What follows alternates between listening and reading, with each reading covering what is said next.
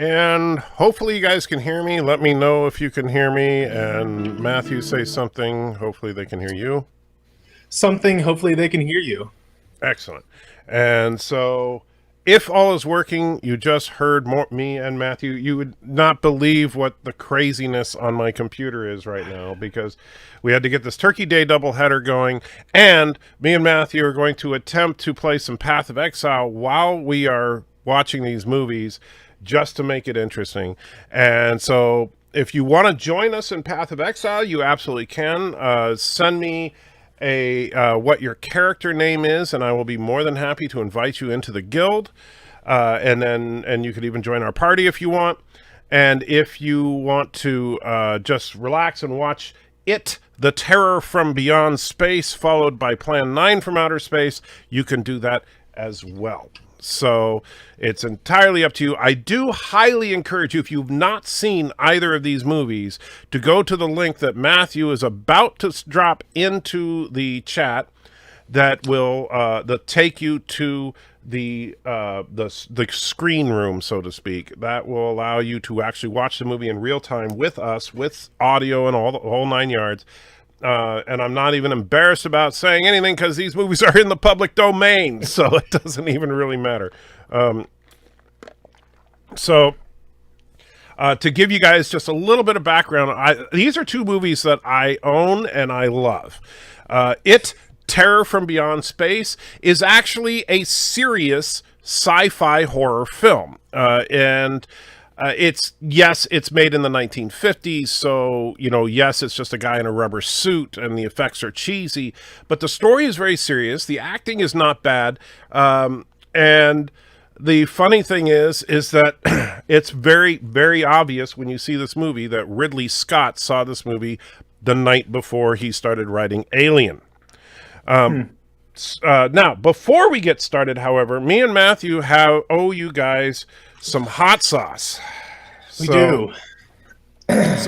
So the first thing we're going to do here, well, if you're getting ready to join the stream room, is we're going to enjoy some lovely hot sauce. Now, I am one step higher than Matthew because why not? And so I am on sauce number 8, while you are on sauce number 7. That is correct. And the reason for that is after I almost died from the one chip, you were able to go on and do one more sauce than I was. Yes. And I said, screw that. I am not doing any more sauces tonight. I'm off the sauce. And but I'm back. The 6 was painful, but it didn't kill me. So I'm gonna give 7 a try and see if I can't finish the job. Do you have the list of the sauces in front of you by chance? I do, as a matter of fact. Let's talk about what's in these bad boys and give people a minute to join up, and so we'll tell them what is it. First of all, I know the 8 is just number 7 with one more ingredient, so we'll start with the ingredients of number 7. Okay, so 7, which is called Insane on my box, is jalapeno, habanero powder, ghost pepper powder, scorpion pepper, and scorpion pepper powder. Which the powder is what's new on 7. The last one didn't have the powder. Right. And the powder is much hotter than I don't know what it is about the regular extract versus the powder, but the powder does add a lot of kick to it. Yes. And you get all that plus, but wait, there's more. You get Carolina Reaper in addition to everything else. So Carolina Reaper, that is the same that is the same pepper that is in the one chip. Now, granted, I'm not expecting it to be as bad. I might be skipping the next level then. I think... well, I'll let you know. There's something about that pepper that just reacted very negatively to me. Well, we don't know if... well, we'll find... I'll let you know how this is in comparison to the one chip. Now, you can see that there is a good amount of that stuff in one of these bowl-shaped tortilla chips. And waiting on Matthew. Our instance has been... I'm not sure why, but our instance in the game was suspended and now just dropped off the planet. So... Oh, lovely. Yeah, great. Right in the middle of the live stream, of course. So let me see if I can get that back up by going to relaunch it. Is it still running for you? Yep, I'm still in it. Okay. For some reason on mine, it just didn't like us. So going back and selecting Crawford. You've kind of got a few extra things going on your end. That's Like all true. I have to do, I got a lot of things going here, but at the end of the day, I'm just doing the one stream to StreamYard. That's it. All right, so back in the game. Let me come out to the coast, and I do not see. Oh yeah, you are still there. Okay, good. Yep. All right, so before we go on, so salute, my friend, and oh boy.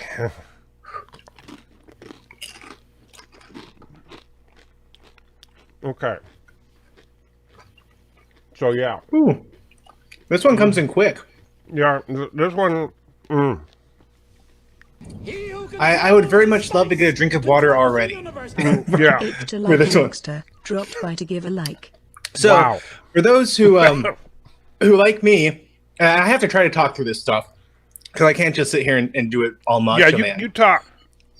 But I have never seen either one of these movies that we're about to watch tonight. Michael had me watch a single scene from Plan 9 from Outer Space, and it was a scene where they're in an airplane and like they're holding on to like a paper plate or something, Yeah. and that's supposed to be their steering wheel. I don't know. It was really rough, but that was this is quite painful. It is nowhere near as bad as what Anti-Trigger has, but Yeah. yeah, this I got this the hurts a hiccups lot. going. Ooh. But again, it's nowhere near as bad as the one shot. No.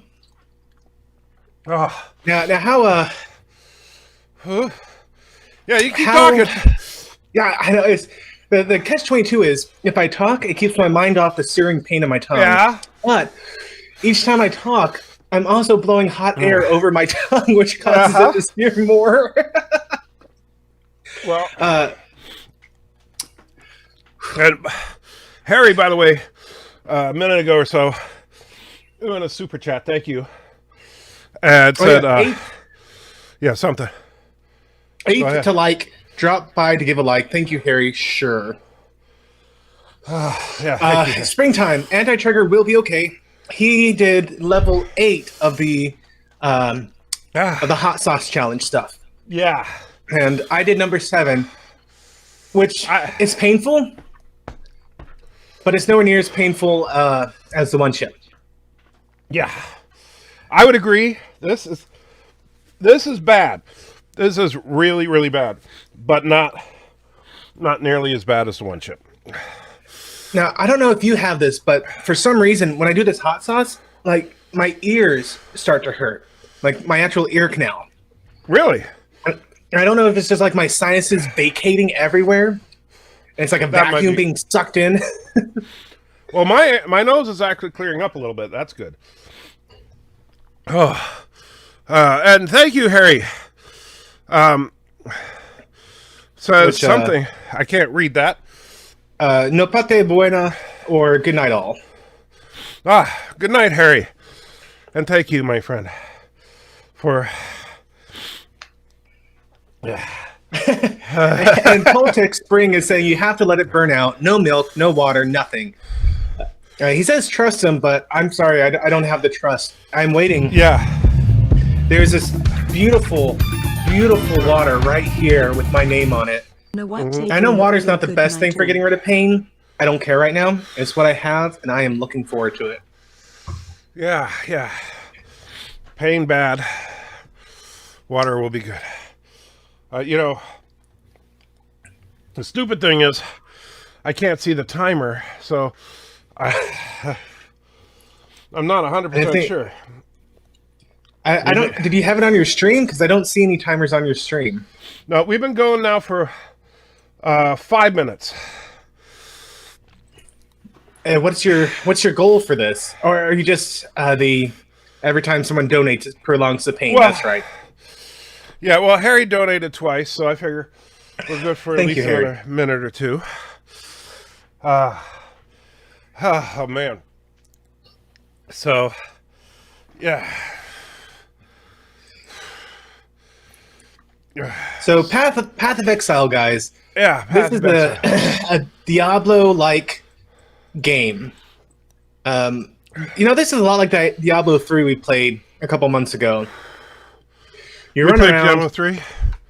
Yeah, we did it on a live stream many moons ago. Okay, I'm taking a drink. Okay.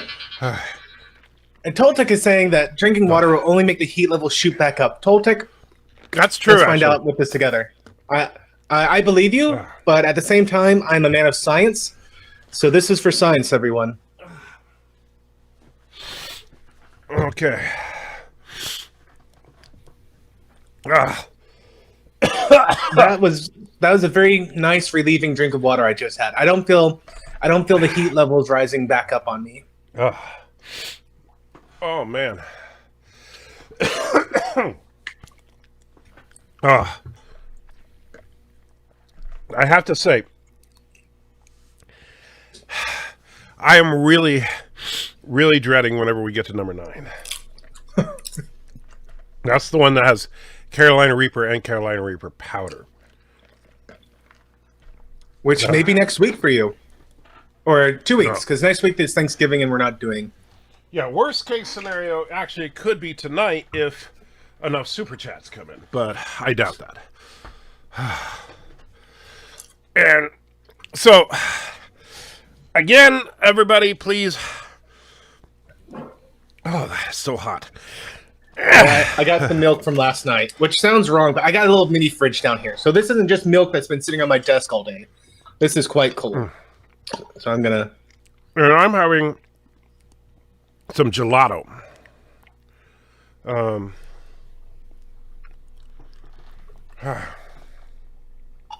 That's nice. That's real nice right there. But yeah, I agree totally. This is kind of a The bulldog water later does on. make it worse. I couldn't do water. So is the sauce like the pain caused by the cloud of Galactus? Not that bad. That's more like the one chip is like that level.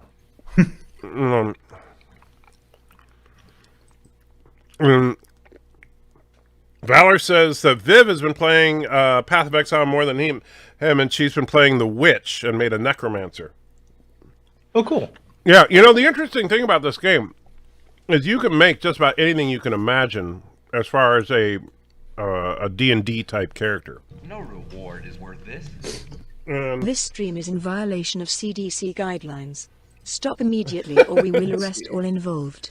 So the CDC just donated $1. And the CDC says that this stream is a violation of CDC guidelines, so stop immediately or we will arrest all involved. Well, CDC, while I thank you for the $1, what guideline could we have possibly violated? I mean, after all, hot sauce is not a Controlled disease. substance? Yeah. So, okay, so I say it's not a controlled substance, but I do think Darren has problems shipping the little nitro to some states. So Yes. it is somewhat of a controlled substance. but it's not. It wouldn't fall under the Centers for Disease Control. What would it be? FDA, I guess? Yeah, well, FDA. Bureau of Alcohol, isn't it Alcohol, Tobacco, Fire, ATF? Or would it be the? I don't know. What do drugs fall under? DEA. I don't know. Yeah, DEA, Drug Enforcement Agency. Okay. I think. All right. Ozzy says we need an Elite Dangerous stream. Well, Elite Dangerous is a fun game, but it's not one you can watch a movie while you're playing. Path of Exile is a game that you can. While it's not brainless, but if you know how to play a hack and slash, you can do it without focusing on it. Yeah. Maybe because you're having a Thanksgiving stream on the wrong day, and 21 people are watching. That could be. Oh, look, Did you just raise those zombies? I did. Oh. They're loyal Kurogan workers. You know, I don't know, but they're definitely Kurogan citizens. You know how you can tell? How? Look at their heads. Half their head is missing. Their brains It just allows are extra ventilation. for the brain. Yeah, we keep things air cooled for maximum performance. I thought liquid cooling was considered superior. Well, we try to keep technology simple. Some people they do the liquid cooling and it leaks everywhere. Which, I mean, look at these guys. They're leaking plenty right now. Yeah. So we had to opt to just stay with air cooling.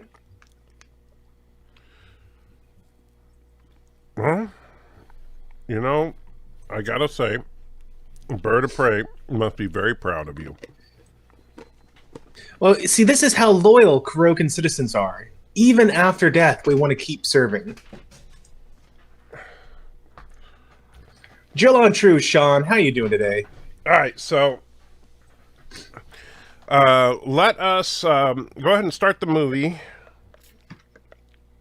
And for anyone who wants to join in, I just dropped the link to Anti-Trekker's forum, which has the link to the watch party room. And we will get this going. What do you say, right now? Yeah. All right. And so starting now with going... It, the Terror from Beyond Space. And by the way, Darren would appreciate the title because it has an exclamation point after it. Yes. Whew. Let's fix that volume a little bit. Don't want to go deaf. Was it too loud?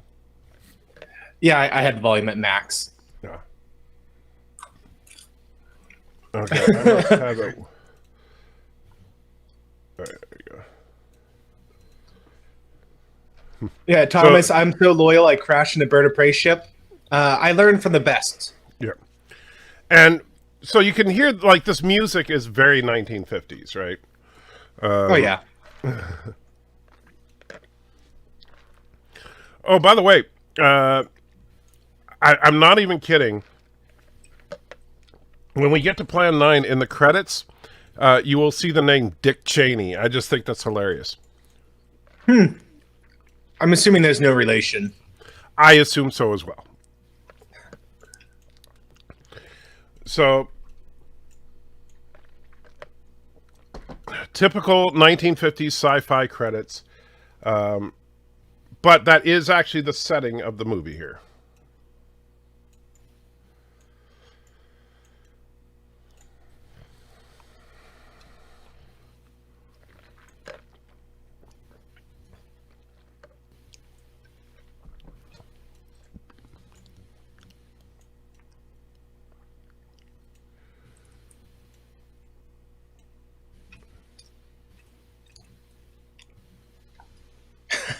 $1973, the far, far future. Yes. Well, keep in mind, this movie was made in 1958. Yeah. But still, it's just funny. We thought that was so far ahead. In 20 years, we would surely have a spaceship that could travel the stars. Meanwhile, in Washington, D.C. So the Science Advisory Committee Division of Interplanetary Exploration. That certainly sounds like a government name. 20 syllables long. Probably does nothing. No.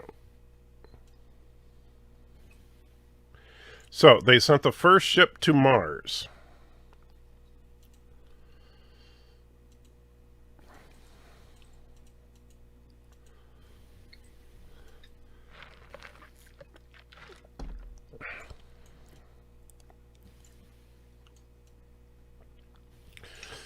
First time I saw that, I thought he said the first man shot in space. No, just shot into.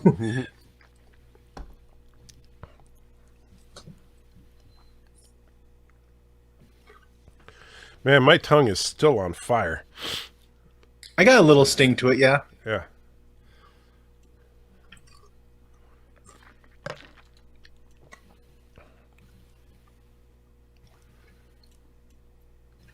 So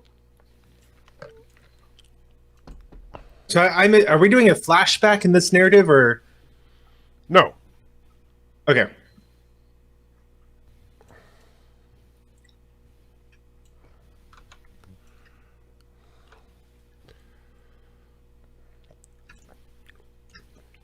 Oh, Okay. Yeah. yeah. Everybody That would leave. definitely be. Hey man, gotta get the news out first. Yeah. Be the first to get the news out. Someone that you thought was going to be a hero is instead being court-martialed. He's being court-martialed for the murder of his entire crew. So they sent a second rocket just to bring him back so that he can be court-martialed. How about his punishment just say leave him on Mars? Not harsh enough for them. Yeah.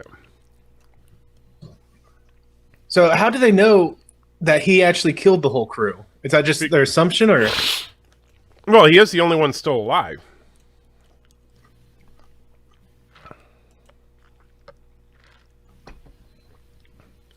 So you see there's a mysterious shadow in the bowels of the ship. Oh, good old latex. Oh, and by the way, they're very progressive. They have women on the ship.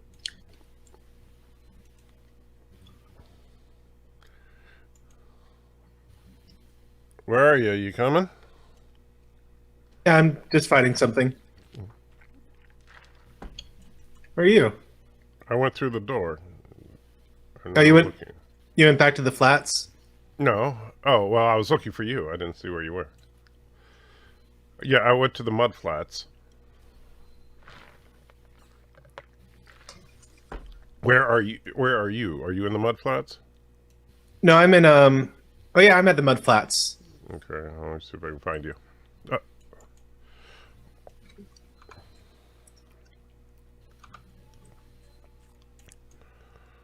That's weird. I don't see you on the map.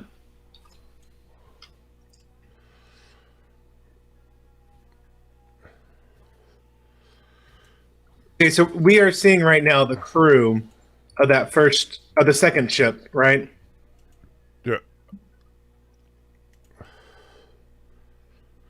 It's like it's acting like you're not even in the party with me anymore, so I'm re-inviting you. I think you did Weird. something. That's why you couldn't see me. Yeah. So I accepted it, but I'm still not seeing. Oh, okay. There you are. I see you now. I left and came back. That's what I left the mud flats and came back.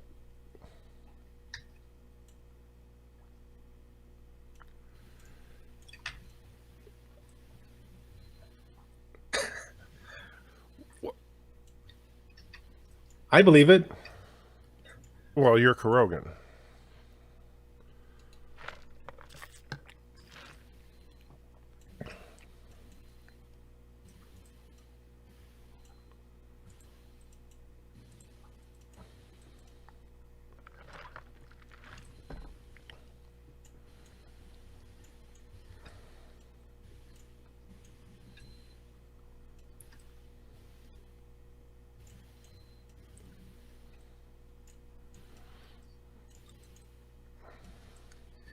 That sound effect we're hearing in the background, that is the exact same sound effect that they used in War of the Worlds. Oh, the theremin sound that or No, not that one. The oh, okay.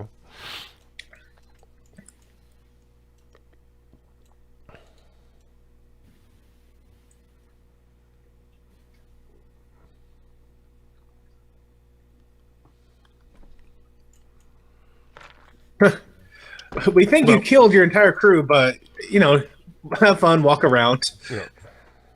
And DJ, sorry for ignoring the chat, but we're watching movies and stuff. This is our Turkey Day special, and plus my tongue is still on fire.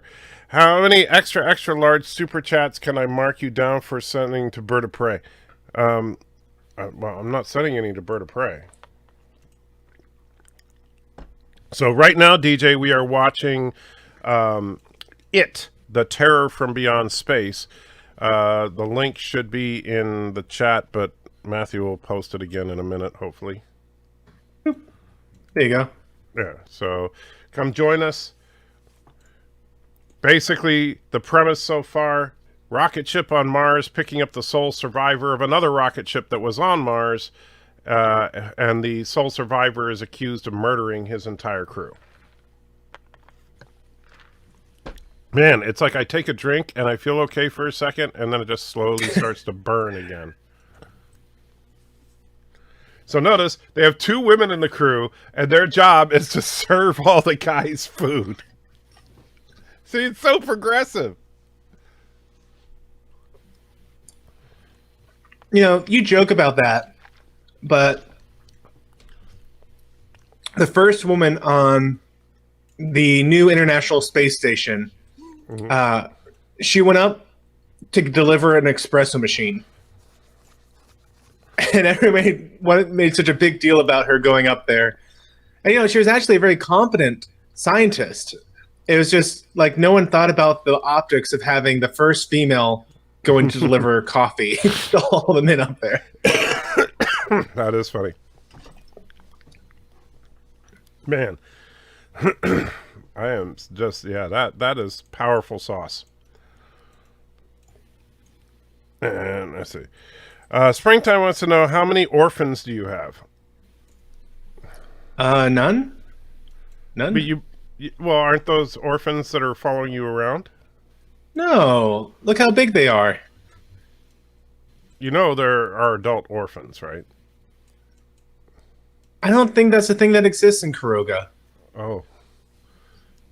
They don't live that long? They get adopted into the child care system that we provide. Oh, okay. We take good care of our citizens. Let's see. We can go down there, I suppose. So, they think they're just on this, mundane mission, and that the other dude is just lying about weird aliens. Meanwhile, the women are diligently... Go on. The women are diligently preparing food. That's like all they do.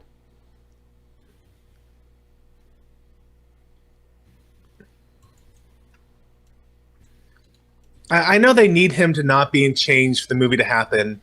Right. But it literally makes no sense that they think they have a mass murder on their hands and they're not locking him up at all. Right. Well, the 2 guys did say they were going to keep an eye on him. Oh, well, in that case. Don't you try anything funny, she. I got my eye on you. You troublemaker, you. Well, this is the 1970s.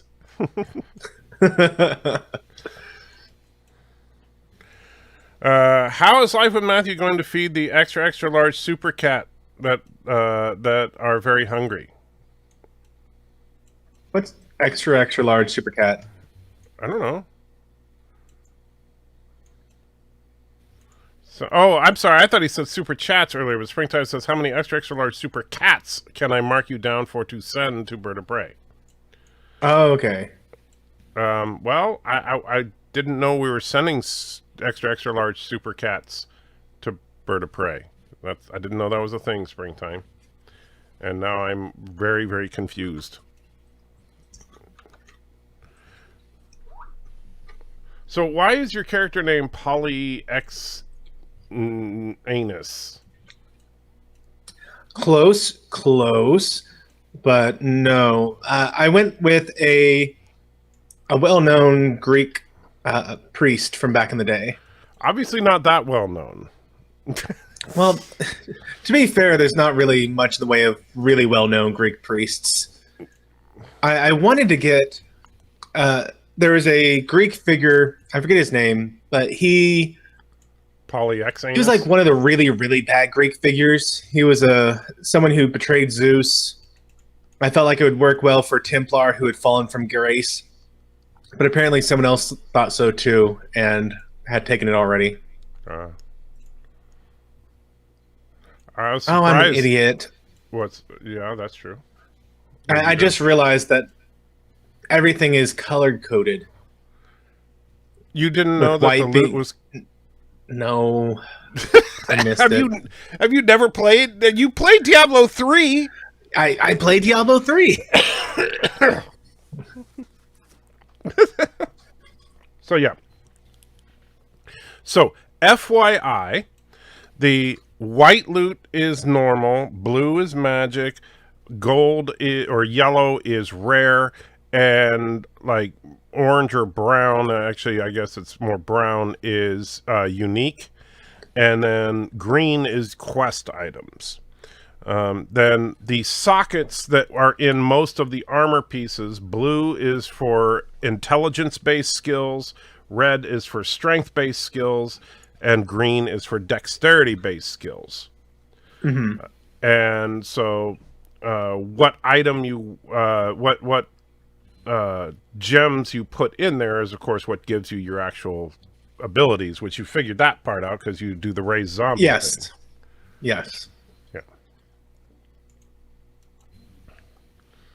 All right, so let's see. This is 24 armor, 54. See, I hate trading a rare for a magic, but it is a lot better. So here we go. I think we're about to get our first red shirt. Fire bad. All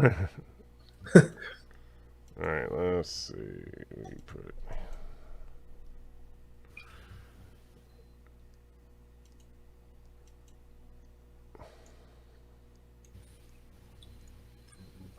Okay, so,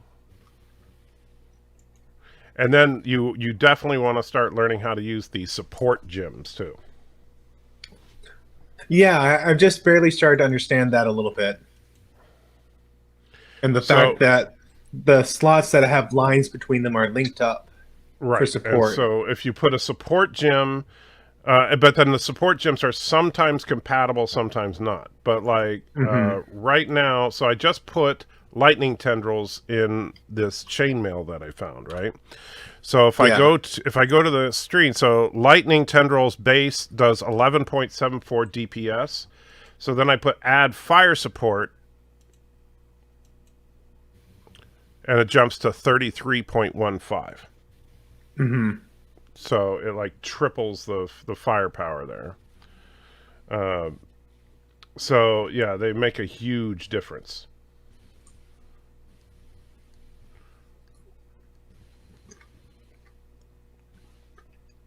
And so let's see, we'll use smite. We need, let's see.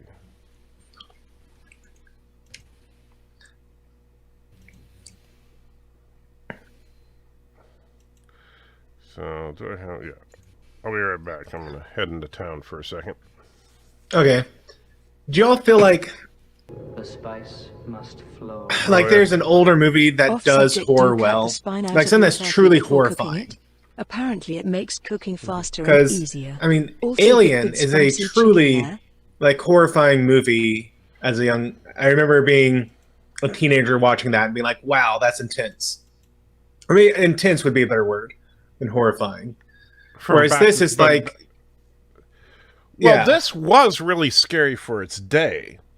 But first of all, Jaegerbomb, thank you, puts in $5. Jaeger said, off the subject, do you cut the spine out of your turkey before cooking it? Apparently that makes cooking faster and easier. Also, get good spicy chicken there. I do not, neither does Mrs. Antchecker, has never removed the spine before cooking a turkey. It's an interesting idea, but I've never tried it. Have you? No. Okay. Well, there you go. No, we do the traditional, you put it in the turkey pan, and then we get one of those plastic wraps to go around it. Put a little flour in there, cut up an onion, some other stuff, and then that helps keep all the moisture trapped in there, and it doesn't make the turkey cook faster, but it does make it not come out dry. So I do really enjoy that.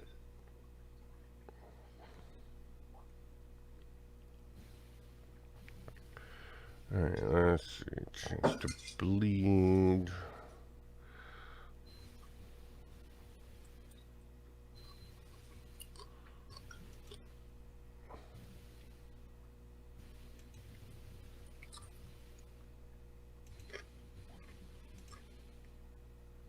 Well, we're currently almost 38.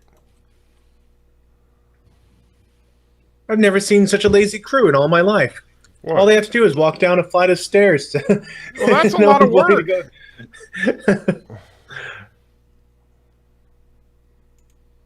You're acting like, you know, that's a lot of work walking up and down stairs. Jeez. I mean, when was the last time you walked up or down a flight of stairs? Come on. I guess you got me. I definitely. It's not like I live in a 2-story house or anything. Oh, but you see what? They have 3 stories, so yeah. So they it's probably much have a lot more than 3. Yeah, they got a very, a very tall rocket. Are you complimenting them there? Why? No. That's a very tall rocket you have there. I just want to say I'm very impressed with your very tall rocket. Yeah. I can see why you don't want to go from the top to the bottom. Let's see.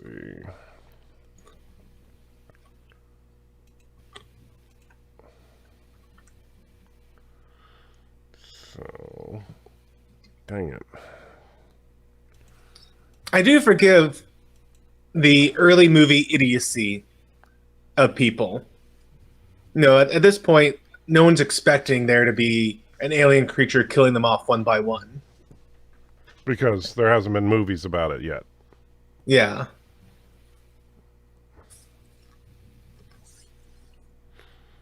And let's see. Daniel, hey, how you doing, my friend? Let's see something. Let's see. Go to Skype if you want to see something. Well, I can't go to Skype now. I've got every inch of my computer is being used. Did you see the new fan theory video? If you like turkey, you should see it. It shows fast way to roast a turkey. New food theory video.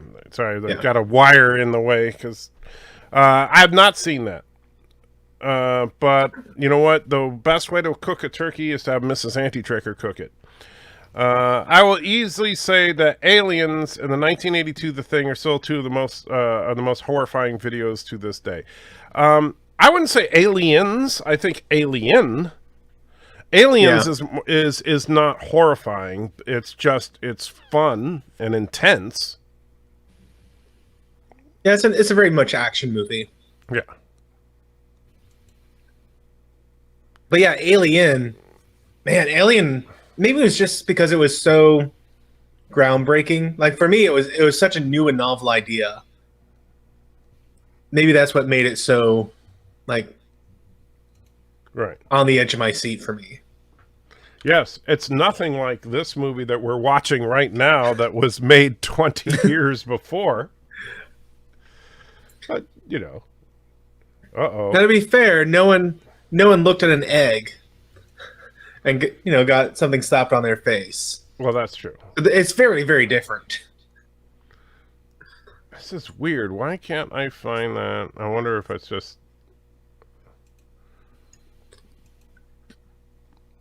Why can't I buy it?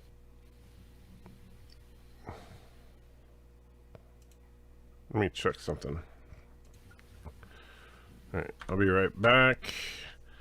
Go to character selection.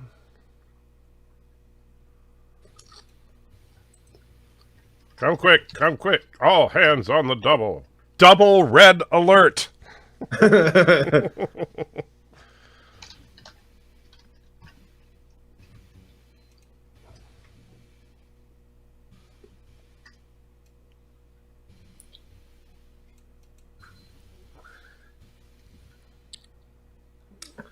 Okay, so now the question for me is, are they going to start putting things together, or are they going to still say, it was the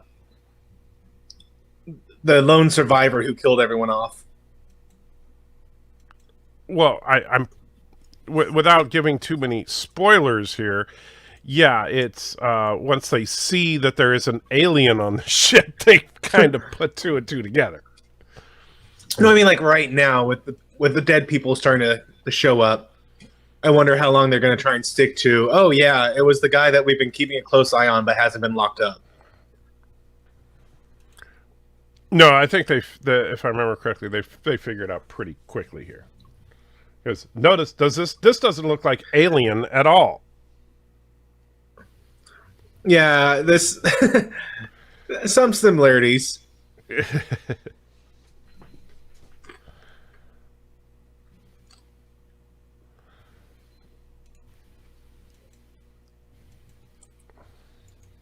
You're not looking so hot, Gino.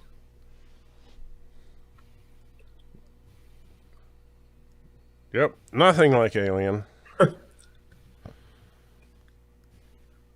It's at least 25% different.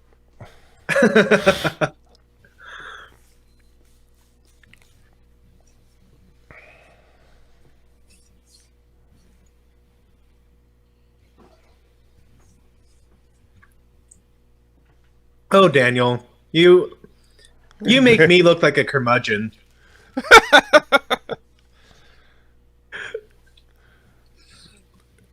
You know, I'm just trying to picture you being a curmudgeon. He's saying the last episode of Discovery was interesting. Michael and Georgiou went on a junk world and found Booker, and we saw our Type 2 phaser from TNG. I was thoroughly annoyed, disgusted at the last episode, especially with the badge that's now not just a communication device; it's a teleporter and a data pad and it's just magic. a tricorder. It's everything. And hey, we got rid of the nacelles, and now they're attached by a fog because that makes it superior somehow. Detached nacelles. So where are you right now? I'm still in the deep area. You're in the deep. Where we just were. The submerged passage or the flooded depths? The flooded depths. So I can come up. Let me see if I can find. Oh wow, it's a good thing they just kept a box full of grenades on their ship. Well, you know, you really should have grenades if you're in space. They're the safest thing to have on a spaceship. Well, I know there's a guy named his name escapes me. Not Mal, that's the wrong guy. From Firefly. He would certainly agree that everyone needs grenades on a ship. That's true. I did love that when he was like, "Yeah, sure would be handy if we had some grenades right about now." I can't believe I'm flaking on his name though.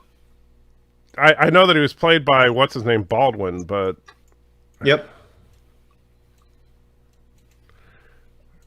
I'm trying to see if it's adjusting my level. And where is that option? I'm trying to remember. Dynamic, in multi-threading, texture. Oh wait, we want.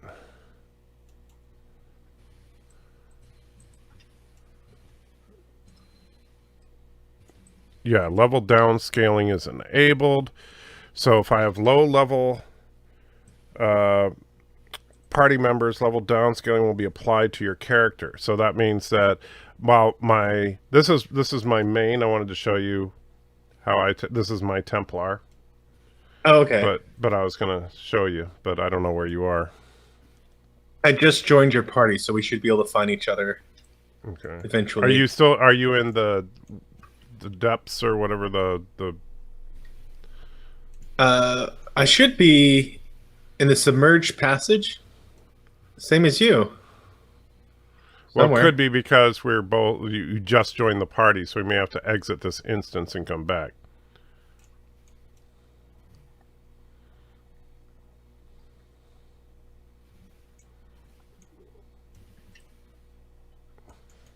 Do you know how to find your way to wherever the next area is?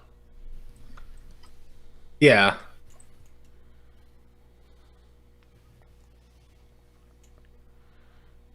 Actually, it's really weird. It's remapping the area we were just in together, so I'm not sure what So happened here. I'm at the exit to the ledge. And I just went out to the ledge. I'm waiting here for you.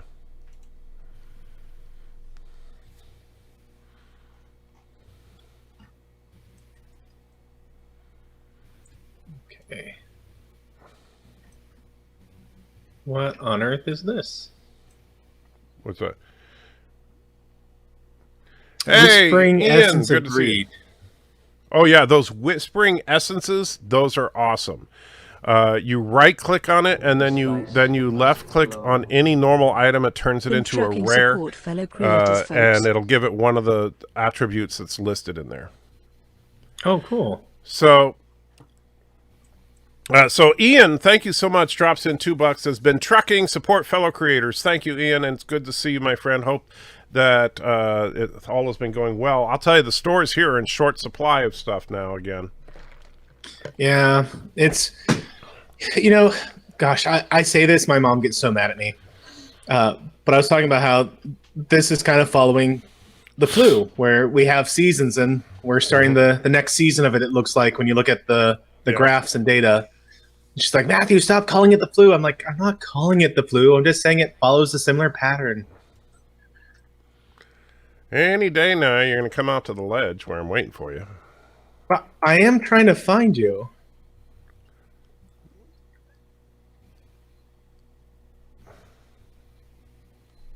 Here we no, maybe?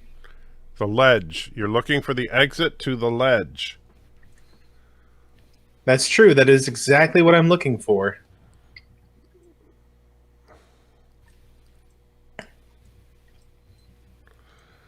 And Jeff Franklin, I am not ignoring you. I'm ignoring everybody. So I guess by proxy, I am ignoring you. So, never mind.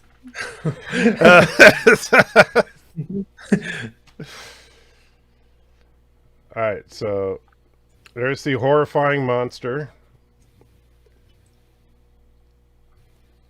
So he took a grenade to the face and only appears to be mildly annoyed. Yes, this thing is basically indestructible.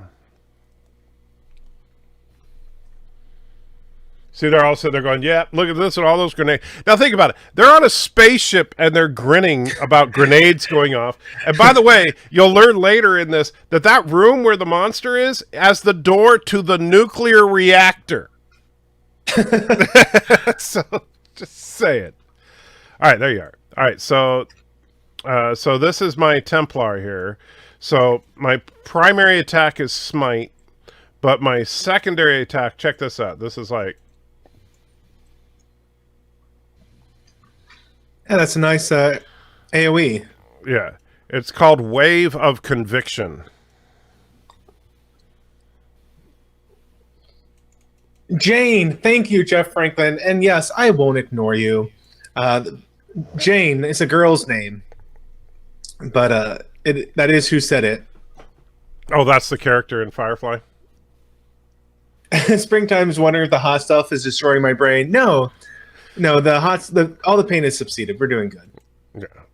Yeah. Well, I can still feel it in my tongue a little bit, but yeah, unless, I may have a little bit more later if my sinuses start to get, because it did actually help my sinuses. I can breathe much better than I could before the show. So if I start to get really congested, like after the first movie's over, before we start the Plan 9, I may have another chip. So you can see this thing just devastates whatever is in my path.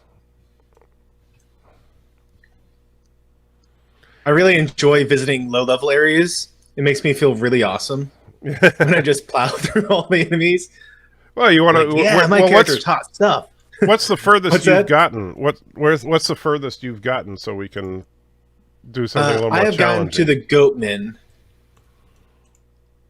So just a couple screens ahead of here. Okay.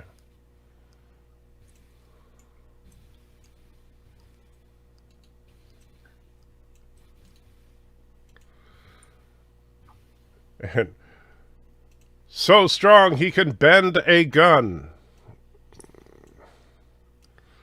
All right. Jeff, while you're watching a game, here's the link to come watch it live with us. You don't have to watch the game. Yeah, you can watch It, the Terror from Beyond Space. All right, fine. Just for you, I'll bring in some Kurogans. How's that?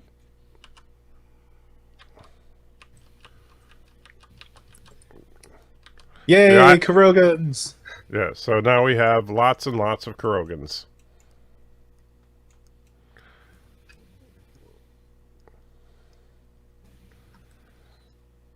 That's what we need to call that. That spell is now officially renamed Summoning Kurogans.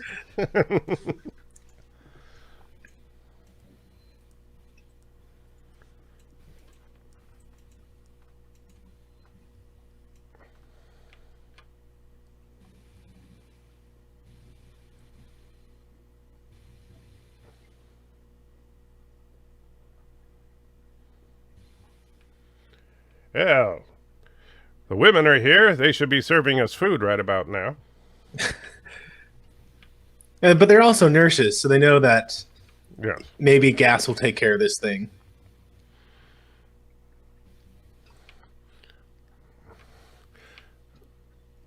Which, let's see, the 50s.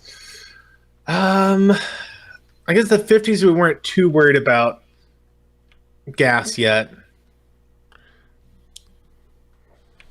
But I mean, yes, in World War II we did have some concerns about gas being dropped on us. Well, there was mustard gas, that the Germans used. Was that as early as World War II? I'd forgotten. I believe so. Wasn't mustard gas used in... I'm pretty sure. I think mustard gas goes all the way back to World War I, doesn't it? Is that right? Wow. Where's Rambling Canuck? He'll remember. Or Darren. Or Darren, yeah. But Rambling's been doing a really good kind of review of war. Ian, this game is called Path of Exile. It is very much like what the concept of the game is. This is what a group of people wanted Diablo 3 to be instead of what we got. And unlike Diablo, it is 100% free. That's right. It is free. Yeah, and Springtime and Ian both say it was World War I. So does Toltec.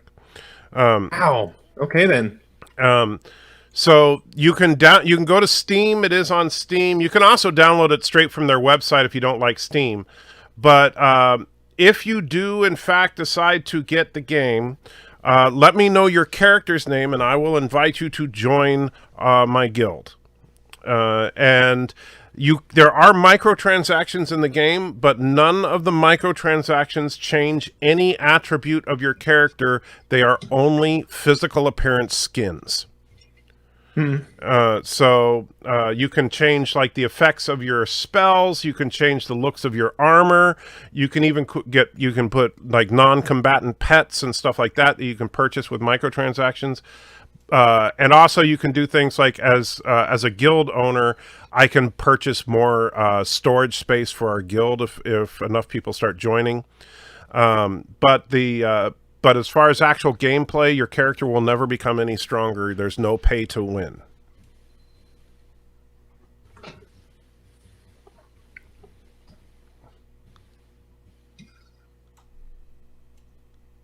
You coming, Polyanus? What? Yes. That's your name? Is that not your name? That's close. What is my name? I don't see it on my menu anywhere. You can turn that on in the UI options. Polyxenus. Polyxenus, thank you. No, it is Polyanus. See, that sounds like something you would insult someone who's way too optimistic in life. You know, not just a Pollyanna, they're a Polyanus. Yeah, see? Like someone who's annoyingly optimistic, just a jerk about it. That's you! I'm not a jerk about I'm not a jerk about it. Okay, say one bad word. No. See? Polyanus. You picked the name, and it is the perfect name for you.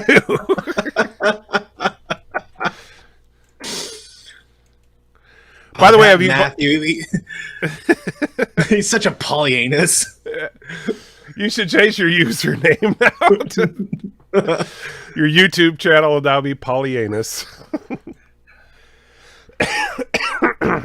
No, my name's not Lucas Thomas. It's Lewis. Ignoring Anti-Trekker, ignoring us from beyond Turtistan. Wow. I'm not... You guys, come on now. We were inviting you to come watch the movie with us. So come join us in the screening room. This movie is a lot of fun, but man, when we get to Plan 9, that's when the serious fun begins. I can't wait to see Matthew's face at how bad everything in Plan 9 is. Yeah, I guess I kind of feel like we should stop the game when we get to Plan 9 so I can fully appreciate it.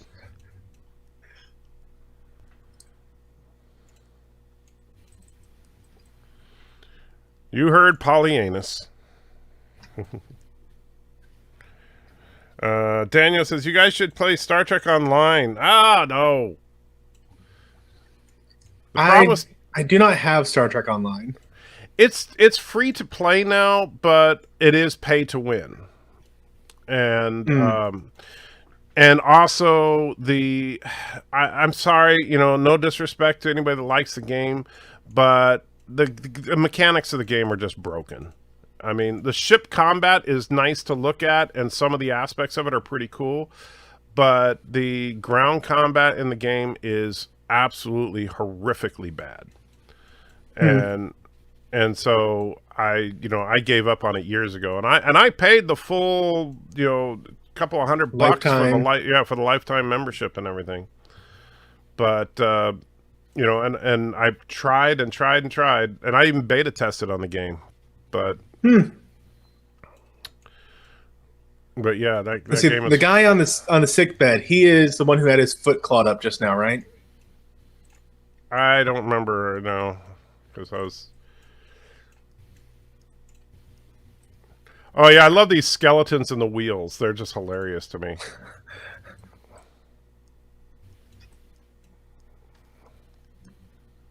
Watch out, Polyanus. There's a skeleton. And it could be in your closet. Can you give me a sign?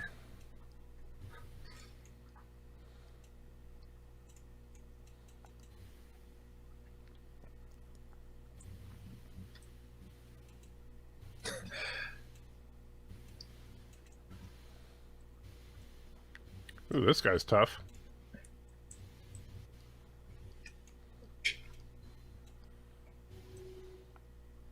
By the way, do you have it turned on so that you can see the sockets of something while it's lying on the ground? Yes. Okay. Yeah. Because that's basically, at this point, even though, granted, I have a lot higher level gear than you, so I'm not really looking for gear. But what I do is I'm always that's the main thing I look at. What is the socket combination? And if it's good, then I pick it up. Because you can modify the most of the attributes. You can make a magic item rare. You can make a normal item rare. You can re-roll a rare item. But, and even though there are gems to redo the sockets, they never, ever work. I mean, it's really... Well, because they're all random. And so like, it'll re-roll what the colors of the sockets are, but it never comes out to what you want it to be. And same thing with like the socket links. There are gems to add socket links, but it's randomized. So like if there's 4 sockets and 3 of them are linked, and then you click on the add link gem and put it on there, and you might end up with 1 link. Because it just re-rolls it. And yeah, so the sockets are hard to get what you want, but the attributes of an item are fairly easy. Gotcha. Springtime saying that I'm going to start doing Star Trek Online and spend all my money. No, You would have thankfully to not. spend a lot of money to win Star Trek Online. Yeah, this is kind of my limit for what MMOs that I'd play. Something where I can do it one player, but more people makes it more enjoyable. Right. And something where I don't have to worry about, pay to win. Yeah, I don't like pay to win, and that's the thing. Like when I was a beta tester, I was a beta tester for a long time for these guys, for Path of Exile, and this game was in development for a long time, and I was all the way back to alpha, and the original concept when they were first, when I signed up and they first accepted me. From the very beginning, they said we will never ever make this game to where you have to buy anything to win.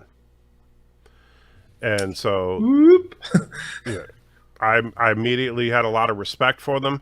But honestly, I never thought the game would get as polished as it is, because these guys have financed completely off of, like some of us beta testers donated and stuff while we were beta testing. And they did like GoFundMe's and stuff like that to try and raise funds for different stuff, to hire programmers and all that kind of crap. But they, I never thought they would raise enough funds to really polish the game, but obviously they have. Okay, so the plan that they're going with right now, they're trying to get on the other side of the creature, so they're going outside of the ship to get behind him. And the people above are trying to make a lot of noise to mask any sound of them walking on the outside. Okay. Also, if you ever see a gem drop, you should always pick it up. Or rogue markers, you should always pick those up.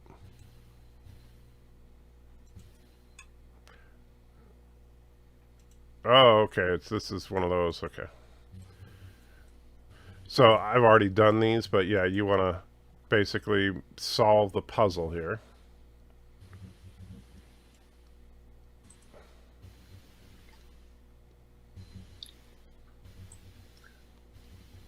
So you already pulled the lever? Yeah. Okay. I don't know if it'll let me do it. No.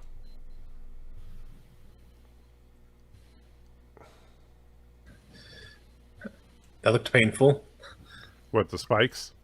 Yeah. Yeah. But I guess at your level, it's just a mild inconvenience. Actually, no, because I turned on the level scaling, and so even though I'm a level 41, my character fights as if he's a level 14. Oh. Because he's scaled to match you. That's something that they did early on with the game to make it so that you could... it was basically to prevent the what a lot of people in Diablo do, where you power level. Right. Which was nice. I mean, that was fun. It's fun, but it's also a cheat, Oops. Let's see. Springtime is saying that I should play Postal 2 with AT. It's a family. It is not a family game. By the name, do I have Postal 2? I've never played Postal. No, I have Payday 2. So you go through the portal and it takes you back out to the entrance there. So have you haven't solved one of those before? I had, but it was telling me to solve it again. But I guess it was just saying in general, try to solve all these puzzles. Right. There's a bunch of them.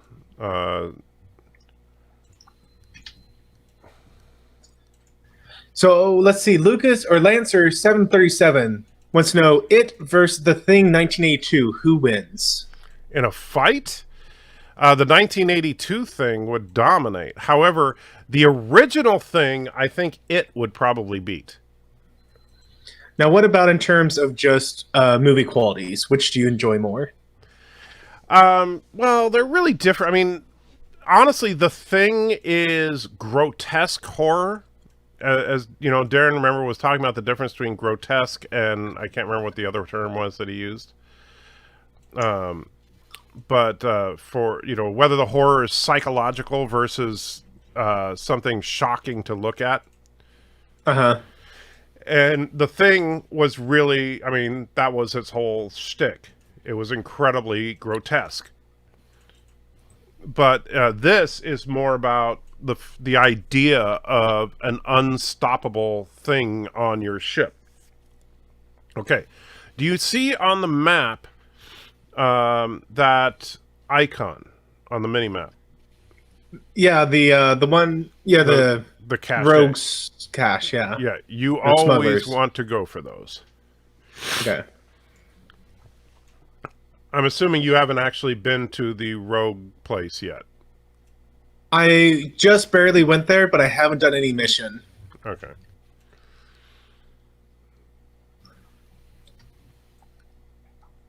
So with the thing, are we talking grotesque in the terms of like Saw? You've never seen the 1982 thing? I have not. No, it's nothing like Saw. The thing itself is a shape-shifting, horrific monster. So you never really know what it looks like. It could be anybody or anything, but it also like adapts itself in some very grotesque ways. So like if the thing gets you, basically it kills you and then replaces you. It becomes an exact copy of you. Okay. And so, but kind of like Odo's people, if you can't kill it by like beheading it or anything, because it's just like this weird, you would have two of them. Mm-hmm. And like at one point in the one of the guys, they don't realize he's infected. They think he's having a heart attack. They go to hit him with the defibrillator, and all of a sudden his stomach literally opens up, spawns teeth, and bites the other guy's hands off. And then they grab a flamethrower to torch the body, and the head falls off of the body onto the floor, and then sprouts spider legs and crawls out of the room. So that's what I mean by grotesque. Okay. And Thomas is saying that we should play Phasmophobia and have Jeff Franklin as a co-host. You know, Phasmophobia was pretty fun. You can see the zipper. Yeah. Well, it is a cheesy movie, but like I said, I do like it. All right, let's see. Where are we supposed to be going? All right. Following Polyanus into the deep. You just need to have a more upbeat view of life. Oh, sure, you may have demon spawn knocking at your door, but at least you have your thermological spells of destruction.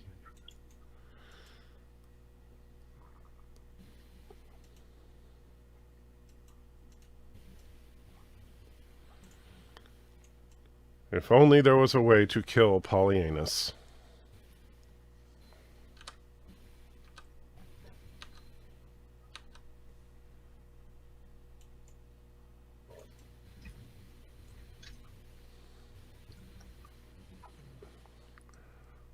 Trying to keep up with you. Oh, Polyanus. Running around with no pants. Okay, I really don't like that. What? I mean, does my character just never get pants? I guess not. We're playing the same class. Okay, how do I not have pants at this point in the game yet, then? Because, believe me, it bugged me too. You will be able to get armor that has pants once you get to around level 38 or so. So I don't know why he doesn't get pants until late in the game. I don't. I mean, look, I get it. I got nice legs, but come on now. Well, your name is Polyanus. So, if you got it, flaunt it, I guess.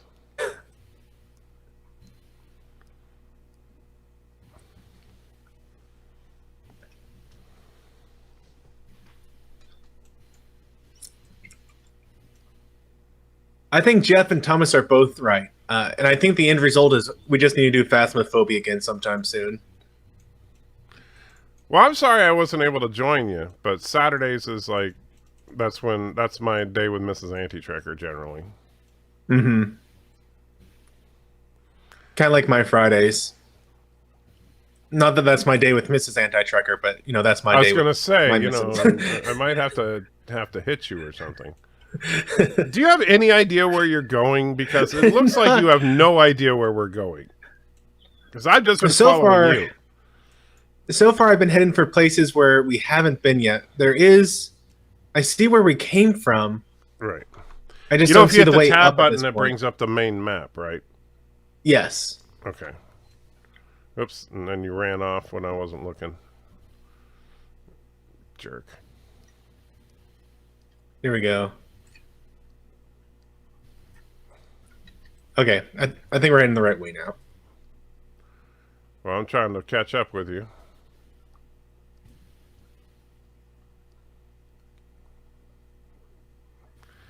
Boy, that Pollyanna sure does have the runs. Gotta keep up. Aren't you guys a week early for Turkey Day? Yes, Sci-Fi Nation, but that's because neither of us plan on being online on Thanksgiving. Hey, Sci-Fi, how you doing?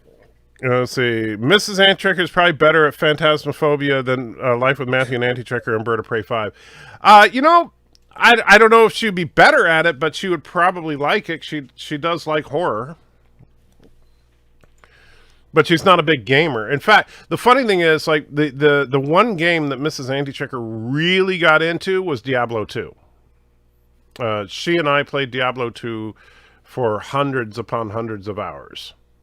So we're going to the Warden's Quarters? Yeah. Okay. And yeah, I agree. She's probably better at Phasmophobia than I am. I am a giant chicken at that game. So what is the purpose of the game? You just, like... You're a ghost hunter. Okay, so why are you afraid if you're a ghost hunter? Because the ghost actually hunts you back. Oh, yeah. Okay. Yeah, and it's ghost hunter in the sense of like one of those cheesy TV shows where they set up the infrared sensors and the sound detectors and Right, but the ghosts in this are real. yes. Okay.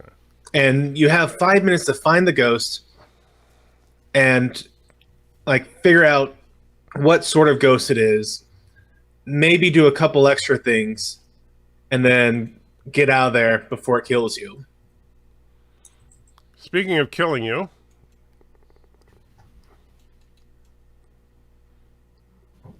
Get out of there.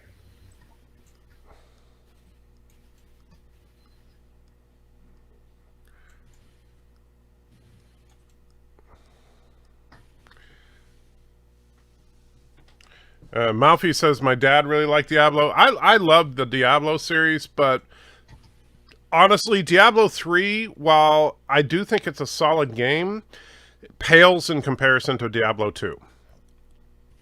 And that's why I like this game so much, because I agree with the developers of this game, both in concept and in execution. I think this game does feel like a Diablo 3.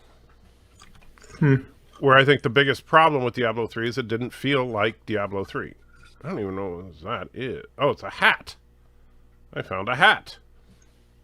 A unique hat. So let's see if it's any good. Evasion rating of 90. What's your dexterity? Like 20, maybe. Might want Pretty to low. Check. Hit C for your character screen. Okay. Dex of 24. Ooh, so close. Yeah. Yeah, there's a lot of things I'm just not Well, quite no, there this on. would be good for you, my friend. Here, check this out.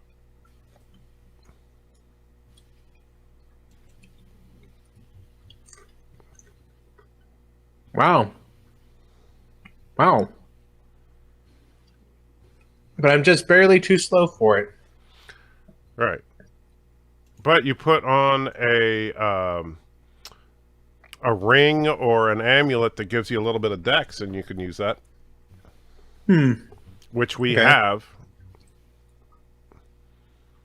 Right, let's see. Hold on. Don't go anywhere.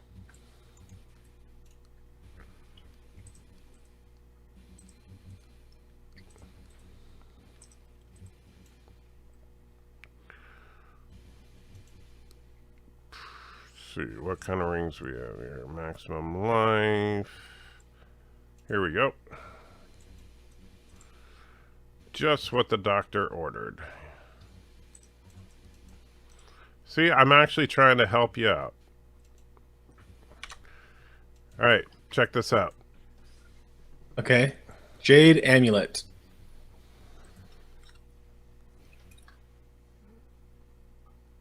Oh, that's nice. So you put on the jade amulet, and then you can take off your bondage mask. Or you realize you are actually wearing a bondage mask. I am aware, but it also has 2 blue sockets and a green socket. So I mean that is a much better hat. Yeah, now you look more like me. I mean, the real me, not the... Oh yeah, you always have a feather in your cap? Well, you know... I am married to Mrs. Anti-Trekker. That's kind of a big feather in my cap. But, you know, if bondage masks are your thing, you go ahead and wear your bondage mask. I mean, that's perfectly acceptable. Having the extra 2 blue gem sockets is a big deal. Well, it depends on what you're using, because, like, I noticed that you generally only use a few skills. Mm-hmm. Like, oh, that's my favorite line right there. What about Bob? I just love that. Because, you know, the movie, What About Bob? Yeah. And yeah, so there's a lot of skills I have that aren't worth the using right now. Mm-hmm. And Valor says, wow, I see a red door light called Armored Remote Glitch of Balance. Huh. What? Okay.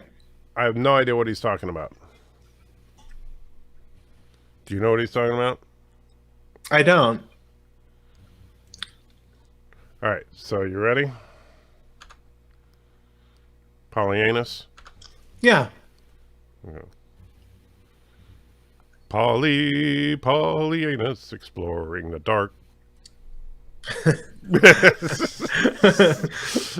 I think that's a good spot to stop. Yep.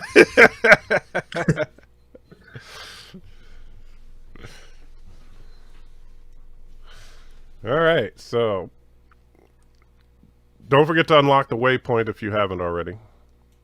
Yeah, I think, let's see. Not okay, M is for market, not map. That makes sense. Well, no, all you got to do is just step on it, and then it unlocks it so that it's part of your waypoint map. My goodness, I got nothing right now. Where did it all go? What do you mean you got nothing? One of my primary spells was apparently the one that I took out of my hat. Oh, you know, you should probably be aware of what stone is where. I'm learning it slowly.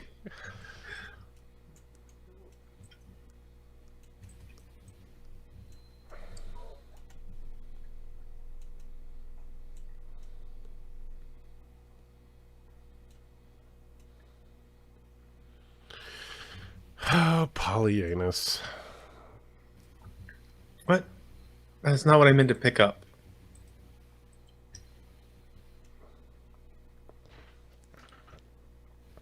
Okay, let's see here. 32 rats. 32 rats.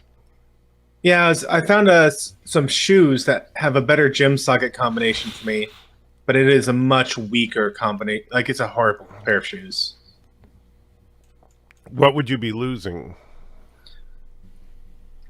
Let's see. The shoes I have right now are Armor 32, and this is Evasion 12, Energy Shield 3. Okay. And are they magic or regular or what? They're blue, so magic. Okay. So, yeah. Well, but the gem sockets are what you want? Yeah. Yeah. Oh well, I'll swap it out. Polyanus puts on shoes. Springtime, starting to regret subscribing to Live with Matthew after seeing his BDSM lifestyle. Well, I mean, look at this guy. He's walking around basically wearing a diaper. And, I mean, and you were wearing a bondage mask. I mean, dude. They call it a scare mask, but yeah. You coming, Paulie? See. Yeah. And Jeff says, Andrew, yes. Let's see. Andrew needs to pay attention to the chat on the Anti-Checker live stream where Anti-Checker is playing a game. Anti-Checker is chatting with Live with Matthew. Anti-Checker is watching a movie.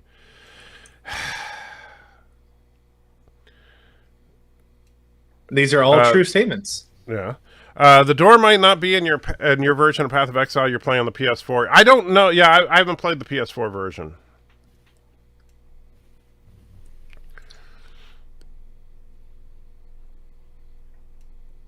And Dee Dee Myers, if you're having allergies, might I recommend hot sauce number 8. I can breathe better than I breathed all week because I had a chip. I had one chip with hot sauce number 8 on it.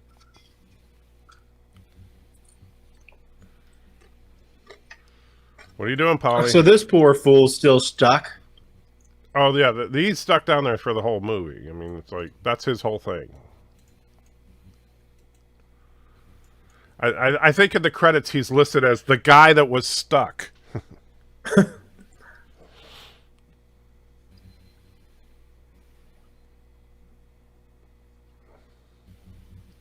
What's that, 40%? Oxygen. Oxygen. It's not the oxygen. The oxygen's not at 40%. The oxygen use is up 40%. Okay. So they figure that the monster must have incredibly huge lungs, mainly because it lived on Mars, where the atmosphere is very thin. So keep in mind, for 1958, this is some cutting-edge science. I mean, they're actually being scientifically accurate here. Right. Which is ridiculous for a movie like this. Well, you know, most of them did a decent enough job of staying true to at least a scientific premise. Oh, wait till even you the hear scientific. the science from Yes, you did. Plan 9. Anti-Checker, you are nuts. I will try tea instead. I am a little nuts. I will grant you that. You know, you want to click on the strong box. I do. Because then they come and get you. Darn, Total you survived. slaughter. Are you singing about slaughtering? That Yeah. seems a little It's dark. from Trigun, which you'd know if you ever got around to watching it. Oh, shut up. Sorry, shut up, Wesley.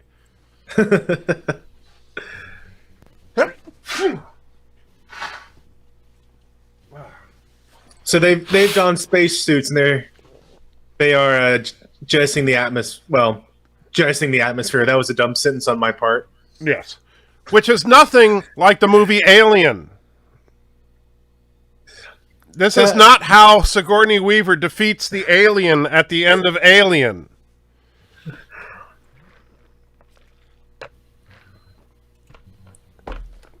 Are you going to click on the strong box? Where are you doing, man? Where are you? I'm right here. Oh, I didn't know there was another one. Get him! Get him! Oh, man. They Yeah. suck.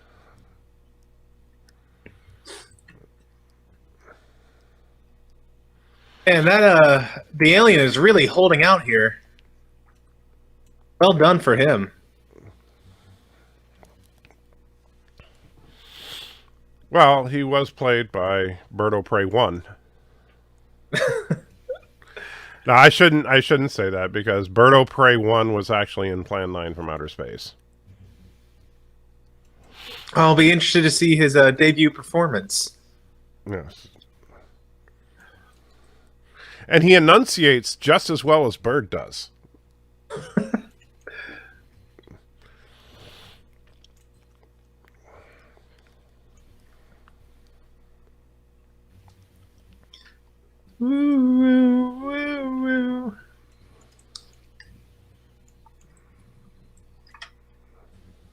So all that happened in one day.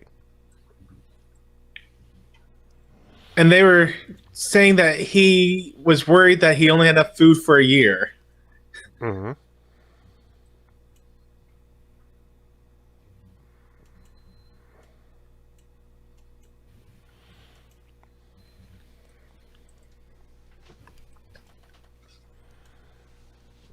Oh, I've never been here before.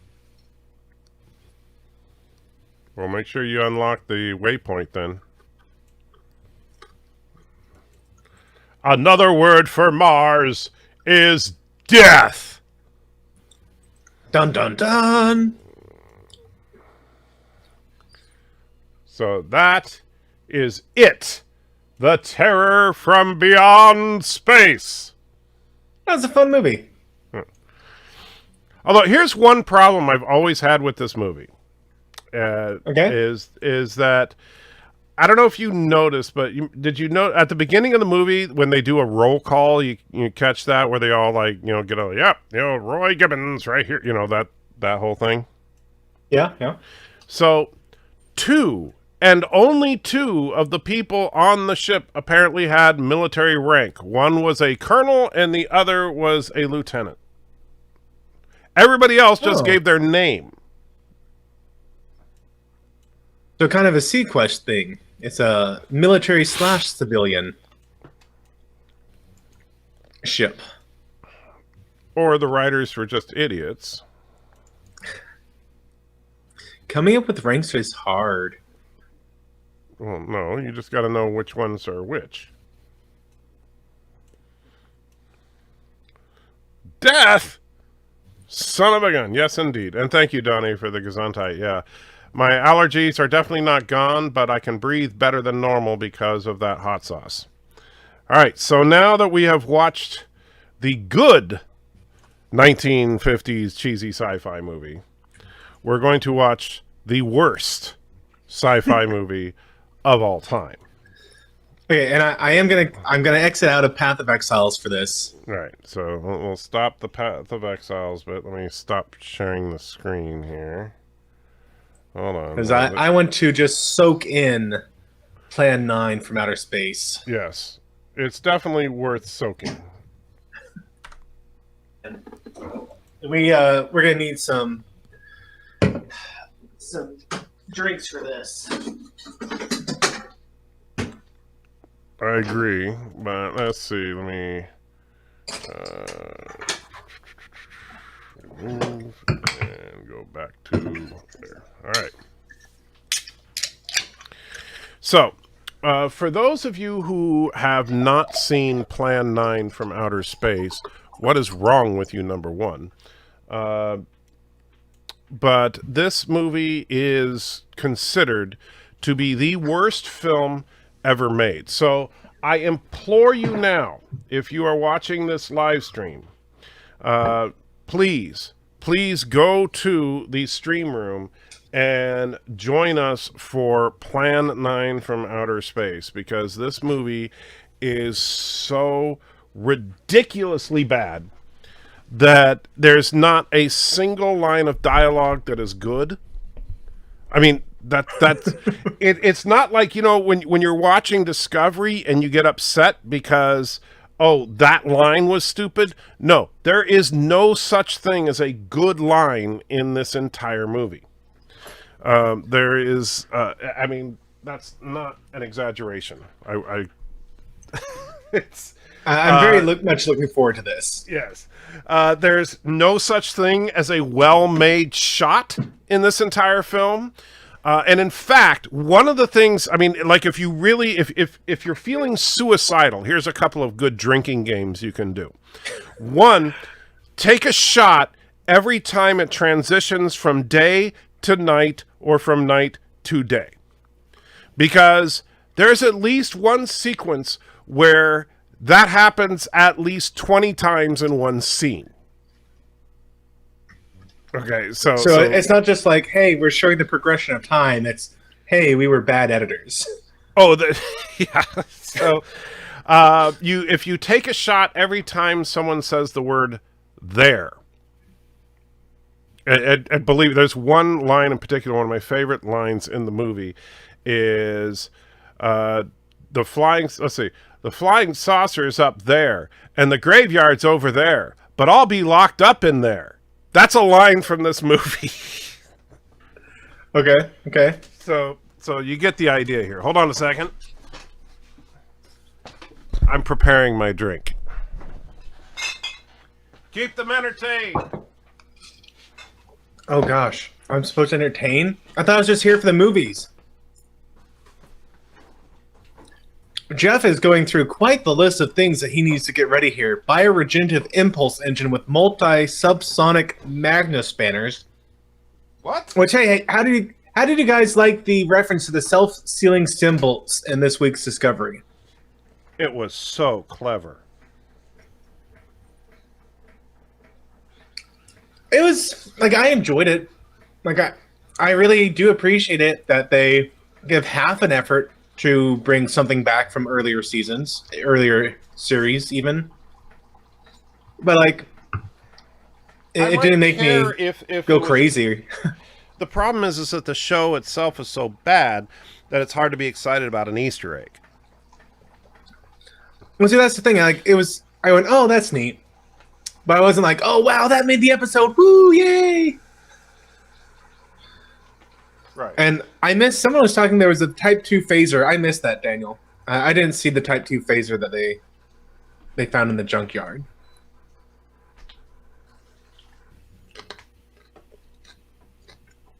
And honestly, the whole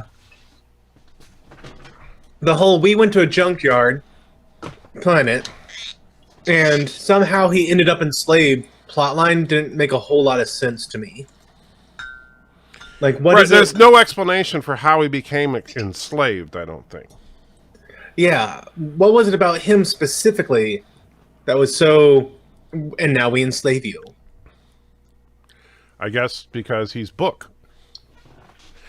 All right. I guess. Yeah. So this movie opens up with one of the most. Remember, I said that there's no good lines in this movie. Yep. Now, you know what the word tense means, right? As in, like, past tense, present tense. Sure. Okay. I just want that word in your mind during this opening monologue. Okay. All right. So you can go ahead and start whenever you're ready. If you're not already, please, for the love of God, join us in the stream room. You do not want to miss this movie if you have not seen it.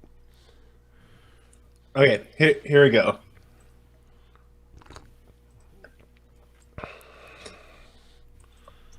Criswell predicts.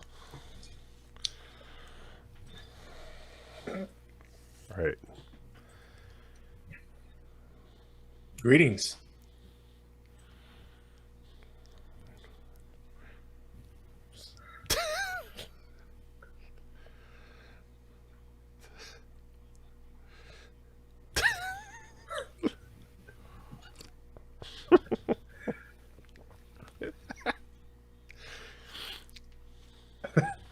That is Wait. why I'm here.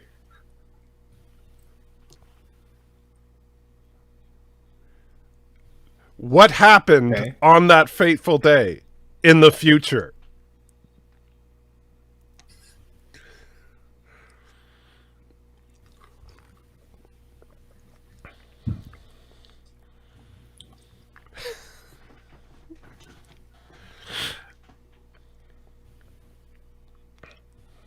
Yes.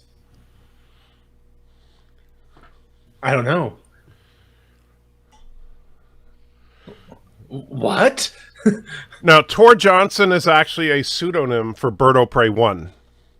Just so you know. Vampira. And Tom Keane, for some reason.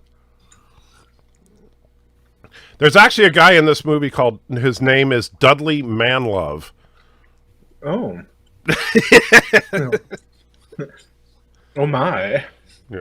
Oh, did it stop? Because it's No, it's still going. okay. On my side, it's buffering for some reason. Jeff was wondering Did I misunderstand Book in the latest episode of Discovery concerning the object Burnham was looking for containing information about the burn? No. So the object was the black box.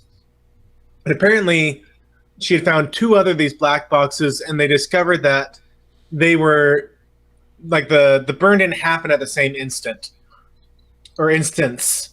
And so they think if they find a third one, they can prove that the burn had an epicenter that went outward. And they think they can triangulate where it came from, which is incorrect, mathematically speaking. In a three-dimensional plane, you need more than 3 points in order to find where it came from. They can get a kind of direction, but that's it. They're going to need more information.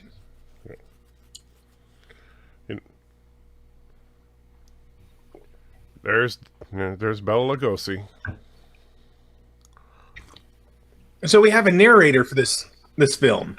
Not for the entire film, just for parts of it. The beginning, mainly. Yeah, the preacher's really preaching up a storm there, isn't he? He is. he's literally just staring at the Bible like, what am I supposed to do?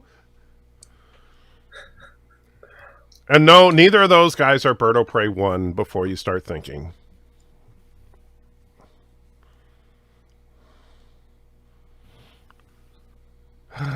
Poor Bella. That's quite the moment of silence they had.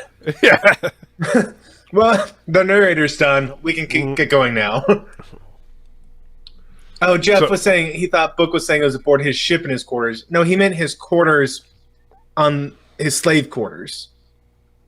Because he was a slave on the planet and Burnham was a servant. You know. Why not?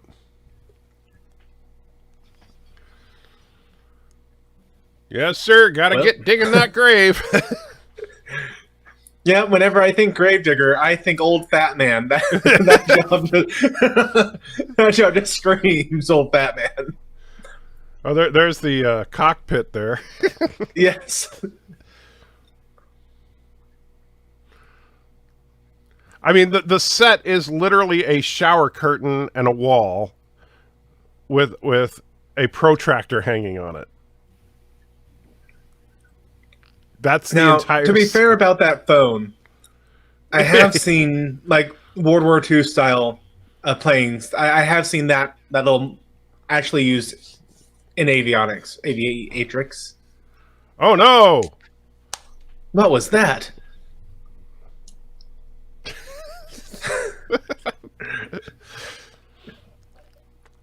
A popcorn pan.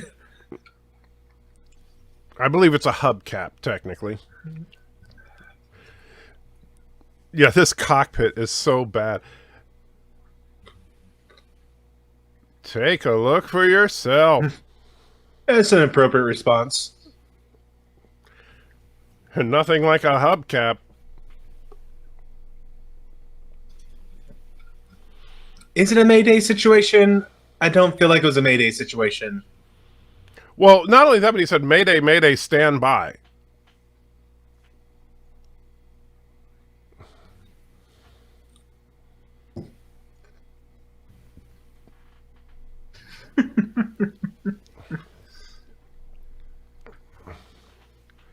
So yes, that's about the level. That's like the best visual effects shot in the movie. Just so you're aware. Meanwhile, 3 shovelfuls in. Yeah. And by the way, notice the sky. Just keep an eye on the sky. See, you... It's sort of spooky.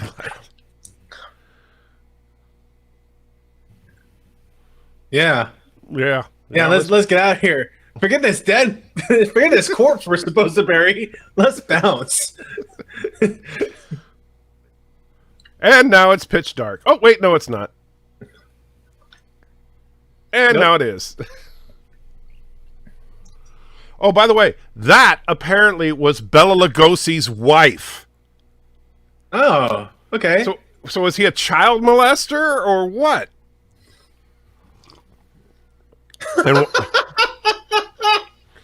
And how? And they were literally just burying her, And then they turn around and walk, and she's in front of them.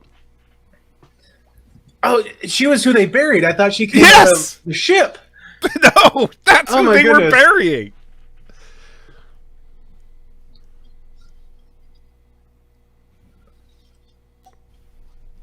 Oh, yeah, here's the best movie death ever. You paying attention for this? Yep. Okay. I'm really looking for an upright piano falling on his head here. You know what? Listen He to the looks like narrator. the bad guy. Yeah. He looks like the bad guy from Who Framed Roger Rabbit. Yeah, he kind of does. Christopher Lloyd's character. All right, so listen to the narrator here. This is good. Oh. Definitely not rosy cheeks on her, though. All right, here we go.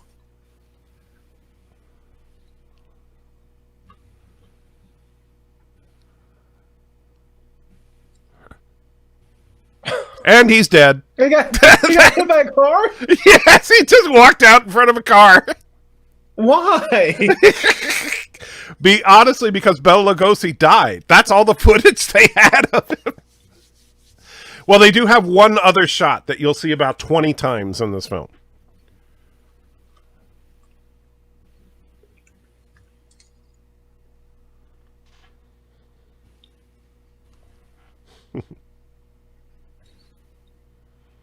Tell me something. Why was he buried in the ground? And Now, of course, you know the concept of Chekhov's gun, where, so of course here, since they made a big deal out of talking about the fact that she was buried in the ground and he was in a crypt, they will never mention it again for the rest of the film. Just so you know. It means nothing. oh gosh.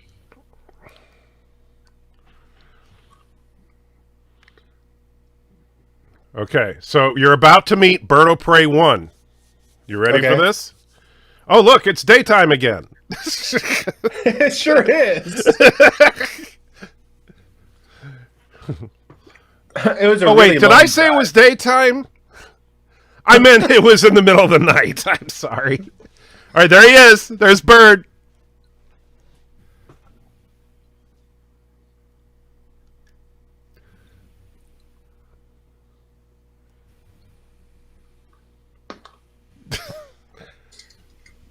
Now, come on.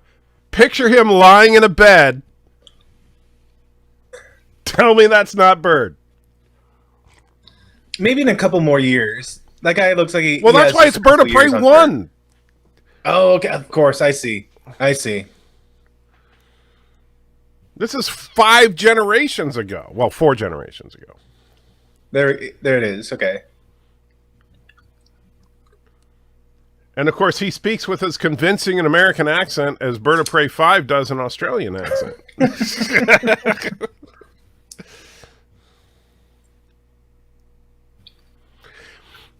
And Donnie, yeah, you're right. They never hyphenated the Defiant, but the Defiant had a different registry number than the Defiant from the original series. So there's that too. So what is Bird doing? Looking for a place to geologize, wager. That is quite the amount of fog that suddenly showed up. Yeah, well, he did have Mexican food.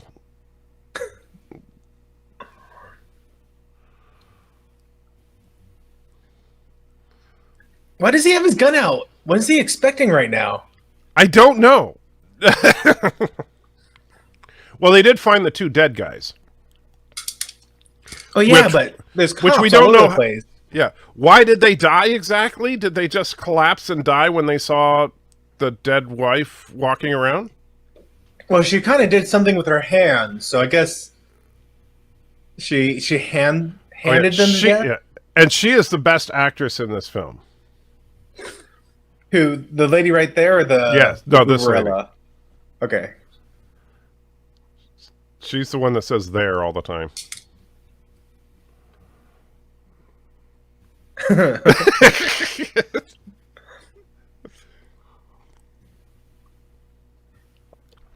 I don't think I've ever seen you in this mood before. I am very concerned. See, if I ever made like a joke movie, I would have a character like her that had a word she said in every single line, just to be ridiculous. I think you're still up there. Would you like me to bring some coffee to you over there? Oh, You saw a flying saucer. Listen to his description. They're from up there. Yeah, it was shaped just like a cigar, wasn't it?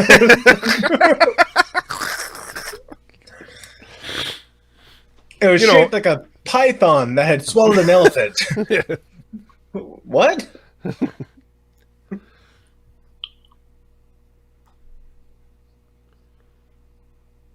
And then so they now let I'm you telling go?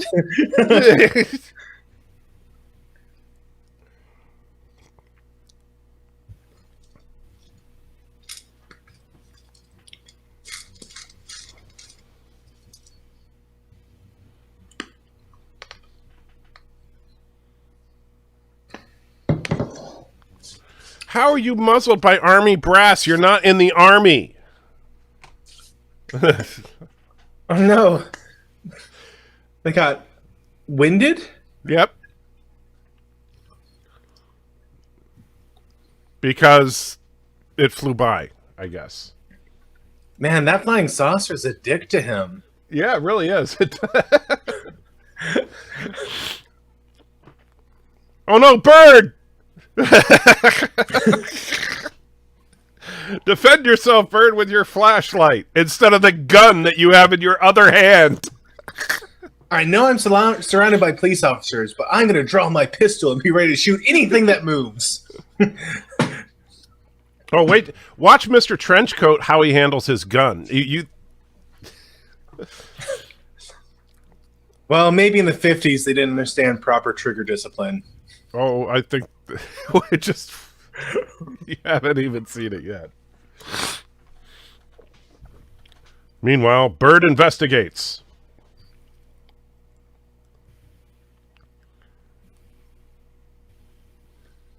So, take a guess. Is that Bela Lugosi? I've heard you talk about this. That he did the cape the whole time. Yeah. You said it was his dentist before, right? I can't remember if it's his dentist or his chiropractor, something like that. Yeah. And he's like 6 inches taller than Bela Lugosi. So is this the movie that set the trend of vampires covering their faces with capes? No, I think they just did it because... Yes, that's Bela Lugosi. Oh my goodness. That poor woman.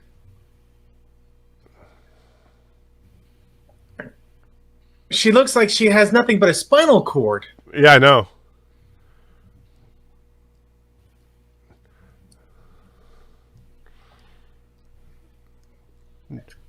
Oh no! That woman might kiss Bird. Guess.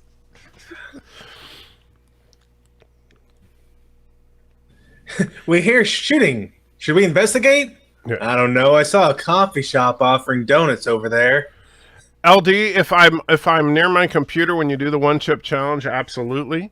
But you'll have send me a message on Twitter before you do it, and I'll try to show up if I'm near my computer. Yeah, LDG, what time are you? Like, do you have a time, or is it just in the afternoon at some point?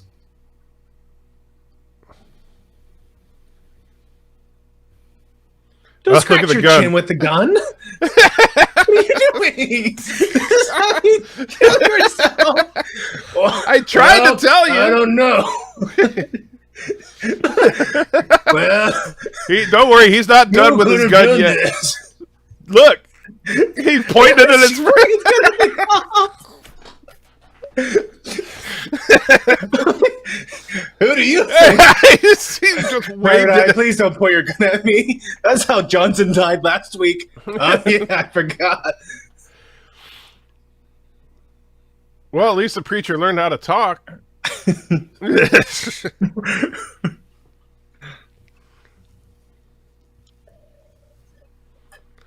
Would you have any objection if I put level 12 hot sauce on the chip or -2? I would not do that, LD. That one chip is serious. You do not need to add anything to it. And remember, in all seriousness, that's the chip that almost got Life with Matthew. So don't push it.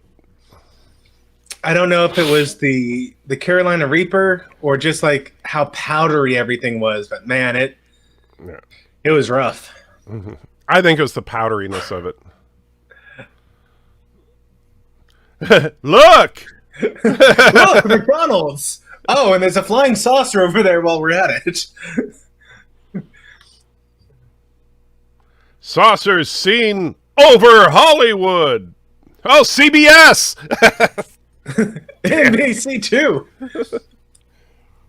I'm gonna call ABC. There's a flying saucer over CBS and NBC. Maybe the flying saucers are from ABC. Yeah, look, a drunk guy found a newspaper. There's ABC. That saucer is smaller than a car. Have I been drinking too much? Time to head to a church. Yeah.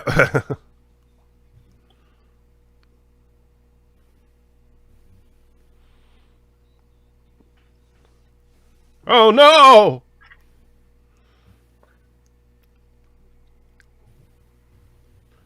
Meanwhile, in the Korean War,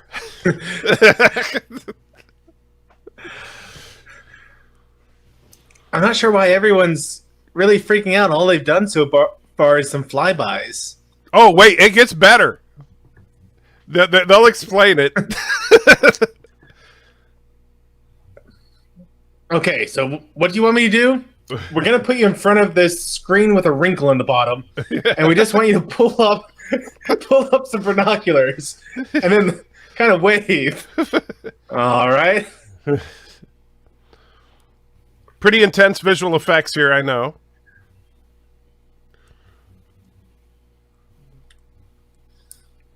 Now, you sure you don't want us to be using some sort of flak cannon? You want us to be using these missiles?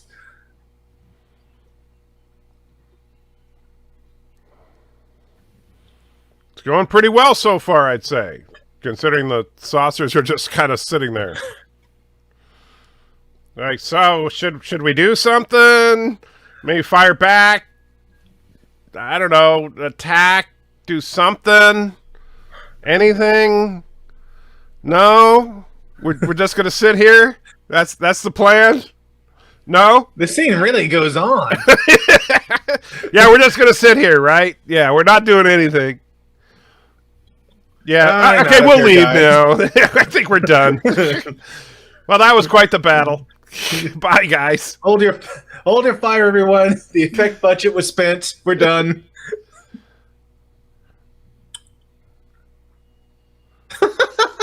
That wasn't some really awkward editing there. Oh, gosh.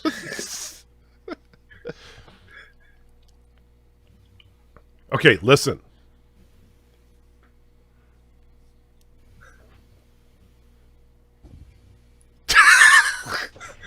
What?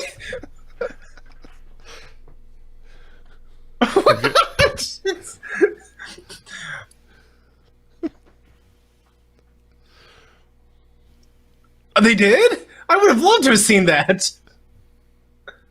But you hear that? They attacked the town. A small town, I'll admit, but nevertheless a town of people.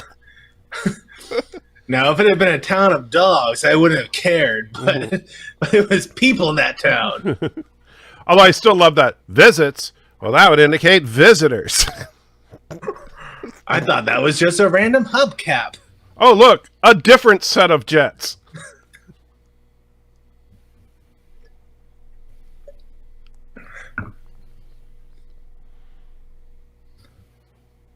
Yeah.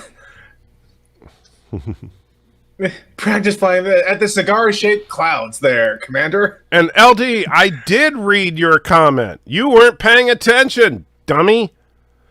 I said do not add anything to the one chip. Yeah, so now you can see the little flying saucers are suckling on the flying saucer boob. I had made the correlation there. Yes. Don't worry, he's a flaming heterosexual.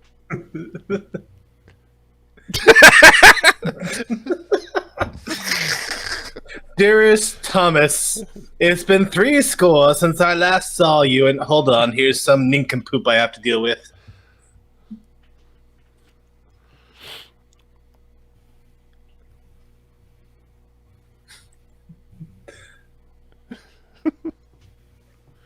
What?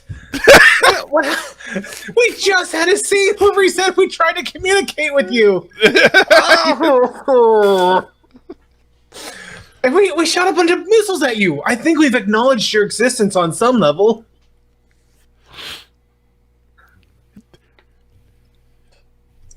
He's literally reading what he said was Plan 9, which is to resurrect the dead.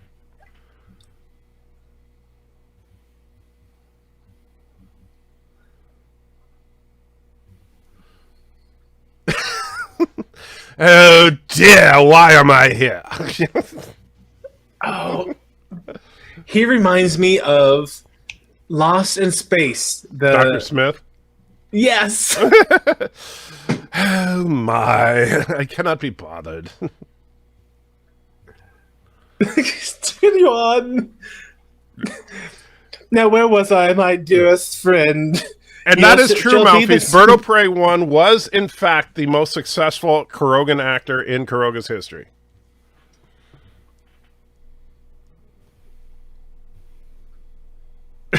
Listen.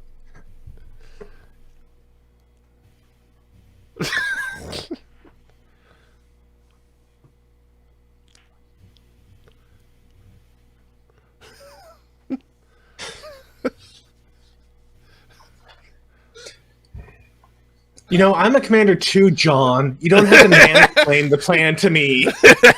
This is where we need Michael Burnham right here.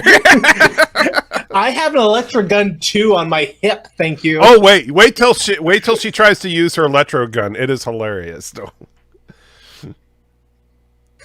Did she pull a Michael Burnham and shoot it in reverse? Oh no, it's worse.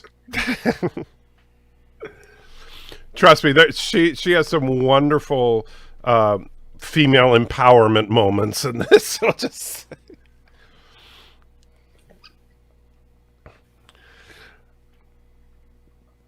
well, we're coming back now.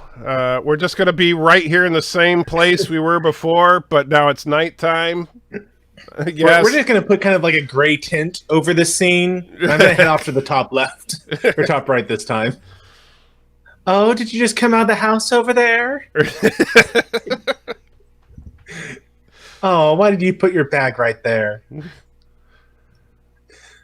Oh, her best there line is about to come here.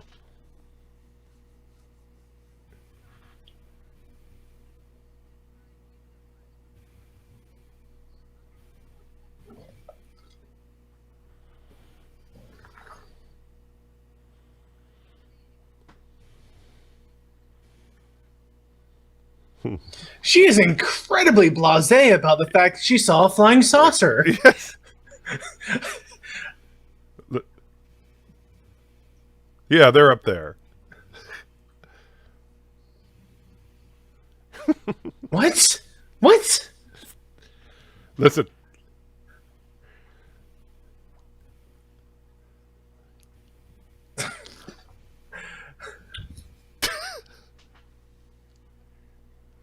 Your wild blue yonders, plural.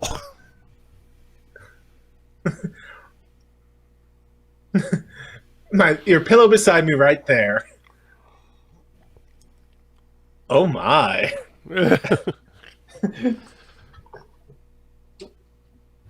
Oh. Because, you know, his pillow is a good substitute for him. Oh my. I suppose about the same intelligence level from what we're seeing here.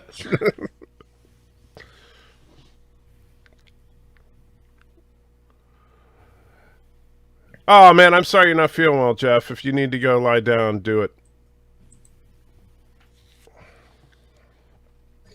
Jeff is giving me a link. I will I'll get that pulled up. I will look at that later, Jeff. Yeah, it's a technobabble thing. That's why he's posting stuff. Oh, you should have told me about it, Jeff. I thought you were just pulling all this off the top of your head. We thought you pulled it out of there. Maybe from down there.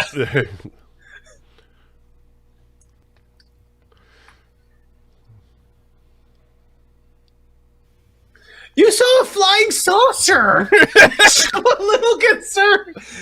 Like it did a headlight on you and you fell to the ground. Come on now. That's okay, because they're up there.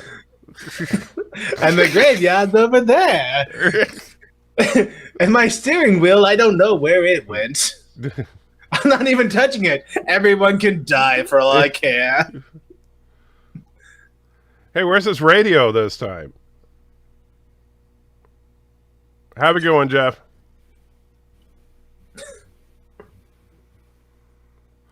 Yeah, look how hard they're flying it. Would you mind holding the steering wheel so we don't crash into that mountain over there?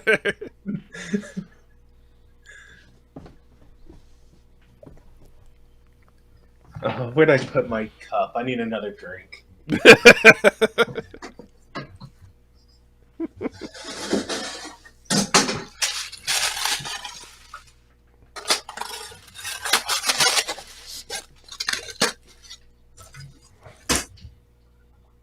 So I really hope you guys are all watching this in the screening room, because this movie is such gold. Like, this isn't even just like, oh, the 50s, they were such a hard time for movies. This is just rough.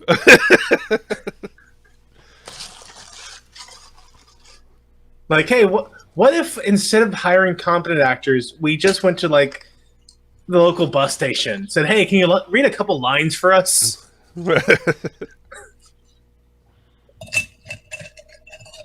They literally sound like they're just reading lines. Yeah.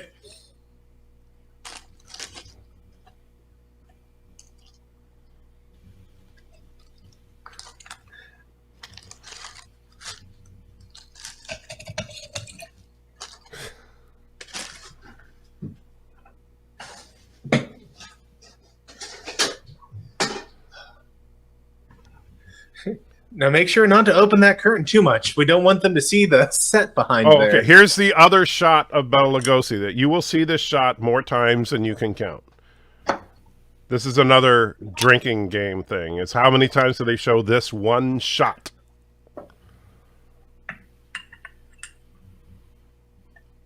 So he walks out, he spreads his cape, he looks around, and he goes away. Okay? Remember that, because you will see that a lot. Oh gosh, hold on a second.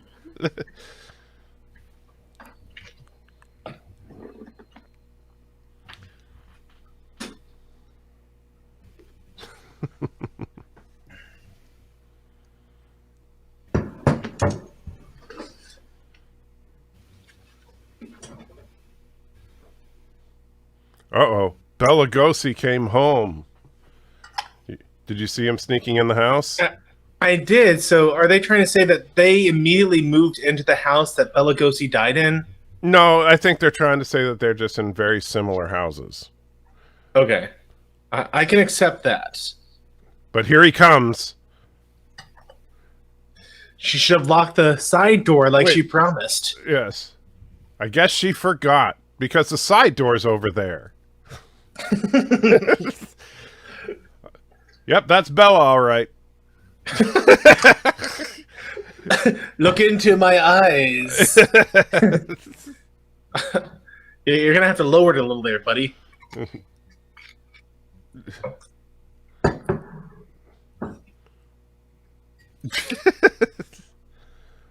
Okay, so she immediately went to the graveyard over there.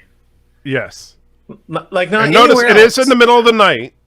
You can see it's very, very dark. And there's Vampira just kind of standing there. All right, so But wait, it's daytime, and here comes Bela Lugosi out of the trees again. Like I said, you will see this shot a lot through the movie. Up from the grave he arose. Oh no, this is the finest moment in Kurogan history. What you're about to see on camera is the creation of Bird O' Prey 2. Oh. You saw the death of Bird O' Prey 1, but now you will see the rise of Bird O' Prey 2. Oh my goodness. Okay. Okay, I'm ready for it. I'm ready for it. Are you really? Are you really? I am. I am.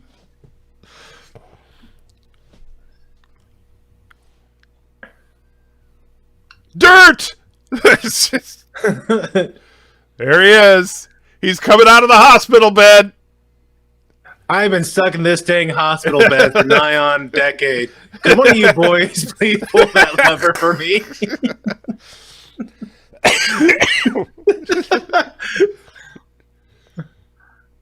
Hello, world. It's Bird O' Prey 2. Come on. Grave breath. Son of a bitch.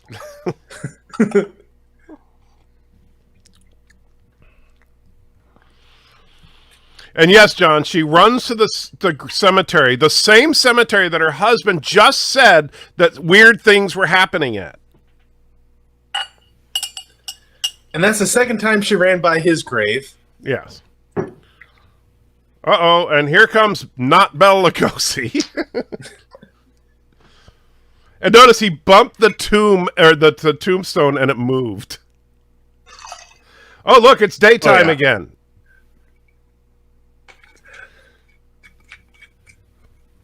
Nope. Sorry, still night. Yeah. You got those shots ready? I told you, that's a drinking game where you will die. Oh, hey, it's one of the fat... It's one of the fat dead guys! I think it's Tilly. But no, look at it. It's literally... oh, my goodness. This is literally the guy who died at the beginning. It's the same actor in the same outfit.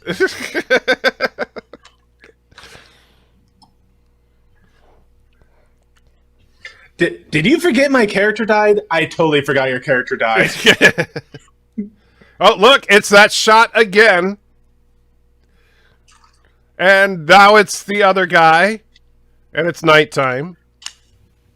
And now it's this other guy and it's daytime again. You know, why not? Darn it! I couldn't slowly walk fast enough.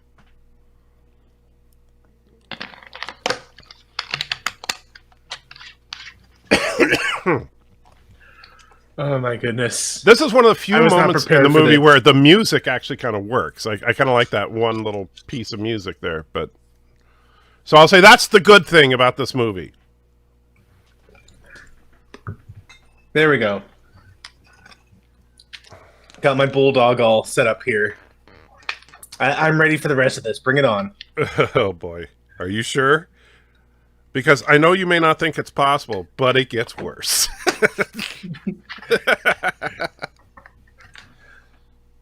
See, you thought The Room was bad. Oh, hi, Michael. Yeah. Nope. I'm going to peace out. See you guys later.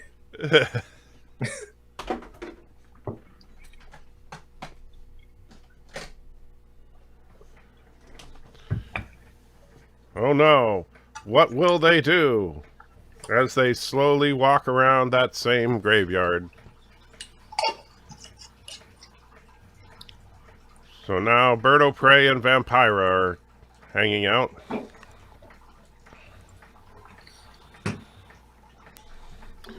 Oh yeah, remember them? Okay, so I got an idea for 2 different movies. All right.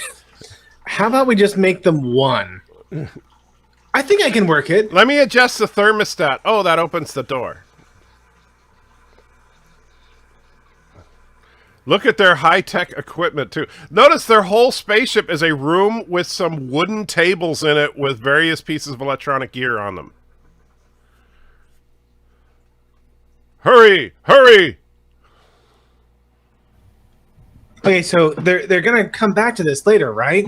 The fact that the zombies can't differentiate between anyone. In a shocking twist of good writing, yes, that will actually come up later. Okay, all right then. I wonder why there's a ladder on the outside of a flying saucer. I'm just wondering.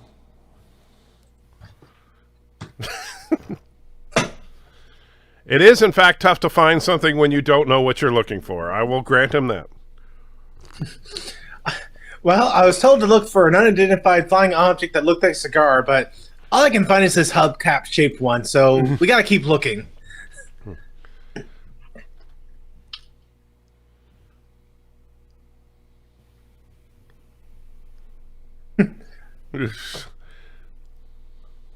Yeah. Yeah, it's not just like we've pointed seen the gun flying at saucers.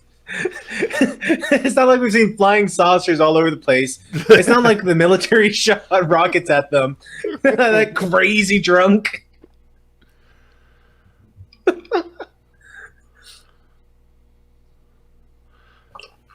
Yeah, detective lieutenant who does not know how to handle a gun. He just pointed at him again. I think I'd make a second character in a spoof movie, like always just pointing with a gun and just killing everyone from bad firearm discipline.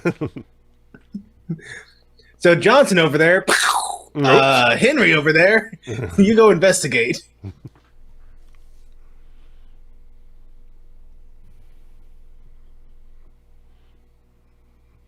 So now he's an expert on flying saucers.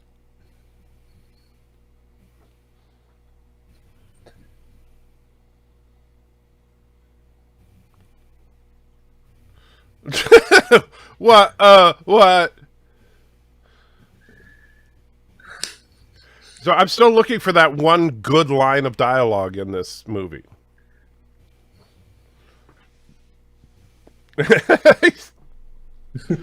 Yeah, you just point this gun at your crotch while I'm looking at it. Timmy, have you ever seen a grown man's penis before?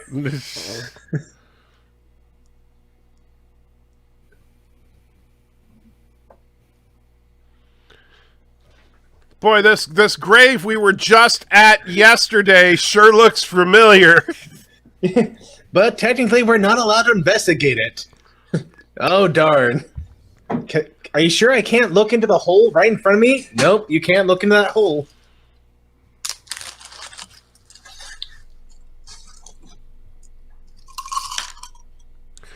Thomas, technically, yes, this movie is public domain, but, you know, we just better safe than sorry, because somebody can try to file a copyright on it if they say they own that particular copy, and I'd just rather not deal with it. Okay, I want a movie about this officer who's always, quote-unquote, having to deal with monsters and dead bodies. Yes.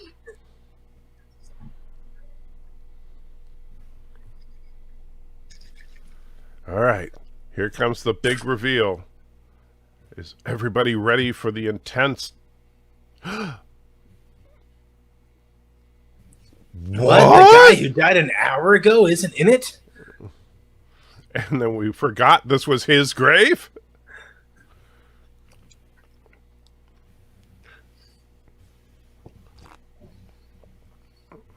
Start the film now? Okay.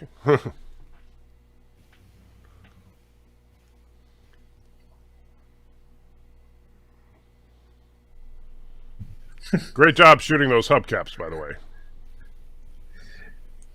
Was that the president? No, it was Domino's. They say I'll have a free pizza if it doesn't get here in 30 minutes. I'm going to keep in touch with them.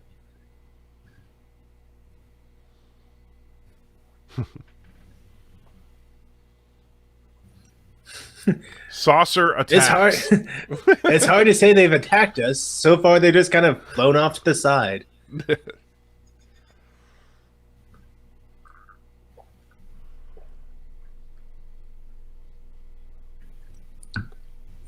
Google has Google. The AP has decided that there is no credible evidence of flying saucers.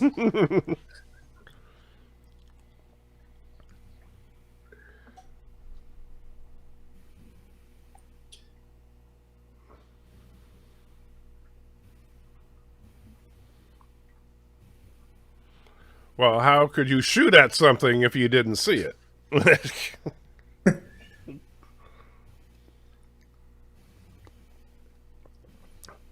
What? What? You mean that guy driving on the road who pointed at 3 of them wasn't drunk? Oh, wait till you find out. You remember they said they've been trying, like the colonel here was saying how they tried to contact them and failed, and then immediately after the flying saucer commander said that they've tried to contact them and failed? Yep. Okay, just remember that.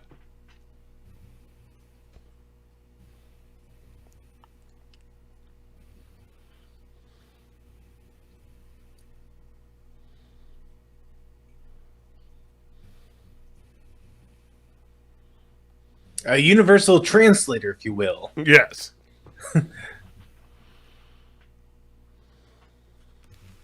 He's been in charge of saucer field activity, but he had to deny that flying saucers existed. I know you had to deny the assignment that I assigned you to, but I'm glad to admit that you were in fact assigned to it. They have a tape!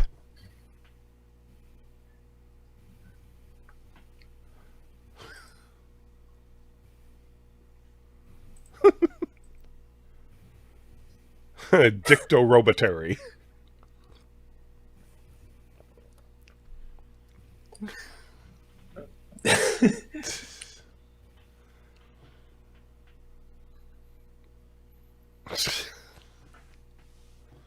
This is quite the scene right here. Yes, very riveting, isn't it? Let me smoke while we listen. Oh. Oh, that's nice. I trust you, flying saucer.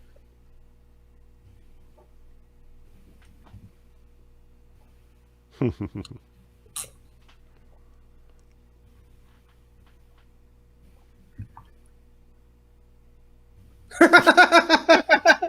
because you're big guns.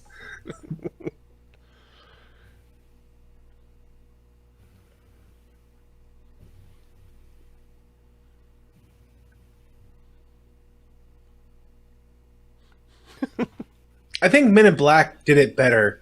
Deliver to us the galaxy in 72 hours or 2 Earth days or 2 galactic days, whatever, or be destroyed.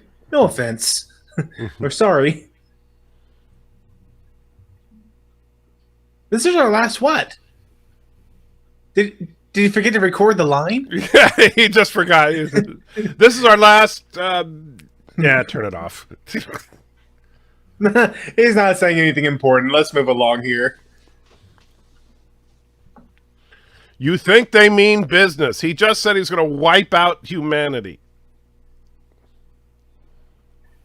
They just spent like 2 minutes listening to an audio recording. That has got to be the worst way to relay information I've seen. What's worse than the opening narration? Middle of the movie narration.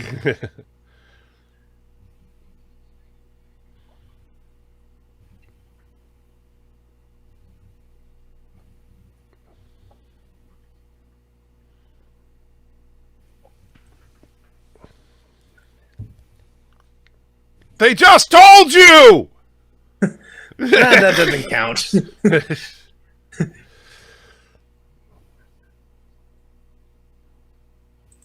Make sure that everybody sees you doing it.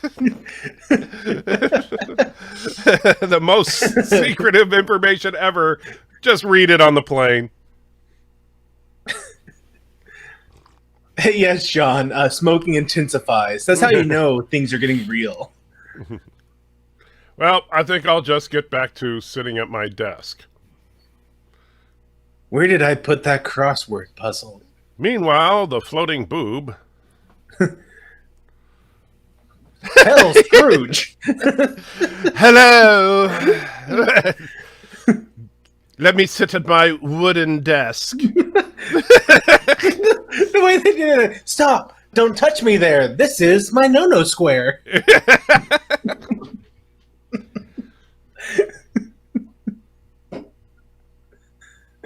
Yes, they did. Oh my. So droll. He really doesn't want to be there. And why is he wearing like a medieval costume that he bought at a cheap costume store? Oh, yeah. Use the small electrode gun, Tana. This is going to go well.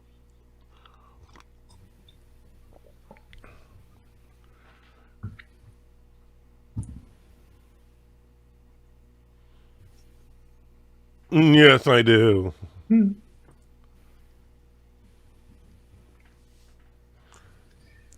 Yeah, 3 against the world. This is like the time. They couldn't decide on the timetable clearly because this has been going on for a while, and at the same time, they've only shot 3 people. We've only raised 3 zombies. All right, you ready for this? This No. is one of Birdo Prey 2's finest moments.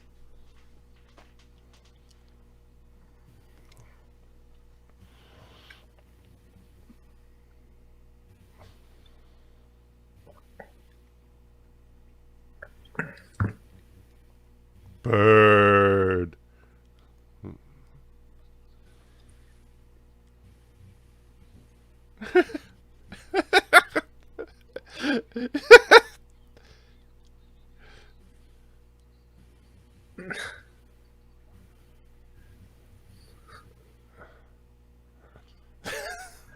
Wait for it. I got a tummy ache.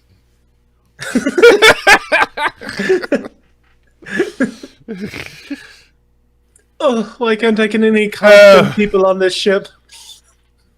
Let me get a go good to the look at this. No, I don't think Kurtzman produced this, but I think it is a Kurogan production.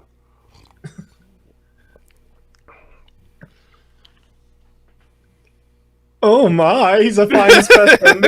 Leave him here for me later. Pass.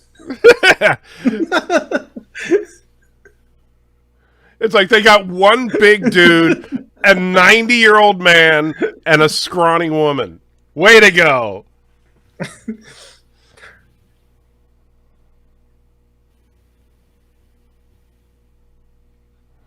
Whatever made it jam was cleared by the fall. There's no chance it'll jam again. And yes, Sci-Fi Nation, Bela Lugosi is in this film.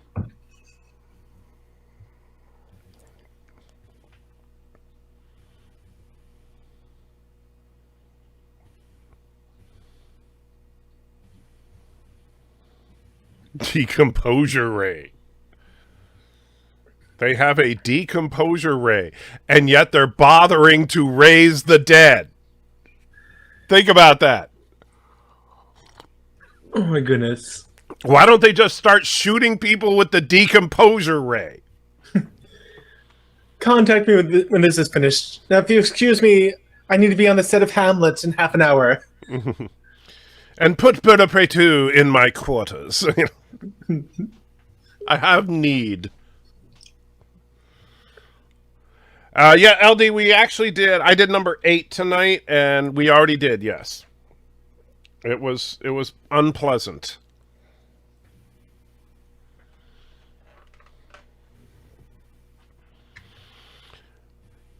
Hey, Rambling Canuck, how are you doing? We were Hey, talking Rambling. about you earlier. We were trying to remember when mustard gas was first used, and we thought that you might know it because you've been doing that war series. That excellent war series. Oh, look, it's day again.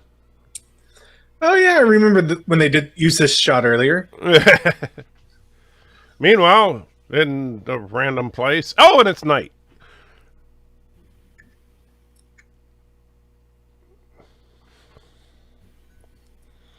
I just love the fact that apparently in this world the sun revolves like the Earth is spinning like once every 3 or 4 minutes. Like seriously, I would have so much fun just making a complete mockery of a movie. Yeah. Where like the detective would do everything with his gun. He'd lock the car with his gun. He'd roll up the windows with his gun. He'd drink his coffee. He'd put the gun through the holder here. I hope I never see such a sight again. Me too. Me too.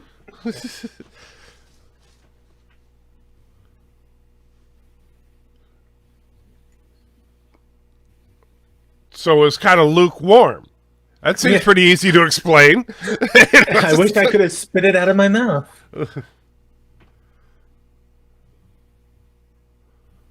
As it went from here to there.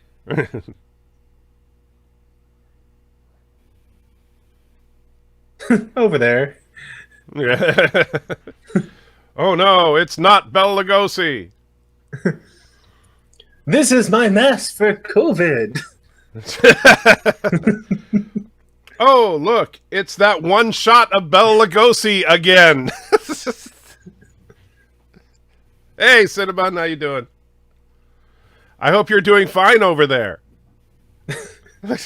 And Sci-Fi and Rambling both say that it was World War One. But who or what battle was used first, he doesn't remember off the top of his head.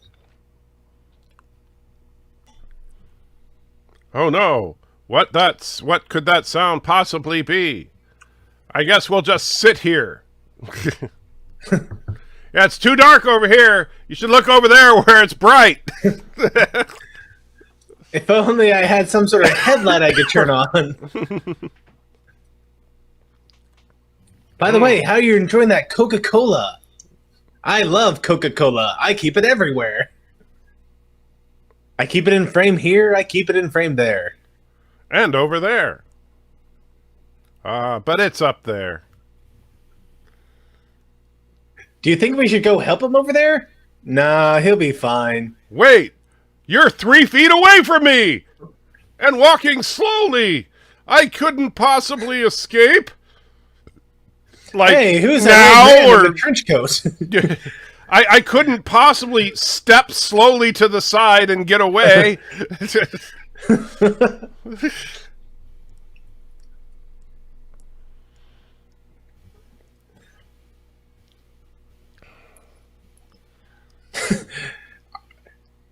Are one of you going to say, like, hello, can I help you, or anything?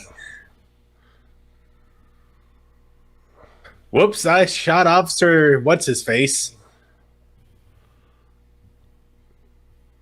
Oh no! What will happen? The decomposure ray! Huh, I ran out of bullets.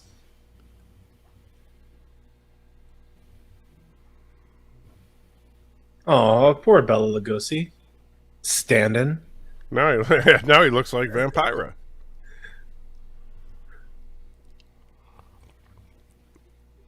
I believe it's a human skeleton. Oh yeah, I forgot we had a guy here. And yes, Sci-Fi, there is a screening room. You want to throw the screening room? Sci-Fi wants it. Yes, absolutely. How did you not get shot? The detective loaded like 6 rounds into you.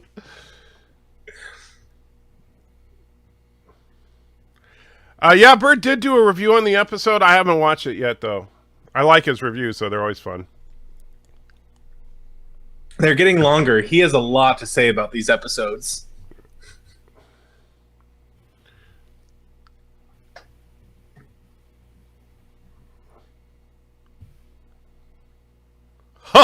No, what? There's zombies coming out of graves here. That's hilarious.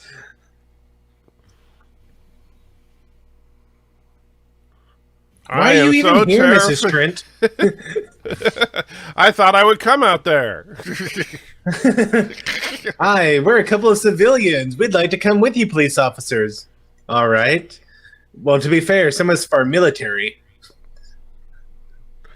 LD says you thought it was literally the best episode yet. LD, there's a special place in hell for people who think like that.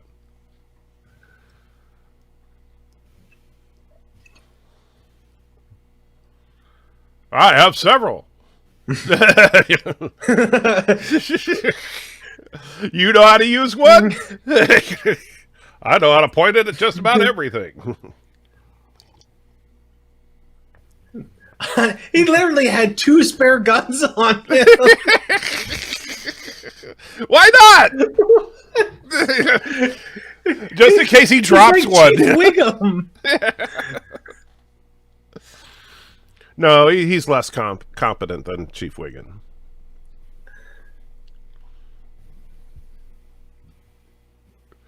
What? What do you expect to find? We'll know when we find it. Maybe a flying saucer. Maybe some more undead. Or maybe Well, a brand new might as well car. have a cigarette.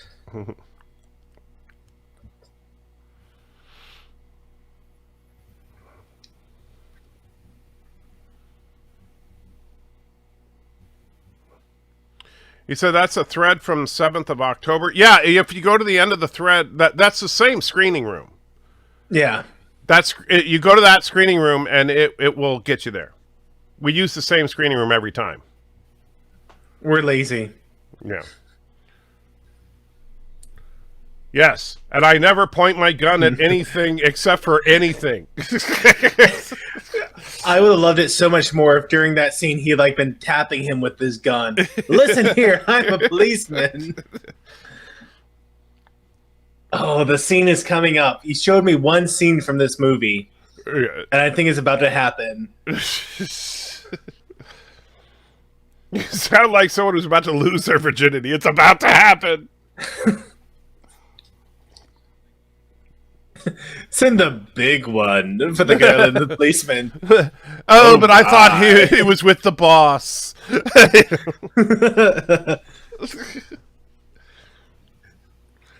And Cinema says, sorry, what?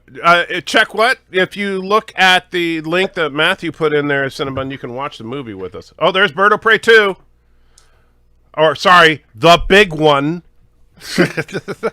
That's his official name, The Big One. You can see that he's got the same dance moves that Bird of Prey has.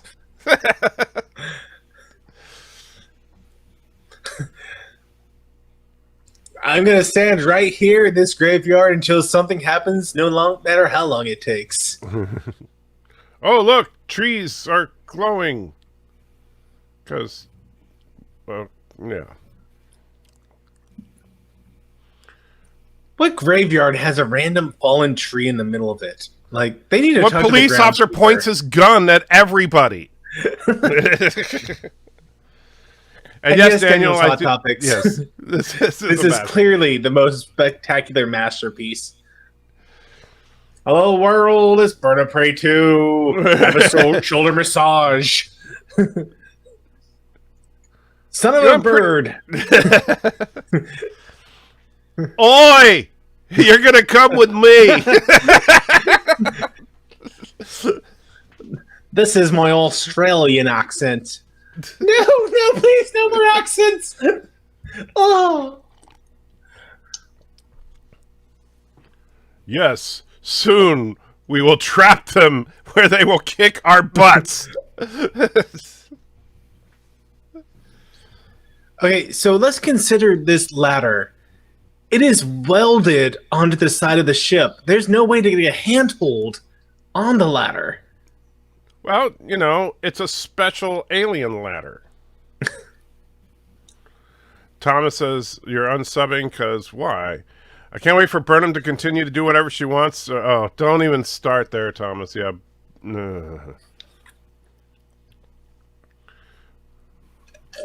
The still?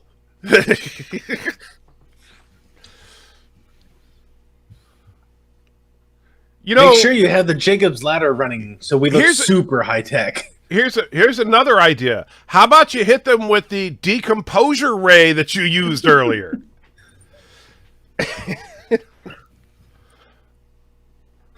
Daniels is asking, do I know where I can find this movie on DVD? Anti-Trucker, do you know?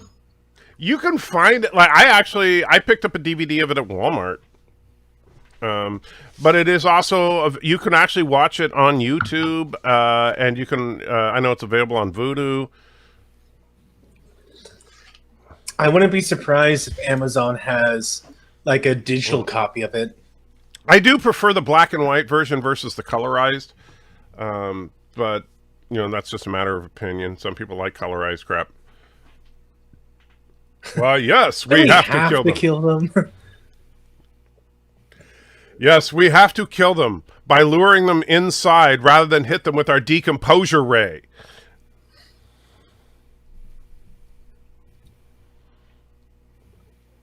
And if you find it on YouTube, you can use a 4K. Oh, what's the name of that program? 4K downloader or something like that. It lets you paste in the link to a YouTube video and it downloads it for you. Very useful. Okay.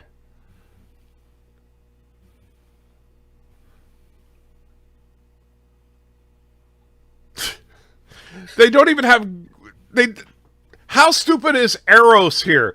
They didn't even bother to draw weapons or anything. They're letting them point guns at them.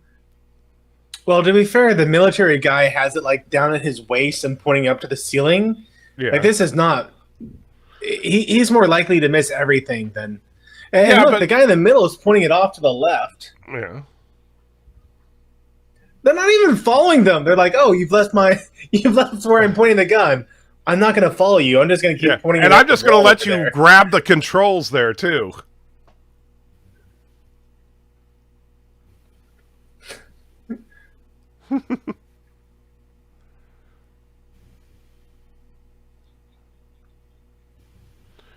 No, it's no, Thomas. We don't have a Streamlabs. Did you want to join the Streamlabs? Yeah, I'll aim at something else. That maybe. Wow, look at their futuristic televisor. Well, are you going to turn it on, or are we just going to look at a TV screen that's blank?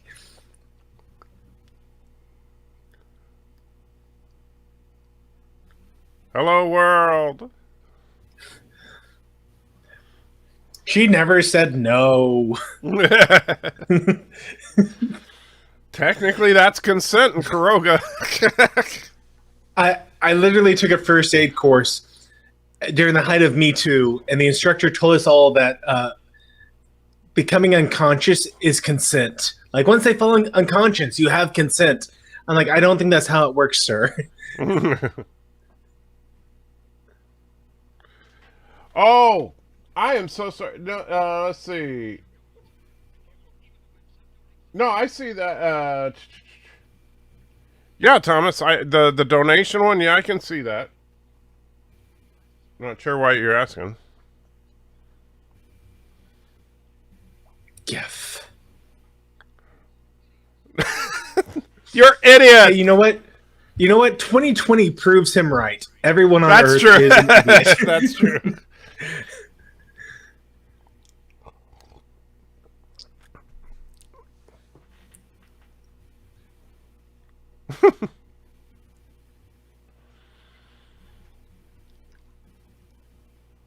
The atom bomb. Guys, if you are not in the screening room, you want to be there now for the explanation of solarbanite.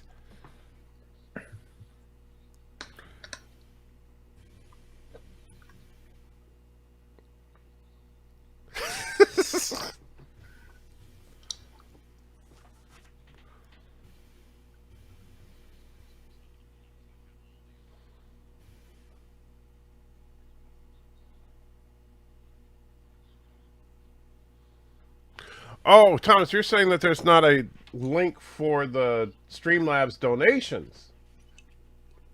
Well, that's my fault. I'm sorry.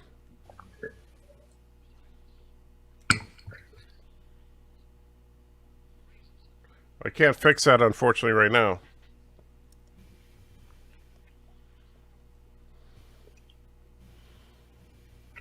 Because sometimes it's a wave. Can you see or measure an atom? The answer, yes. Yes, absolutely. Oh, here we go.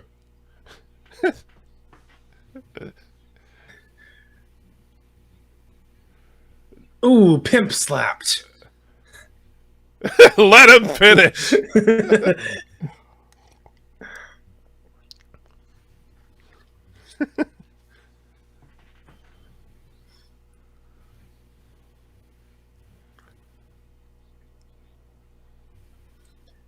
I prefer my men to be beta males. Oh, here's where we get into the theology.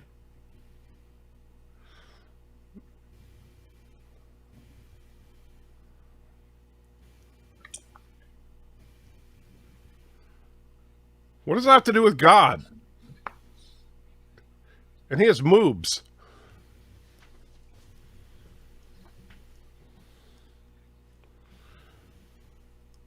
What? When you have the solar burnite, you have nothing.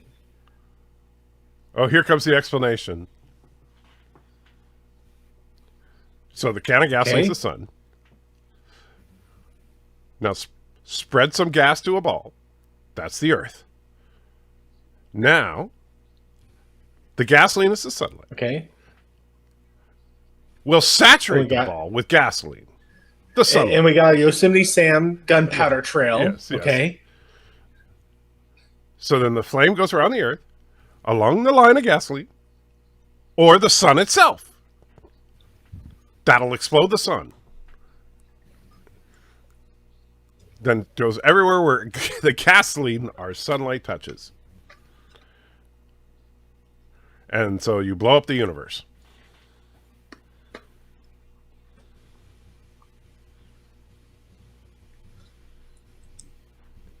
Yes, you said that like Even- 3 times already. Even Pluto, of course. Yes. He who controls the solar burnite controls the universe.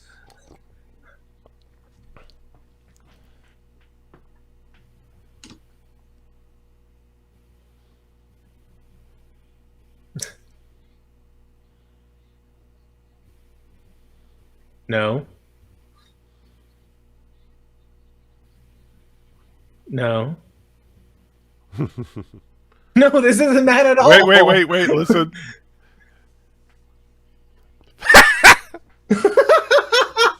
How dare you repeat what I've already said?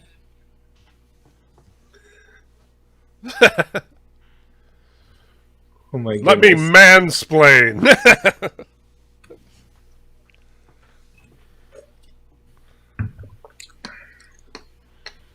So he literally Oh my threw goodness. her aside.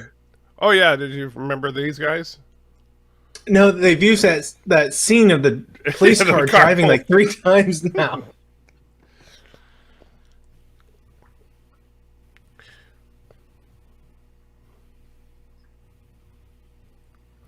How come you're all alone? He said, "Hello, world," and then ran off.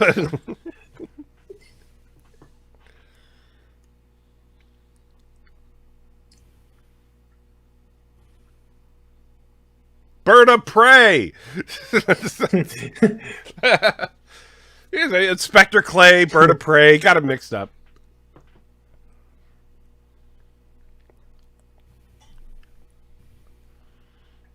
Beep, beep, beep, beep, beep, beep. Hey, Forza. Forza, we are having so much fun watching Plan 9 from outer space. Which, if you go to the link, in the link I just sent you, will bring you to the watch room. Hello, world. And he's still walking around with her. Oh my goodness. Okay, how are they controlling him? Sometimes he chokes, sometimes he just carries. Like, what's the setting on the gun? Decides what he does. I don't know. I think it's like that remote control they used on Spock.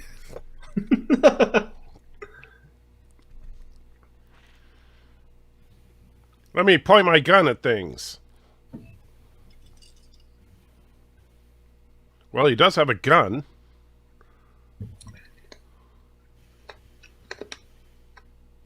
Hello, world. What's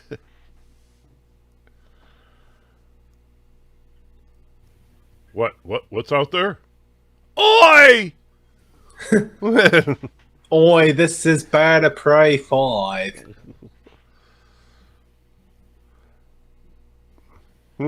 Maybe if I shoot you in the head, you can't choose.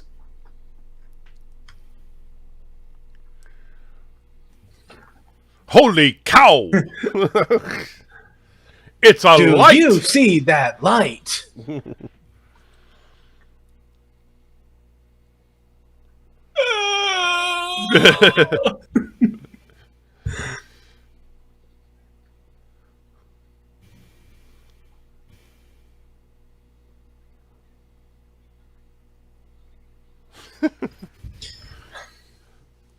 He's dead, and yet, oi!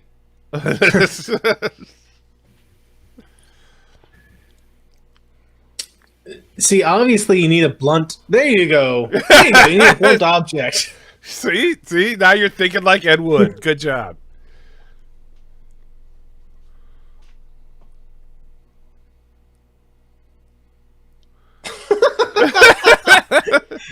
Well, after all, he has been in a hospital bed for 10 years, so, you know. Yeah, that's just poor taste, man.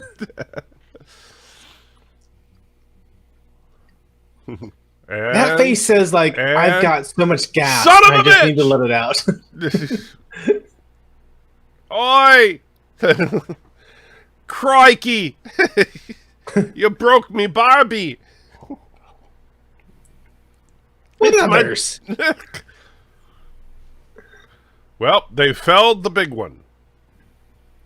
He's dead, Jim. You mean he's dead again, Jim? He literally told the guy, I'm going to turn the electrode ray on, and before he was reaching for the switch. And he's surprised that the guy's like, nope, you can't do that.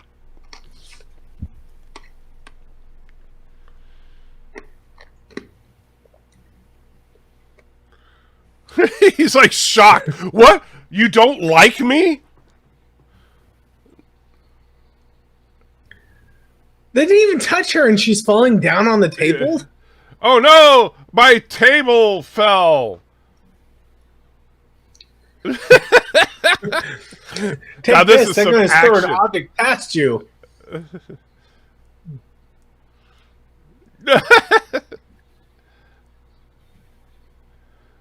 By turning a knob. We didn't touch this, but it's going to set on fire now. Yes. All right. Well, you know, it's one of these Japanese spaceships. They're... Are you actually going to shoot that gun at some point, Detective? Nope. Nope, they're not going to shoot him. They're just going to leave.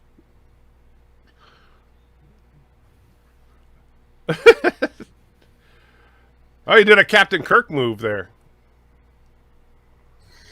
I read some memoir William Shatner did, and he talked about how he had gotten into some altercation at a theme park, and he just had this vision of him doing a drop kick on the guy who was annoying him. And like he was fortunately, he's like, you know, I suddenly realized like that's the most ineffective move in real life I could ever do. So I didn't do it to him. But man, I thought it'd be awesome if I could. Oh no, the woman is panicking. And they didn't stop the woman, Thomas, because they knew she was an inept. She was inept. Oh no, the ship is on fire. The whole thing. Oh my goodness. Wake up, Arrows! And in the tradition of Counselor Troy, she flies the ship to oblivion. Oh, and apparently Bird of Prey 2 got hit by the decomposer ray at some point. Yeah.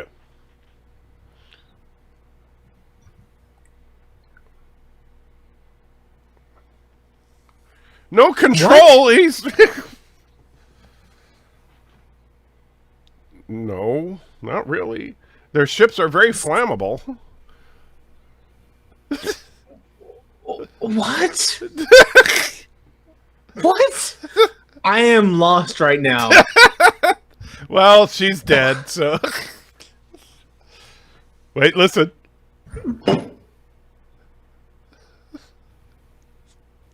Yes! Yes, we can prove it didn't happen. That's it? That's it? What happened to the boob ship? What happened to the two other ships?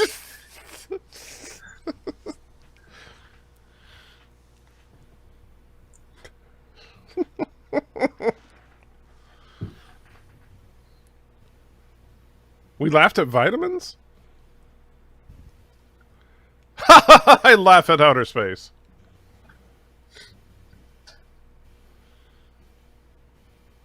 And why is he off center?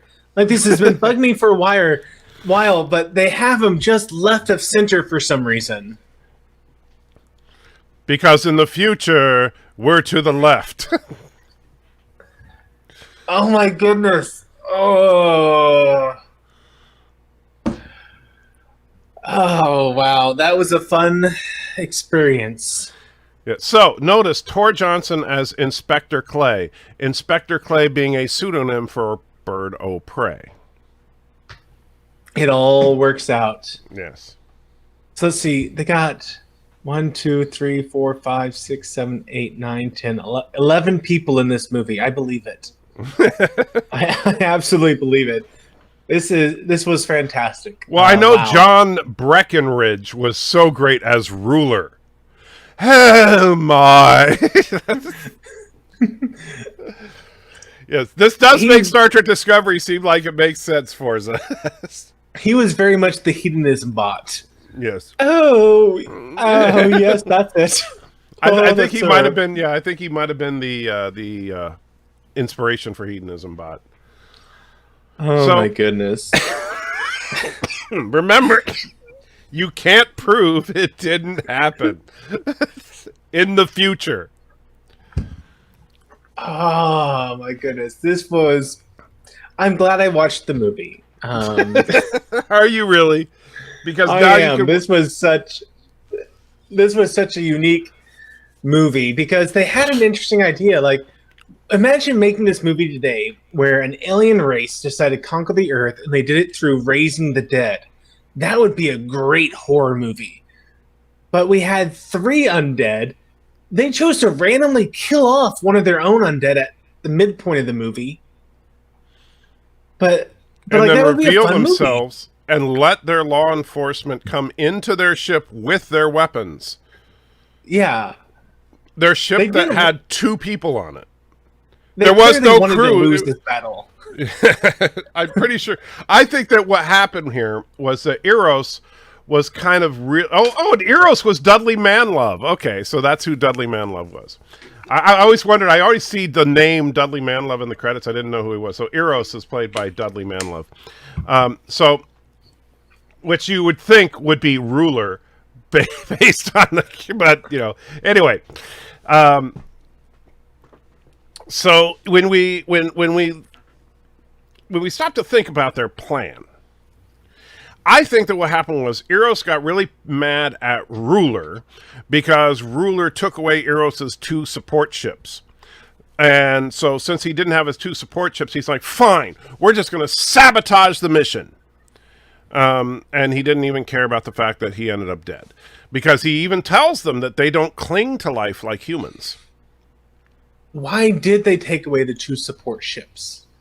Well, He because said they had another mission for him, but what was it? Well, based on what we've seen, first of all, each ship has 2 people on it. So they needed 4 people probably for a poker game.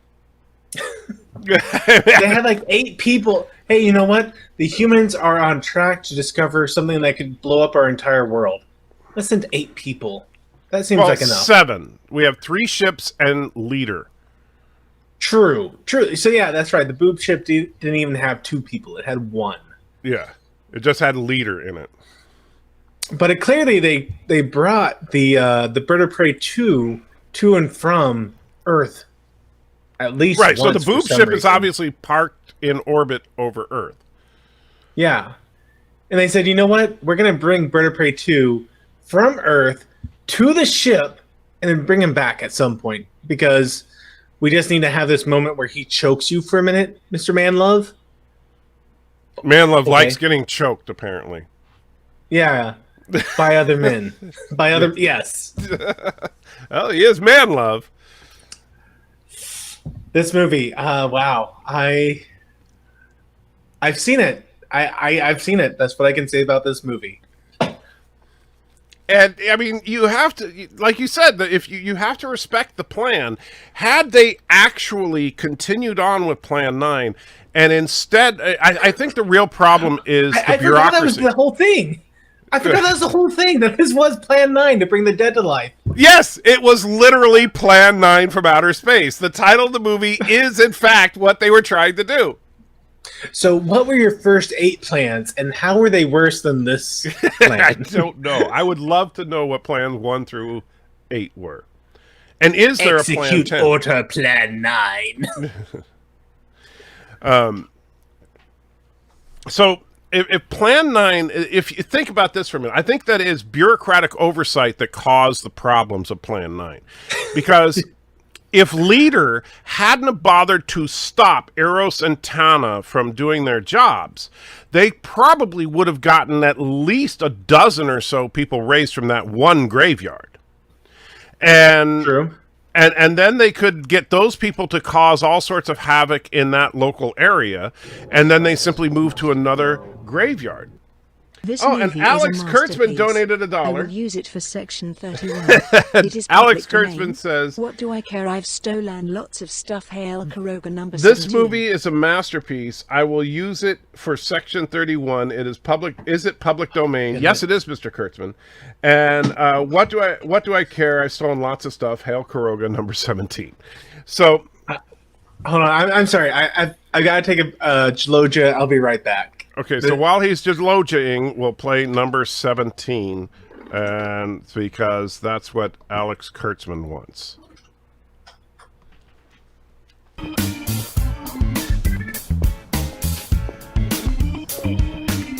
Hey, you want to learn about Jesus? There's no such thing as hooker-client confidentiality.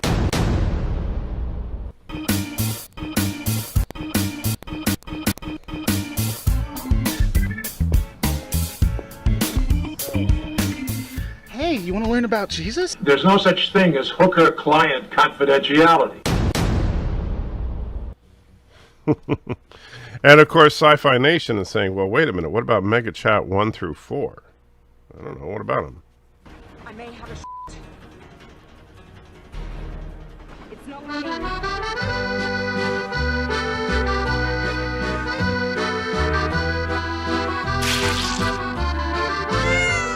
Oh, what is this?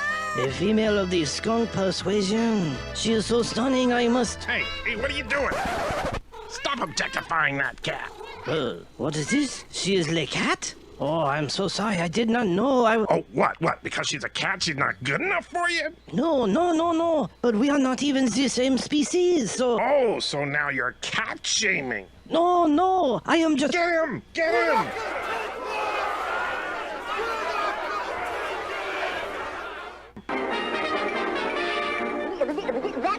Oh, so objectifying women and cat shaming is not bad enough? Now you have to make fun of the disabled?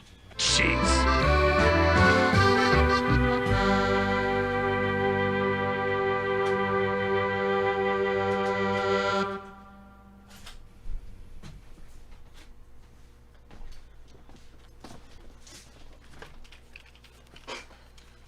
The board vessel's moving into range. on screen.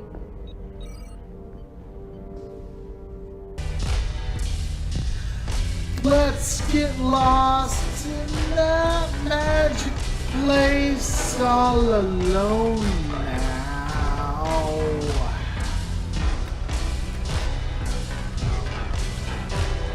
Drink your fill from my fountain of love, wet your lips.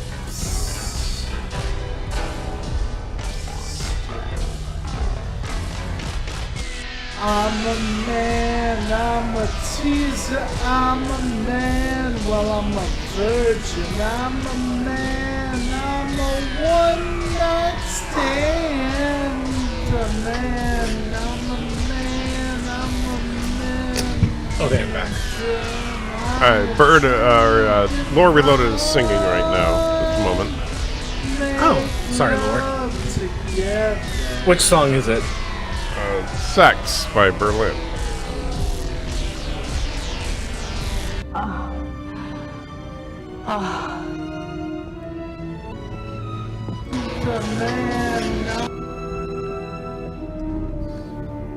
Oh, yes, yes. He's dead. And also, Forza throws in a couple of bucks and wants to see everybody's favorite, number 15. So, just a minute. Sir, we are being hailed. On screen. What is your problem? I am Lore. Do you need help? I have a YouTube channel. My YouTube channel is Lore Reloaded. Let me guess, the rubber band broke, right? I make YouTube go.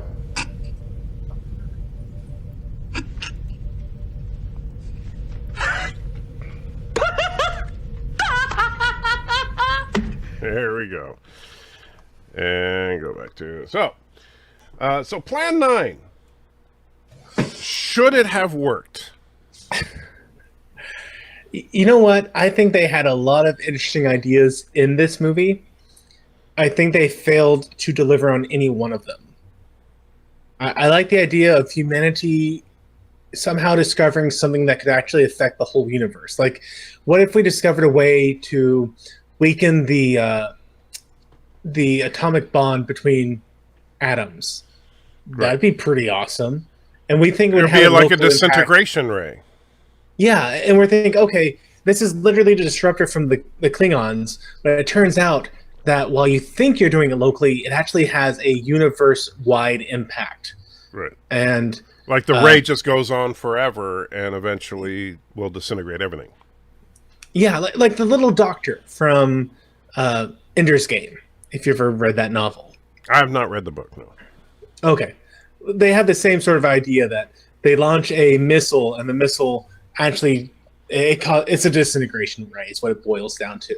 The more matter there is, the more expansion there is, until eventually there's no more expansion. And, it's always localized, so it never goes beyond a planet size kind of thing. But it's still the same sort of idea. So you take that and you make it a universe-wide application. That's a fun idea. It's also a fun idea of an alien race that decides to conquer humanity by raising the dead. I would love to see a modern take on this idea. And a serious one, too, because that would be a freaky concept, that you're fighting these undead and you find out that there's something larger behind them. That'd be fun. They tried to combine these two ideas, and you didn't get a good horror undead movie, and you didn't get a good sci-fi movie either. I mean, literally, the lady who was Boobarella, she did nothing. Like, the whole movie long. Tana, or Vampira? Oh, Vampira. Vampira was Yes. was the female ghoul. Yeah. Yes. She did nothing. Like, she raised her hands at one point, and somehow that Well, she apparently killed the two gravediggers. Until she didn't, because one of them came back at the end of the movie. I swear, I got to pull this up, because I swear what happened is that at the end of the movie, you see... it might be the same guy. I'm not 100% sure. I never really thought about it, because the movie's so bad on every other level. Heck, you have two different people playing one character. Why not one person playing two different characters? Okay, Plan 9 from Outer Space. I'm pulling this up right now. You're going to try to say, what? Show me every continuity error from Plan 9 from Outer Space. That would take an entire career on YouTube to try and dissect everything wrong with this movie. Okay, let's see. Here we got the two guys. I'm going to share my screen here because I am fairly confident about this. All right, so let me allow you to share your screen. So now you can go out of full screen, and is it the two Gravedigger picture? That's what you want me to show? Okay. Yeah.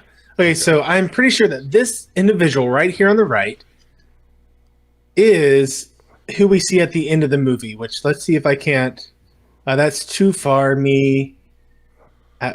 Let's see. Skip. Where is he? He shows up briefly at the end of the movie here. Too far, maybe? Yeah, and there's that lovely guy. Am I too far? I thought he was at the end of the movie, but is the middle? Yeah, I think it's closer to the middle. Because remember, yeah, when she's running away from them. Yeah, so right, okay, so somewhere. Oh yeah, coming up there. That's the guy you think is him. I swear that this guy right there. Okay, that's a good shot of him. So you got a fat guy. Yeah, but I don't think it's. I think it's the same outfit, but I don't think it's the same guy. Let's see if I can't find him again. He was at the beginning. All right. See, it's definitely the same outfit. Yeah, but they swapped out this hat for a cowboy hat. Right, but let's see if I can't. Yeah, we need to see that guy's face. We have it. Because to me, at least, that one Gravedigger looks, and I'm not worried about. I mean, because it is public domain, so I doubt that. Yeah, so I don't know. I think it's the guy on the left. I think they took his outfit and put it on the guy on the left. Maybe not. Maybe I'm crazy. Thomas is saying to look at IMDb. So let's take a look at IMDb and see what it says. Okay, so plan. Did I almost say plan B? Sci-fi, maybe. I don't know. There has been imbuing of large amounts of alcohol to get me through this movie. All right, so let's take where are the Gravediggers. See full cast. All right, so policeman, fire, drunk. Okay, Gravedigger. So there was Gravedigger number 1 was J. Edward Reynolds. Gravedigger number 2 was Hugh Thomas Jr. Okay. Farmer Calder was Carl Johnson. Trying to see. Mourner reading the Bible. Woman in telephone booth. These are some great actor names. I mean, I'm loving their character names. And let's see. Yeah, it doesn't. See, the problem is, so the characters are Jeff Trent, Paula Trent, Lieutenant Harper, Colonel Edwards, Patrolman Larry, Patrolman Kelton, Inspector Clay, or sorry, Bird O'Prey, Eros Tana, Ruler, General Roberts, Danny, Edith, Captain, Reverend, Man, Girl, Policeman, Vampire Girl, Ghoul Man, that was Bela Lugosi, by the way, Narrator, Drunk, Second Street Bearer, or Second Stretcher Bearer, Farmer Calder, which I think Farmer Calder is actually the dude you're thinking of. That seems like the most likely suspect, yes. Yeah. Let's see. Who, by the way, he was also in Night of the Ghouls. And let's see. Tom Mason was Ghoul Man with cape over face. Then Gravedigger, Woman in Telephone Booth, Mourner reading the Bible in opening scene. That's the name of this guy's part. Gravedigger and Man holding newspaper. Okay, so the Gravedigger did have a second role. It's just not the one I'm thinking of. Why you say that? It says Gravedigger and Man holding newspaper. No, Man holding newspaper was Ed Wood.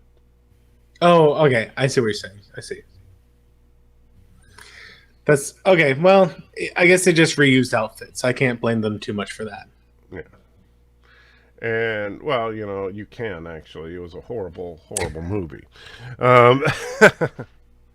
See, it was so bad, it crossed the line into this is a fun movie to watch with friends and just roast it. Yes. This is the best bad movie ever made. Because it is, like, remember, I said before we saw it, there is nothing, there is not a single line of dialogue, there is not a single shot in this movie that is good. Right? There's stuff that sucks more than other stuff, but there's nothing in this movie that is good. Yeah. And that's the beauty of it, is that even when you miss something that's funny, don't worry, the next line will be bad as well, you know. Oh no, somehow our entire metal spaceship has caught on fire from the outside. Yes. Are you sure? Like, is this some sort of metal that's flammable?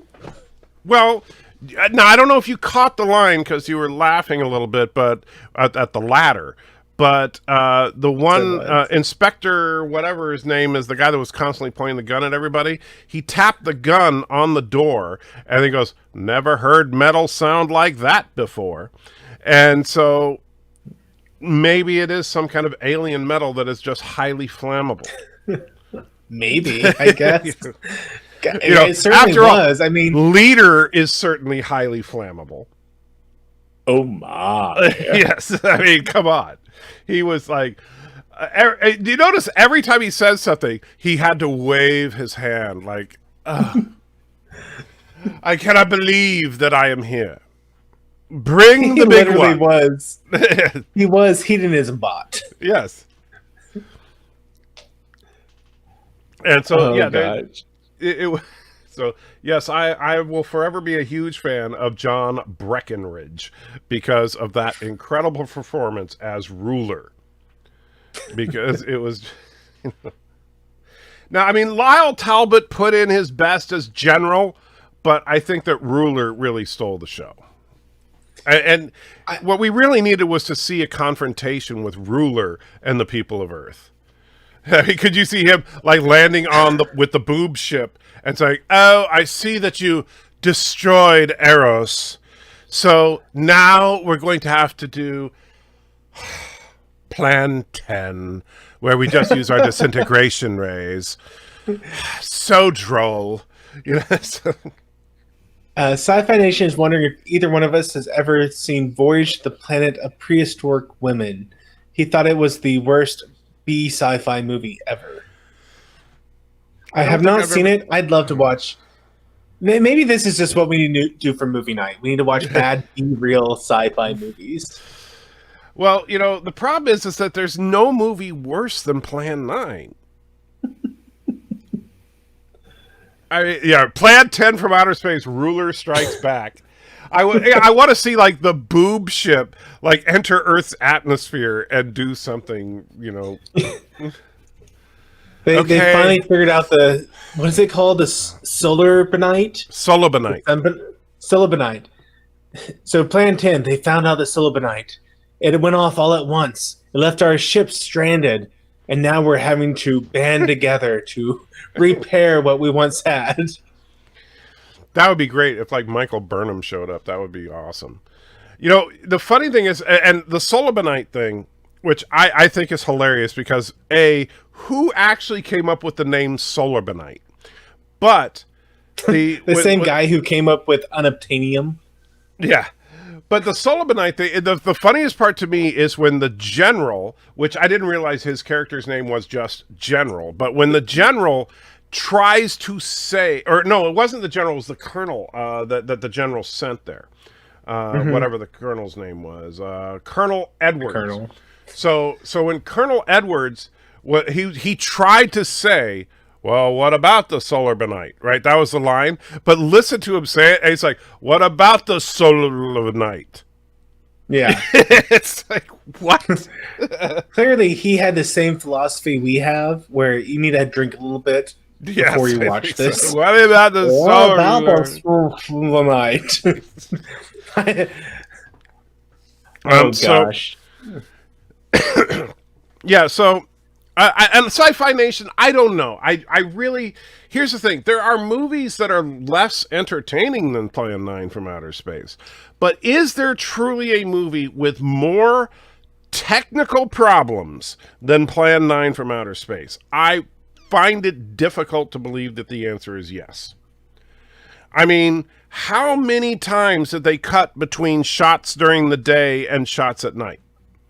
How many times did they use the same shot repeatedly throughout the film? The car pulling up, Bela Lugosi flapping his cape, you know, how...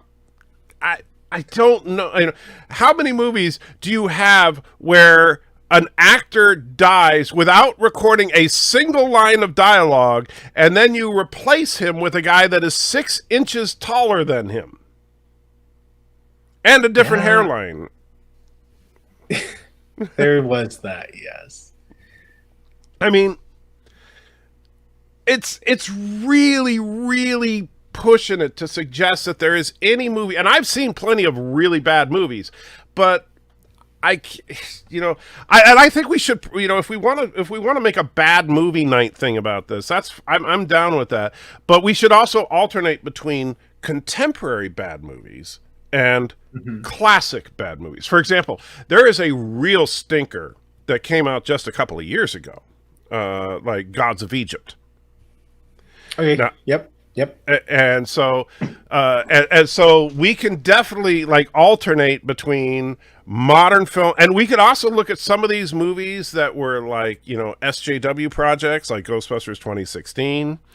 Oh, please no. Yes, we will make you. No, I beg you. I mean, Plan 9 was fun at least because of how bad it was. Ghostbusters, it's just like, oh my goodness, stop! I beg you. Like seriously, with Plan 9, you know how Star Wars, George Lucas really had that movie saved by his wife, where originally there was going to be, Luke was supposed to do 2 strafing runs on the Death Star, right? And his wife said, you know what, this is stupid. It drags it out. It's not fun, and so they cut that out. And then you may remember also that there's supposed to be a couple extra scenes where he's talking about joining up with the Empire and not the rebellion. And they said these scenes just slog it down. So they changed the scene orders and they made a tight, well done, almost a perfect movie. Yeah, the acting. I feel like horrible. I feel like they tried to do that with Plan 9, where they tried to save it in the editing room, and there was just like, this is the best we've got. So let's bring in the dark nighttime scene again. It's the best thing we've got for a transition right now. Yeah. I think there was more to it than that. I think that it was I think that basically Ed Wood and because Ed Wood I think is credited as the editor of this film. And let me take a look here. Script and you know who really should never ever have. I've got to look at this person's IMDb page. Let me see. Okay, so my goodness, so this person. Diana N. Loomis. Diana M. Loomis worked on 20 films, including Plan 9 from Outer Space. Now, granted, most of these 20 credits that she has are B films, but not. Hey, was she the editor? No. You ready for this? She on. was, and I quote, the script and continuity department. All right then. So she was the script supervisor, and she was in charge of the continuity. And she has 20 credits to her name as script and continuity. I'm actually really wanting to watch another one of her movies. Well, looking at the list, I don't think we're going to see a huge improvement. Now, some of these I have no idea, like Yaki Drums, Burden of Truth, Plan 9 from Outer Space, The Cyclops, Appointment with a Shadow, Giant from the Unknown, 2 episodes of How to Marry a Millionaire, The Bride and the Beast, Missile to the Moon. I think I've actually seen Missile to the Moon. Look that one up. Missile to the Moon. Yeah, I think I've seen that one. It's another cheesy sci-fi film, but yeah, YouTube has the full 1958 movie. I'm gonna have to watch this later on. Yeah, Frankenstein's Daughter. Several episodes of Steve Canyon. Never heard of that show, but it's a TV show from 1958, 1959. The Private Lives of Adam and Eve. Well, there's something that's really up your alley. You know, definitely a religious thing, I'm sure.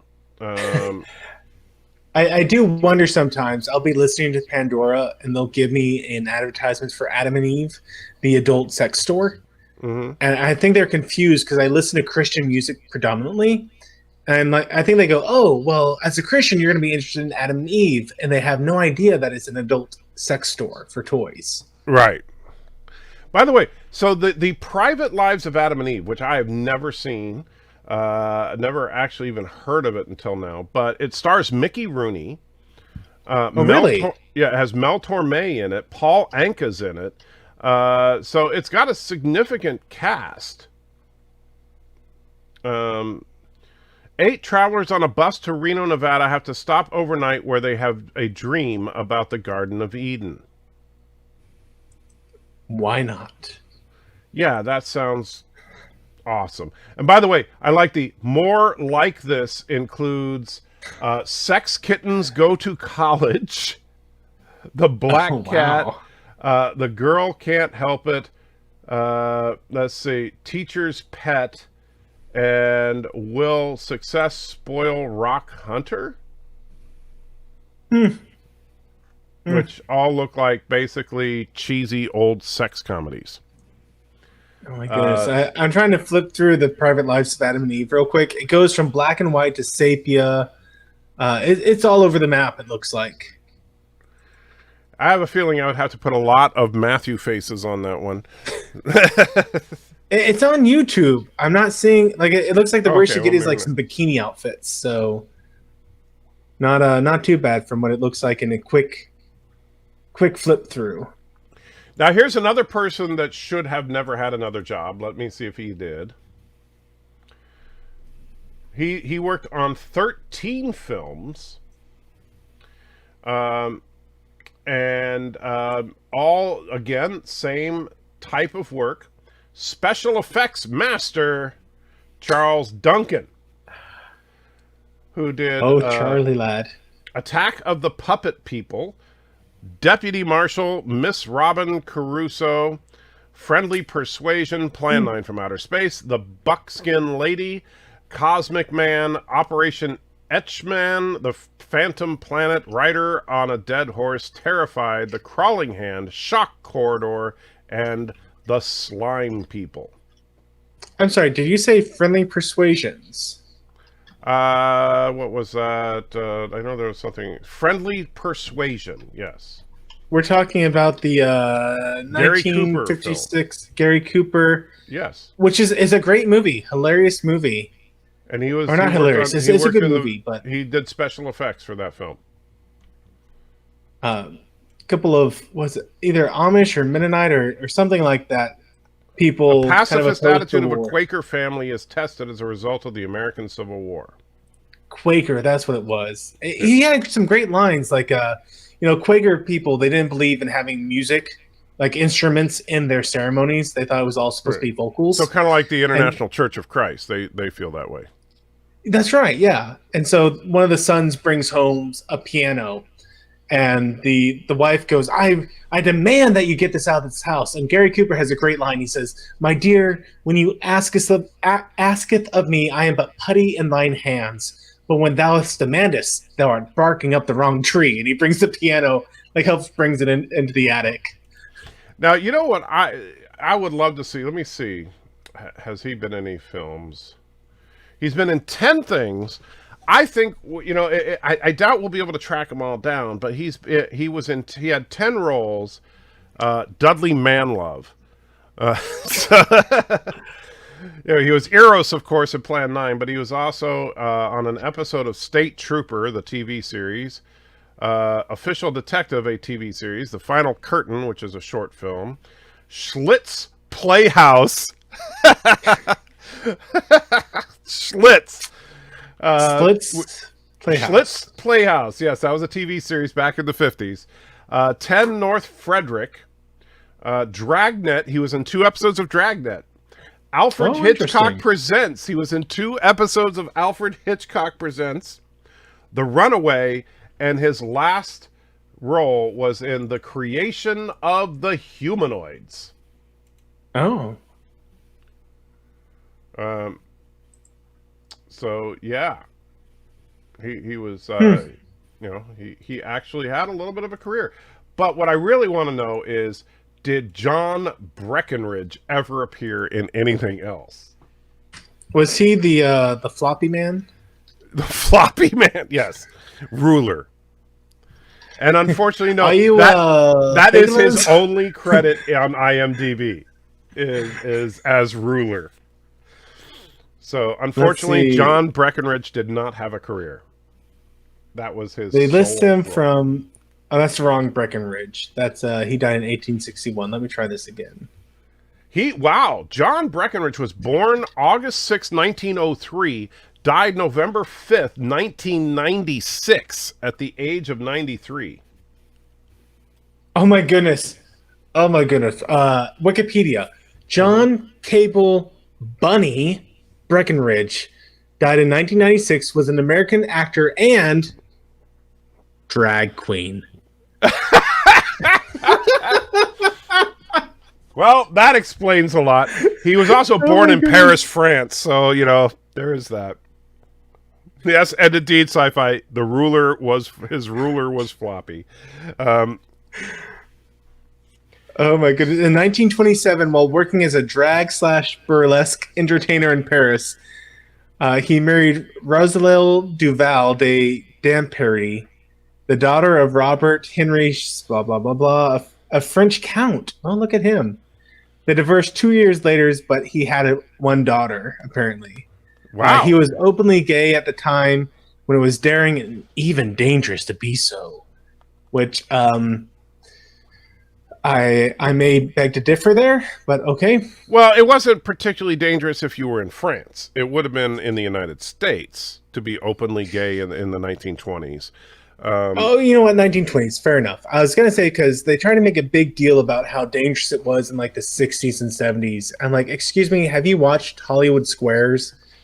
There is a character on there who is very openly gay, and everyone thought it was hilarious. My favorite moment with him, gosh, now I'm forgetting what his name was. What the heck was his name? Oh, it's right on the okay. Right. Who was the center square on Hollywood Squares? Paul Lynde. Yes. Yes. So yes. So Paul Lynde, my favorite moment in all of Hollywood Squares was, you know how what they would do is they'd ask the question, the person in the square would give their answer, and then the contestant would either agree or disagree, and if they were right, they got that square. If they were wrong, then the opponent got the square. Yeah. And so he says, if a man falls off of a moving ship, you are supposed to call man overboard. What are you supposed to say if a woman falls off of a ship? And so Paul Lynde, without even blinking, goes, full speed ahead. Yeah, there's another show he was on, not just Hollywood Squares. It was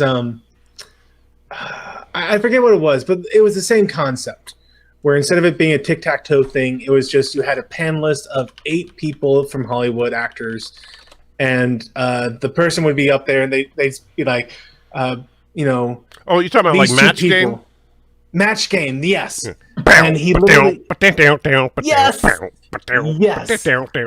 He literally had a line in it where it was, you know, these 2 guys, so and so and so and so, were secretly, and blank. You know, he put out gay, right. And the crowd just erupts. Yeah, yay, woo, yay! And I'm like, you know what? We were told like this was like you couldn't talk about being gay at this time. Sulu was afraid of coming out, and it's like, you know what? there was like a lot of support for this at the time. But yes, 1920s. Yeah, that was very much different. Yeah, definitely not the same world we're in today. That's for sure. But yeah, so it's too bad that Ruler Floppy never appeared in another movie, because I would pay money for another movie with him in it. In fact, I would love to see a movie where he starred in it.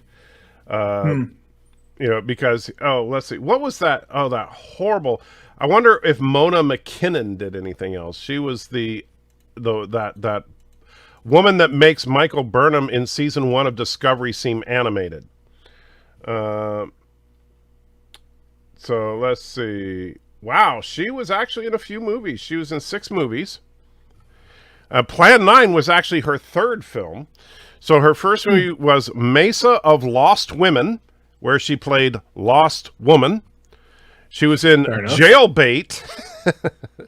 then Plan 9 from Outer Space. Then Teenage... I'm sorry, roll back. Jailbait? Jailbait. Yes. Is this exactly what it sounds like, or is there... Jailbait, 1954. Vic Brady draws young Don Gregor into a life of crime. He then blackmails Gregor's plastic surgeon's father into fixing up his face so he can evade the cops. Okay. So no, there may not have been the some modern change in connotation. terminology. Yeah. So that would be Jailbait. Plan 9 from Outer Space, Teenage Thunder, where she played Betty's sister. Night of the Ghouls, where she played juvenile delinquent girl.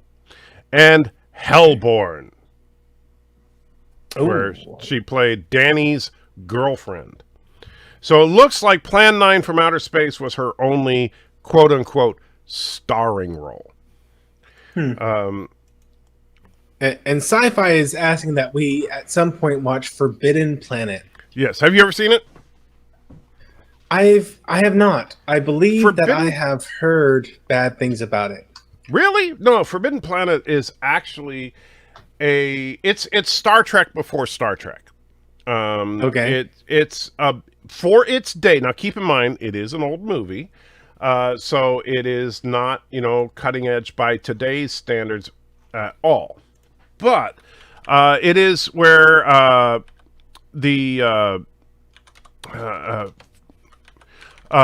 the Robot came from. If you know about Robbie the Robot, you do know what Robbie the Robot looks like. You just may not be thinking of it. If you look up Robbie the Robot, I think I'm thinking of The Day the Earth Stood Still. The Claude Verto. That's Day the Earth Stood Still is Klaatu Berettas Nikto. Yeah. But actually, the classic Day the Earth Stood Still is a great film. The Keanu Reeves version, not so much. But Forbidden Planet was a surprisingly big budget sci-fi film. Okay. And so that movie, it was basically a group of explorers in a flying saucer landing on a planet that's controlled by this one dude, and mischief and mayhem ensues. But it does actually feel very much like if you just changed the flying saucer into the Enterprise, added transporters, changed up a couple little things, you would have an episode of Star Trek. And and Robbie the Robot was considered incredible at the time. Nowadays, of course, he's kind of passé, but I still love Robbie the Robot. He is the quintessential classic robot. And so he looks a lot like the Danger Will Robinson robot. Well, his name is Robot, actually. That's the name of that robot from Lost in Space, is Robot. Yes, Lost in Space. And so Robot from Lost in Space, Robbie the Robot actually did appear in an episode of Lost in Space. Okay.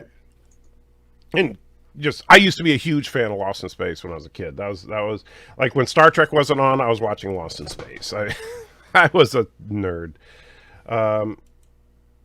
But yeah, Forbidden Planet is definitely a classic Sci-Fi Nation. I'm sure we'll get to that one eventually, especially since Matthew hasn't seen it. And so, and Criswell, of course, I know was probably your favorite person in the entire film. That's the guy who said, "In the future, that is where you and I are going to spend the rest of our lives." They had no idea what they were going for in this movie. That's all I have.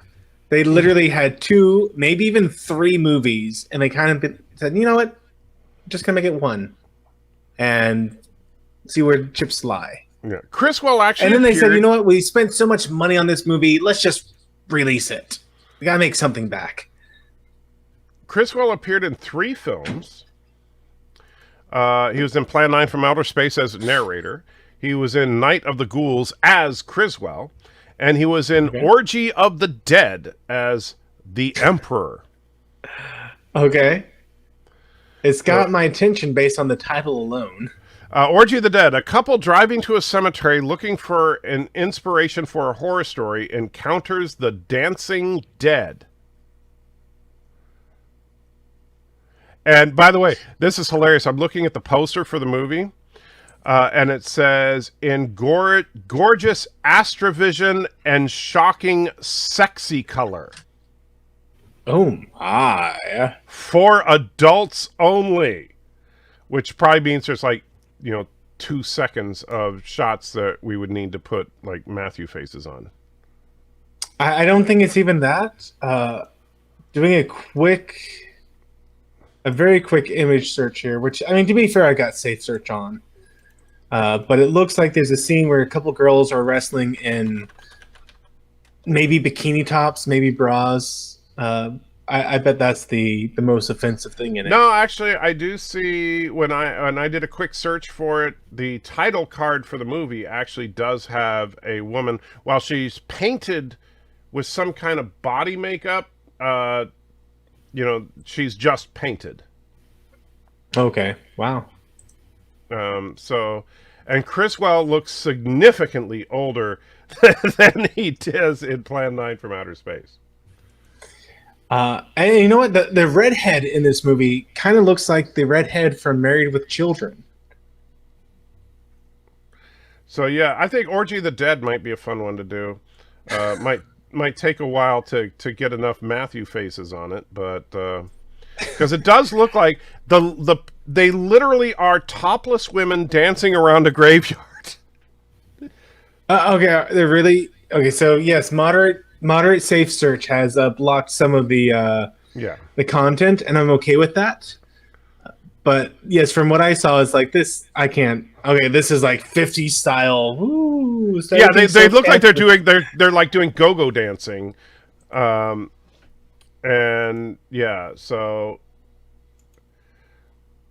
but apparently, there's a lot that I'm not seeing with my safe search on. But it's just honestly, yeah, it is literally. Let me see if I can get a picture here that you can see without offending your tender eyes.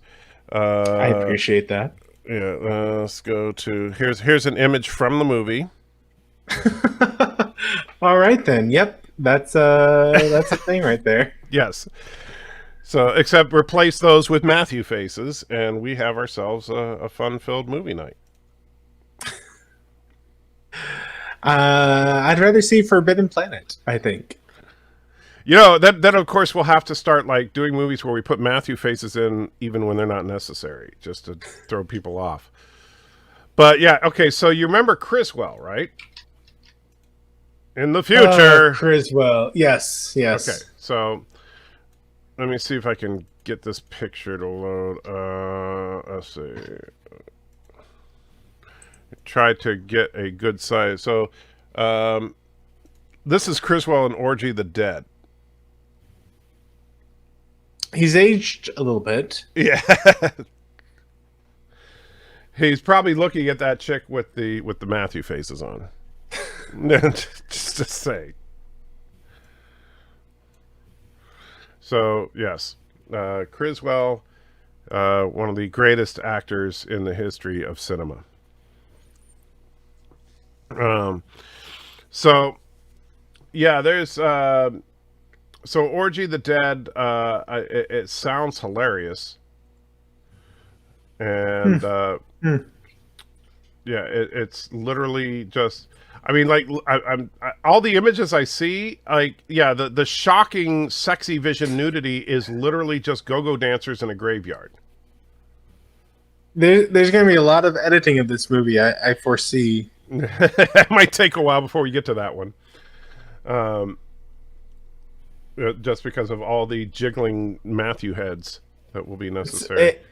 It kind of makes me wonder, like, is this a legit movie or was this like a soft core horror movie? No, because it doesn't look like. I mean, as far as what I can find here, and is that there doesn't seem to be any actual sex in the movie.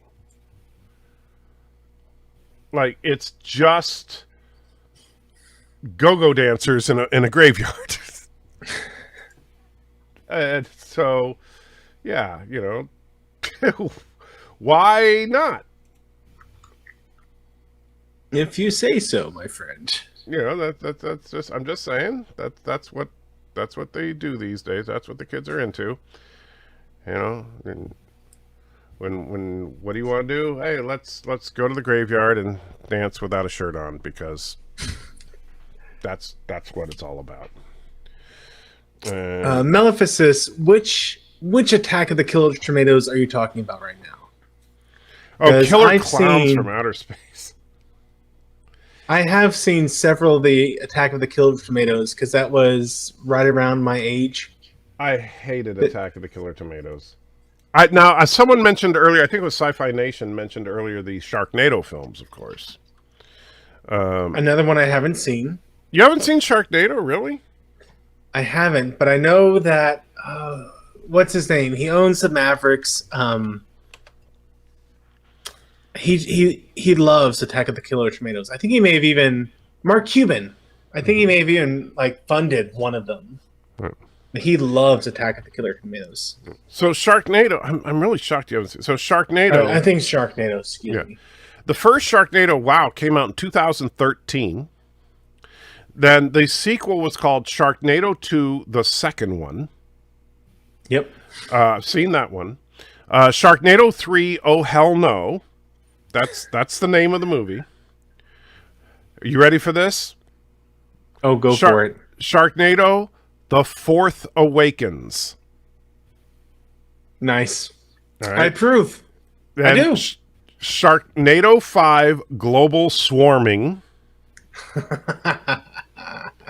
And then finally, the last Sharknado, It's About Time. And if I remember correctly, that is a time travel movie.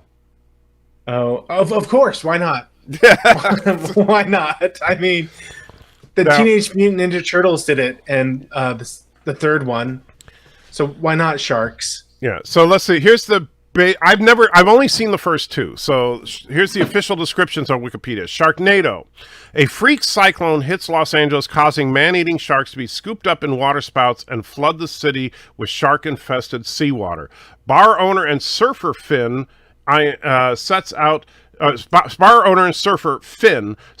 with his friends to rescue his estranged wife, April, and their teenage daughter, Claudia, before the Sharknado reaches them. That's the basic premise of the film. Sharknado 2, the second one. While Finn and April are in New York City to promote April's book, How to Survive a Sharknado and Other Unnatural Disasters, about the Los Angeles Sharknado, the city is hit with a severe storm causing new Sharknadoes to emerge.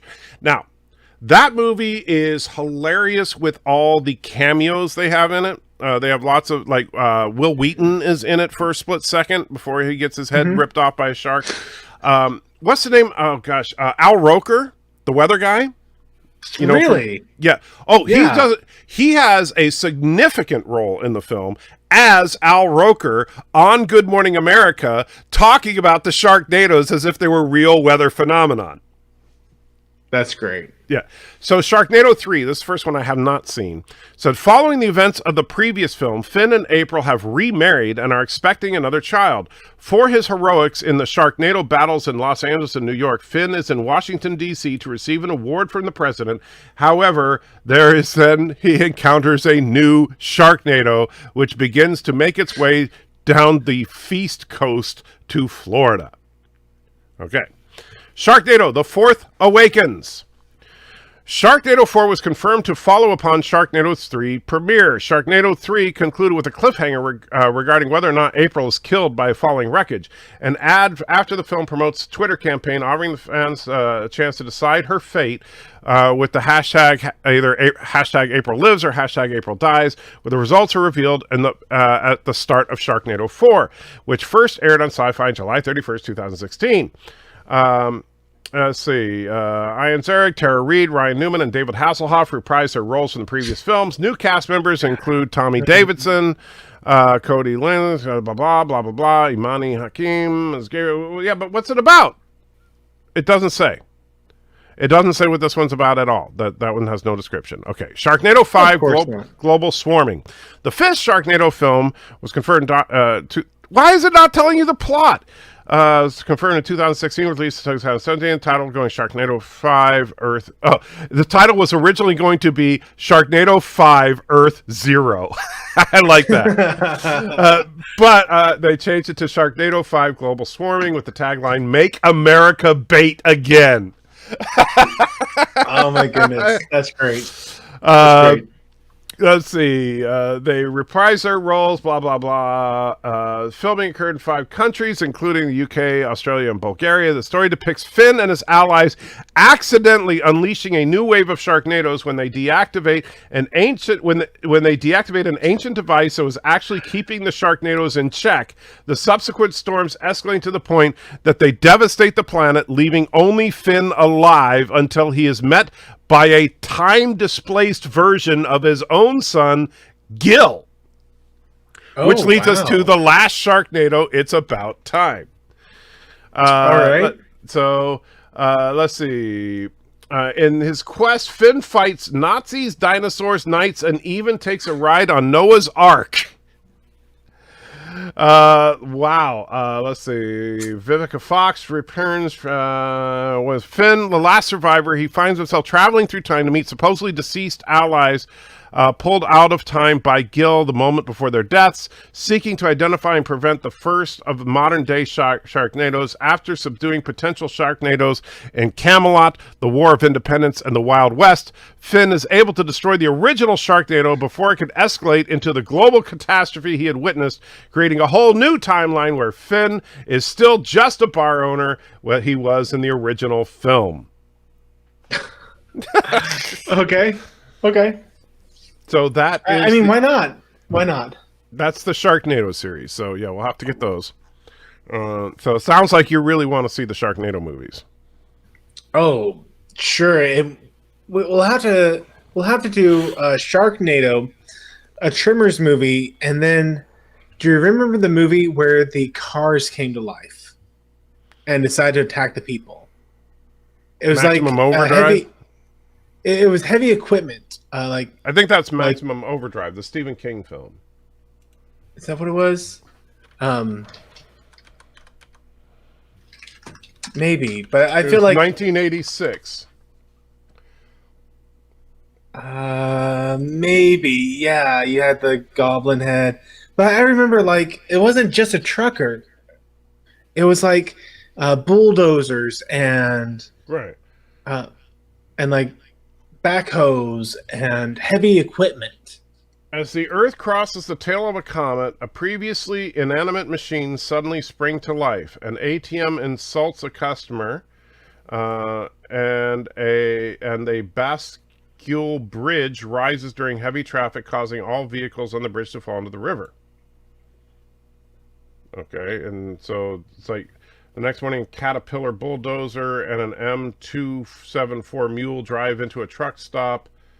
The angered owner uses a rocket launcher to blow the bulldozer. Does that sound like what you're thinking of? Maybe. Maybe. I just remember it I've was... never seen it. I remember when it came out, 1986. I graduated high school that year. Yeah, And you're a little bit older than me. Yes, I am older than you. Thank you. I appreciate you pointing that out. Maybe it's Killdozer? I've heard of Killdozer. I can... Let's see. Killdozer was 1974. But it's specifically, I think, just a bulldozer. Adapted from a 1944 novel. Not like maybe it's a Maximum Overdrive. I just feel like the one I'm thinking of definitely had like a bulldozer and a backhoe, and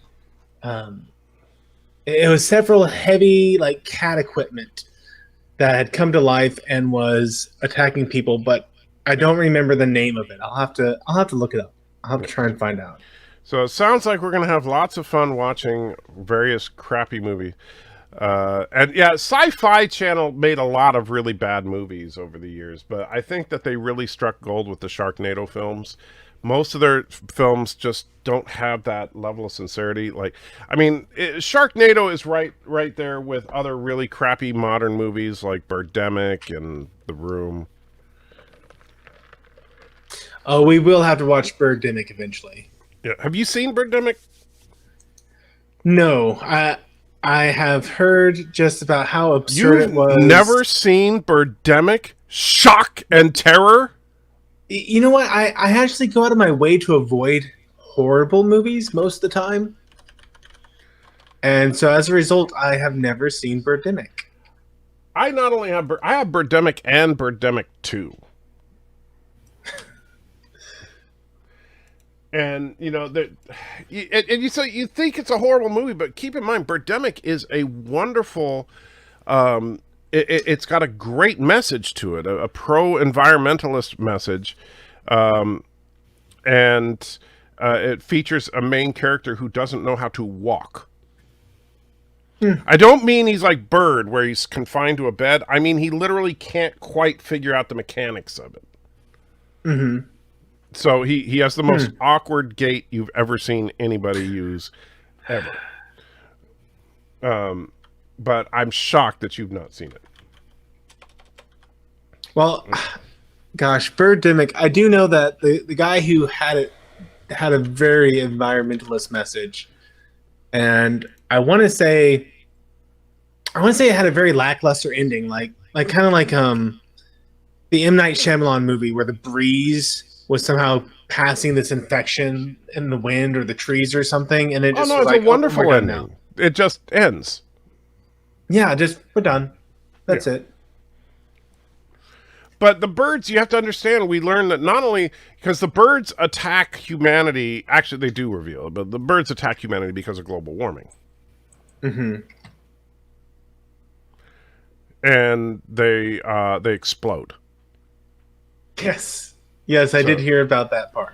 Yes, not it's not a part. It happens throughout the film. Not only that, but for some reason, a specific group of birds can vomit acid.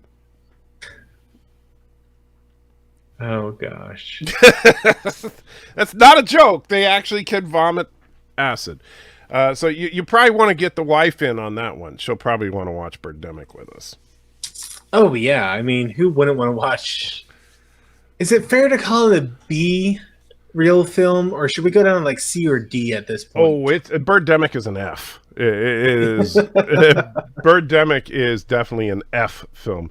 And the interesting thing, actually, Sci-Fi, because yes, obviously it's a take on the birds, and in fact, it is filmed in the Bodega Bay area, which is where the birds was filmed. The director of Birdemic, a guy named James Nguyen, and Nguyen spelled Nguyen, the Vietnamese name.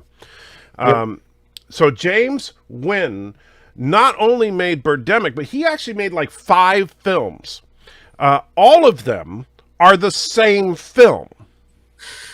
Now, when I say that, I honestly, me and Mrs. Andy Trekker have watched every James Wynn film. And they are hilarious because it's like he's trying to tell a story and he can never get it quite right. So then he tries it again and he doesn't quite get it. So he tries again.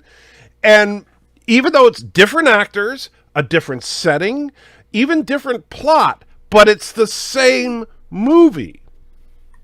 And I know that sounds insane, but we're talking like the same dialogue in the movie in a different plot. It's kind of like George Lucas, where he keeps trying to tweak episode 4. He's like, no, you know what? It really needs this bar scene with imagine, an alien screaming into a microphone. That's what Star Wars needed to be perfect. Think of it this way. Like, it's not even quite like that, because think more like this. So let's say that George Lucas decides to make a Western. And in his Western, he gets, since I know that since Darren was talking about this the other day, so he gets Val Kilmer, right, to play Wyatt Earp, and then he gets this great set piece and everything, and Wyatt Earp comes strutting in, and then he looks at this person and he goes, "Help me, Obi-Wan Kenobi, you're my only hope." Because he can't use different dialogue. He's just stuck on the dialogue he's already written. So he's just like cutting and pasting lines from Star Wars into this Western. I wouldn't mind to see like an R2 Wiley 2. R2. But it's the James Wynn thing is really interesting because he wants to do some kind of sci-fi movie that involves Hitchcock, a love story, and a sci-fi twist. All right, yeah. And when I say Hitchcock, like he copies different Hitchcock movies in all of his films. But he's some of the stuff he does, it's so bizarre because he'll have like in one movie, like in Birdemic, right? Rod and I can't remember the girl's name, but Rod and this girl they meet and they fall in love. She's a fashion model and he's a computer chip salesman, and they meet and they start falling in love, and then birds attack and they try to escape, right? Now, there's another one called like Replica, in which another guy meets a girl, and he is another kind. He's a computer chip salesman, and she is a scientist, and they meet and they fall in love, but then she tragically dies, and then he meets an exact duplicate of her, and it turns out that she is like a clone of the original or something. But so the story sounds totally different, right? Except for the fact that there's a guy and a girl in it, right? Totally different story with the same dialogue. Okay. And his male hero in like all of his movies is some kind of salesman. And always at the beginning of the movie, he's a horrible salesman that suddenly makes the big score and makes everybody happy. Like, I think James Wynn was a failed salesman, and this was like I was going to say that almost sounds like a almost Mary Sue-ish, where you're writing yourself into a supernatural level of good character that everyone just loves, like a wish fulfillment. Yeah. And so it was it was so James Wynn's films are hilariously bad. And let's see. So IMDb puts Birdemic as their number 5 worst movie ever.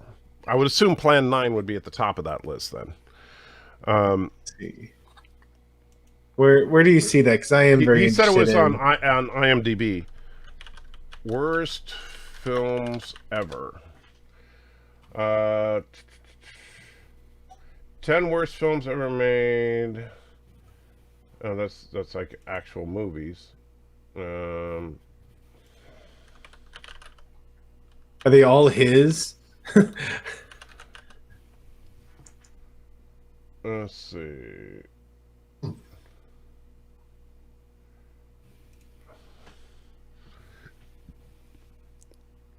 And yeah, I don't know, when you try to search on IMDb, it's actually looking for movies called the worst film ever. Here we go.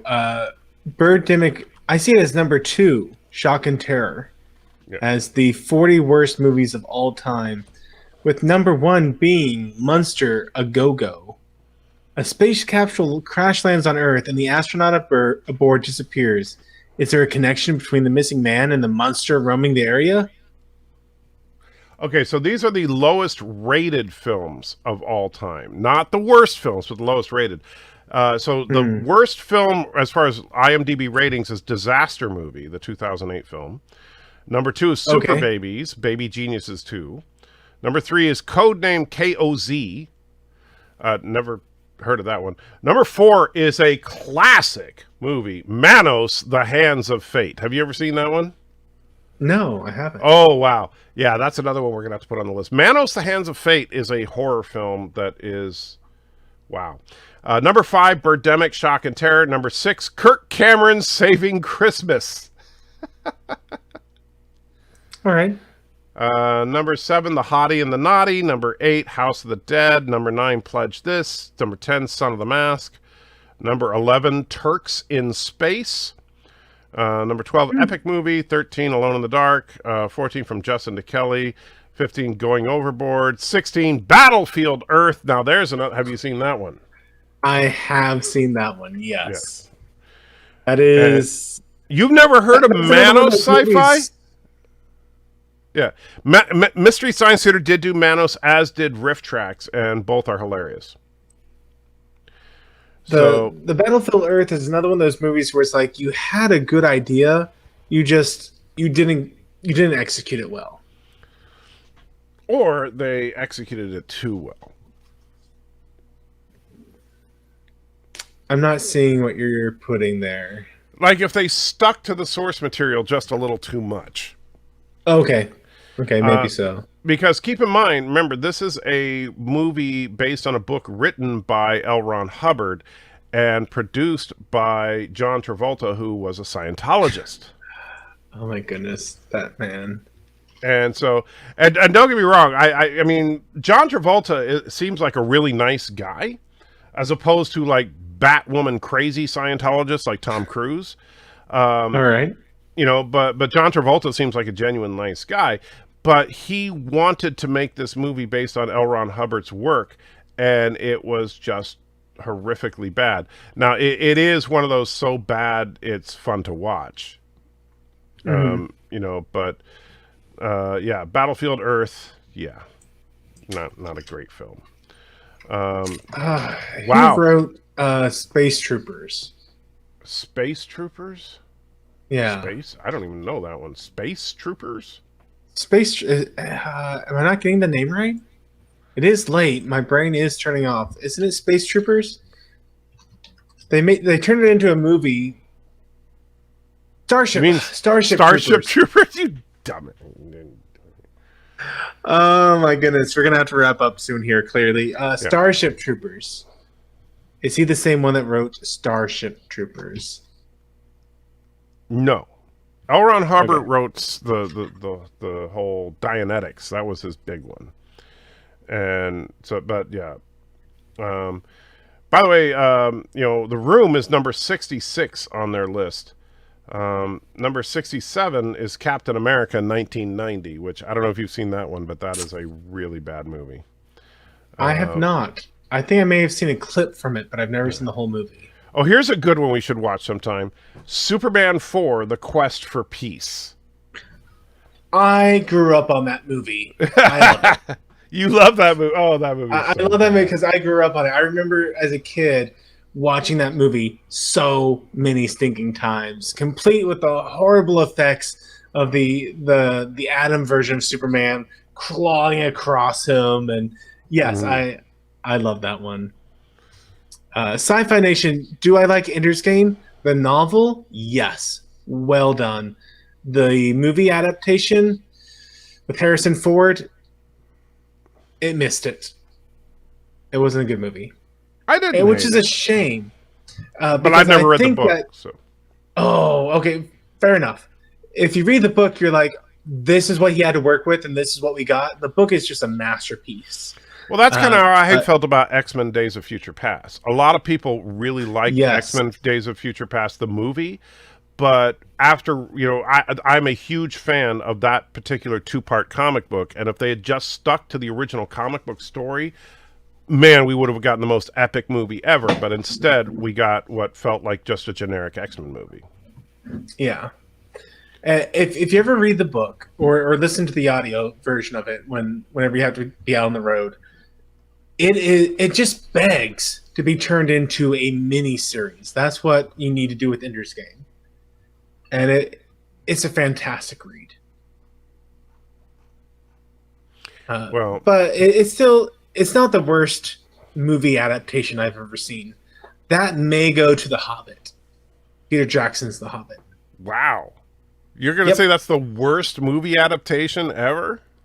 Oh yeah, the second one. So the first of the Hobbit trilogy was spot on, and I loved it. And they said, "Oh no, we've ostracized people who aren't going to watch our movie anyway. We need to make this more universal." And they turned the second movie into just the worst movie I've ever seen, to the point that I've never seen the third in the Hobbit trilogy. Well, I actually like the Hobbit trilogy as a whole. I don't think it was as good as the Lord of the Rings trilogy, but I actually did enjoy it. And I think that I do think the first one was, I like the fact that they actually, they had the dwarves singing and it felt more like the Hobbit, where they made it, they realized, we need to make it more serious to appeal to, the mainstream audience, but that backfired on them. But yeah, I get it.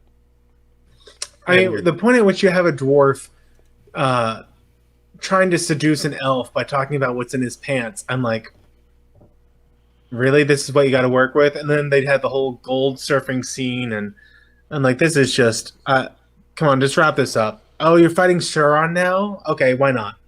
Why not? We'll go with my this. understanding is that the stuff that had to do with it, that had Sauron in it, was actually adapted from the unfinished works of Tolkien. I can't remember what it's called, but there's actually a book that he wrote part of or some of, and the son finished it or whatever. And the Silmarillion? Yeah, and that tells like some of the story of what Gandalf was doing when he was not with the hobbits or with the dwarves. I'll admit it's been a long time since I've read the Silmarillion. Yeah. In large part because it is a boring book. Oh my goodness. I've never read any of Tolkien's books, so I'm just going by what I've heard on it, but I'm not being an expert on it. I mean, I love and I think that's part of the reason that I enjoy it more than you, is that my prior experience with The Hobbit was like the animated movie and stuff like that. So I knew the story from that. And I thought that the movies were fun, they were well made, and they felt like they were in the same universe as the most epic trilogy of films ever made, the Lord of the Rings movies. And so... Fair enough. Yeah, so I understand that distinction, that having never read the books, I can't fault you for that. Absolutely not. Yeah. And Melphis, I acquiesce. You're right, my friend. Dragon Ball Evolution, far worse adaptation than The Hobbit. What about The Last Airbender? Oh, I've never even seen that movie, but I've heard legends of how bad that is. I will say that Dragon Ball Evolution is still worse than the Last Airbender. And to be fair, like The Last Airbender, they just have the character randomly, like they totally mess up on Sokka's name. Sokka's name. You're messing up the name. You're mad at them for messing up the name. Everyone knows I'm horrible at names, so I get a pass. No, you don't. Yeah, I do. You don't get to just give yourself a pass. His name. I totally give myself a pass. But no, I like The Last Airbender. It was another one of those instances where you got the wrong director to make the movie. Like, M. Night Shyamalan had no business making a kids Nickelodeon movie. Right. They just said, "Oh, we're going to pick this guy because he's famous right now," like they did with King and Lord. Was it with one of the sci-fi movies, Lord and King? But they got fired from it. Right. So we're going to have to. So what you're saying in a nutshell is that you want to make our Thursday night get-togethers a quest for crap. You know what? I want to sprinkle in a good movie every once in a while, but yes, because I would love to watch Alien. I think that's just a fantastic work. So I would love. Well, to now do, that you've like, seen the prequel, It: The Terror from Beyond Space. Yes, exactly. I think it'd be fun to do just the dregs of the movie bin, and at the same time, like, hey, you know what? This is movie perfection while we're at it. So Star Wars Episode 4, or let's be honest, just Star Wars. Let's talk Star Wars. And then the flip side of that, of course, being, you know, we're not going to torture ourselves. We're not going to watch... Oh, come on, you don't want to watch The Last Jedi? I don't. Because, you know, that hits there's this fine line between a really bad movie that's fun to watch and just a bad movie. And The Last Jedi was just a bad movie. Oh, come on. The Last Jedi, you said, was cinematic masterpiece, I believe, was your exact words. So I did do a series on this, and the words I used was something to the effect of, this movie should be shown in filmography classes across the world as what not to do with a movie, in terms of continuity, in terms of being loyal to your fan base. It just fails on every count. The one area that it succeeds in is filmography, where like the actual framing of shots and things like that. So you did like it, is what you're saying. I recognize the good within it. Right. So you like the movie, and how's that for a polyanus response? That is definitely a polyanus response. Ladies and gentlemen, polyanus. Right here. We're all weak people. Yes. You're going to have to start... Yeah, I'm telling you, change your YouTube channel name. Polyanus. Finding the best and the worst and making you feel bad for it. Or not making you feel bad for it, judging you for it. How dare you not think that this is amazing?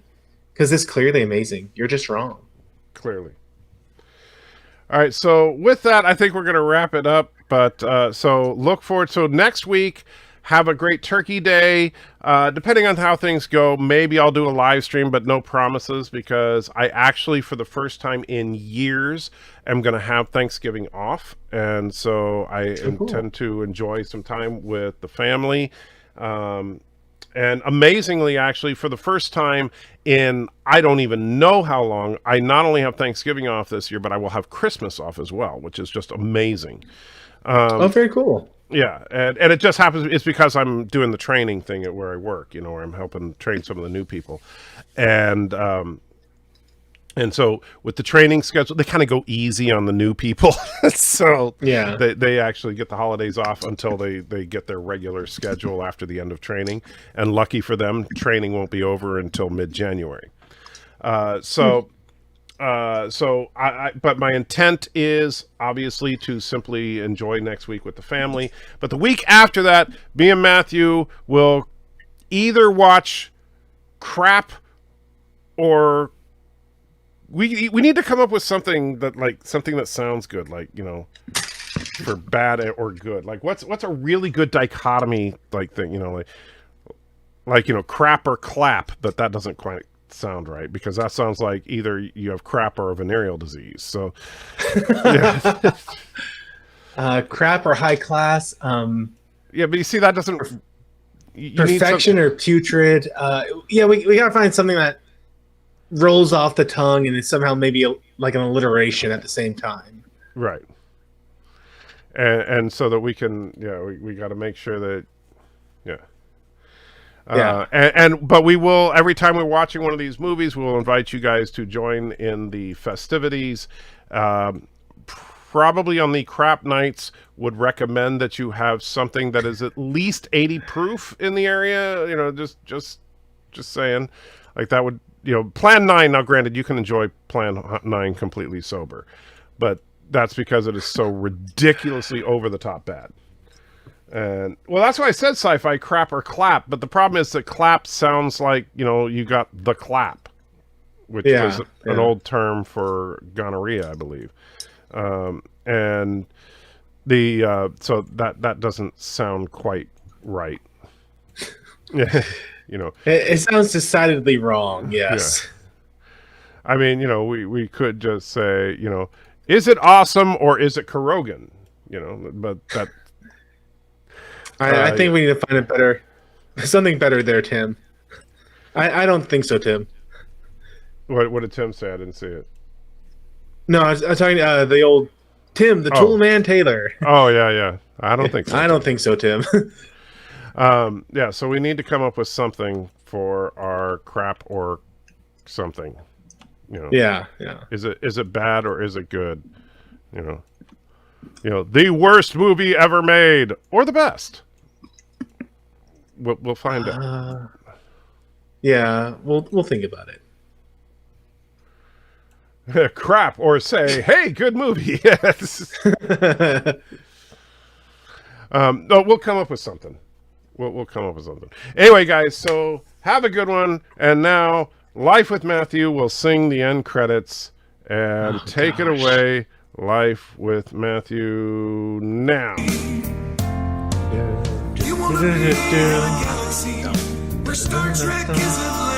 Making your way in the world today sure does take a lot. Something I drank too much sure would help a lot. You drank too much, which would help a lot? To get paid.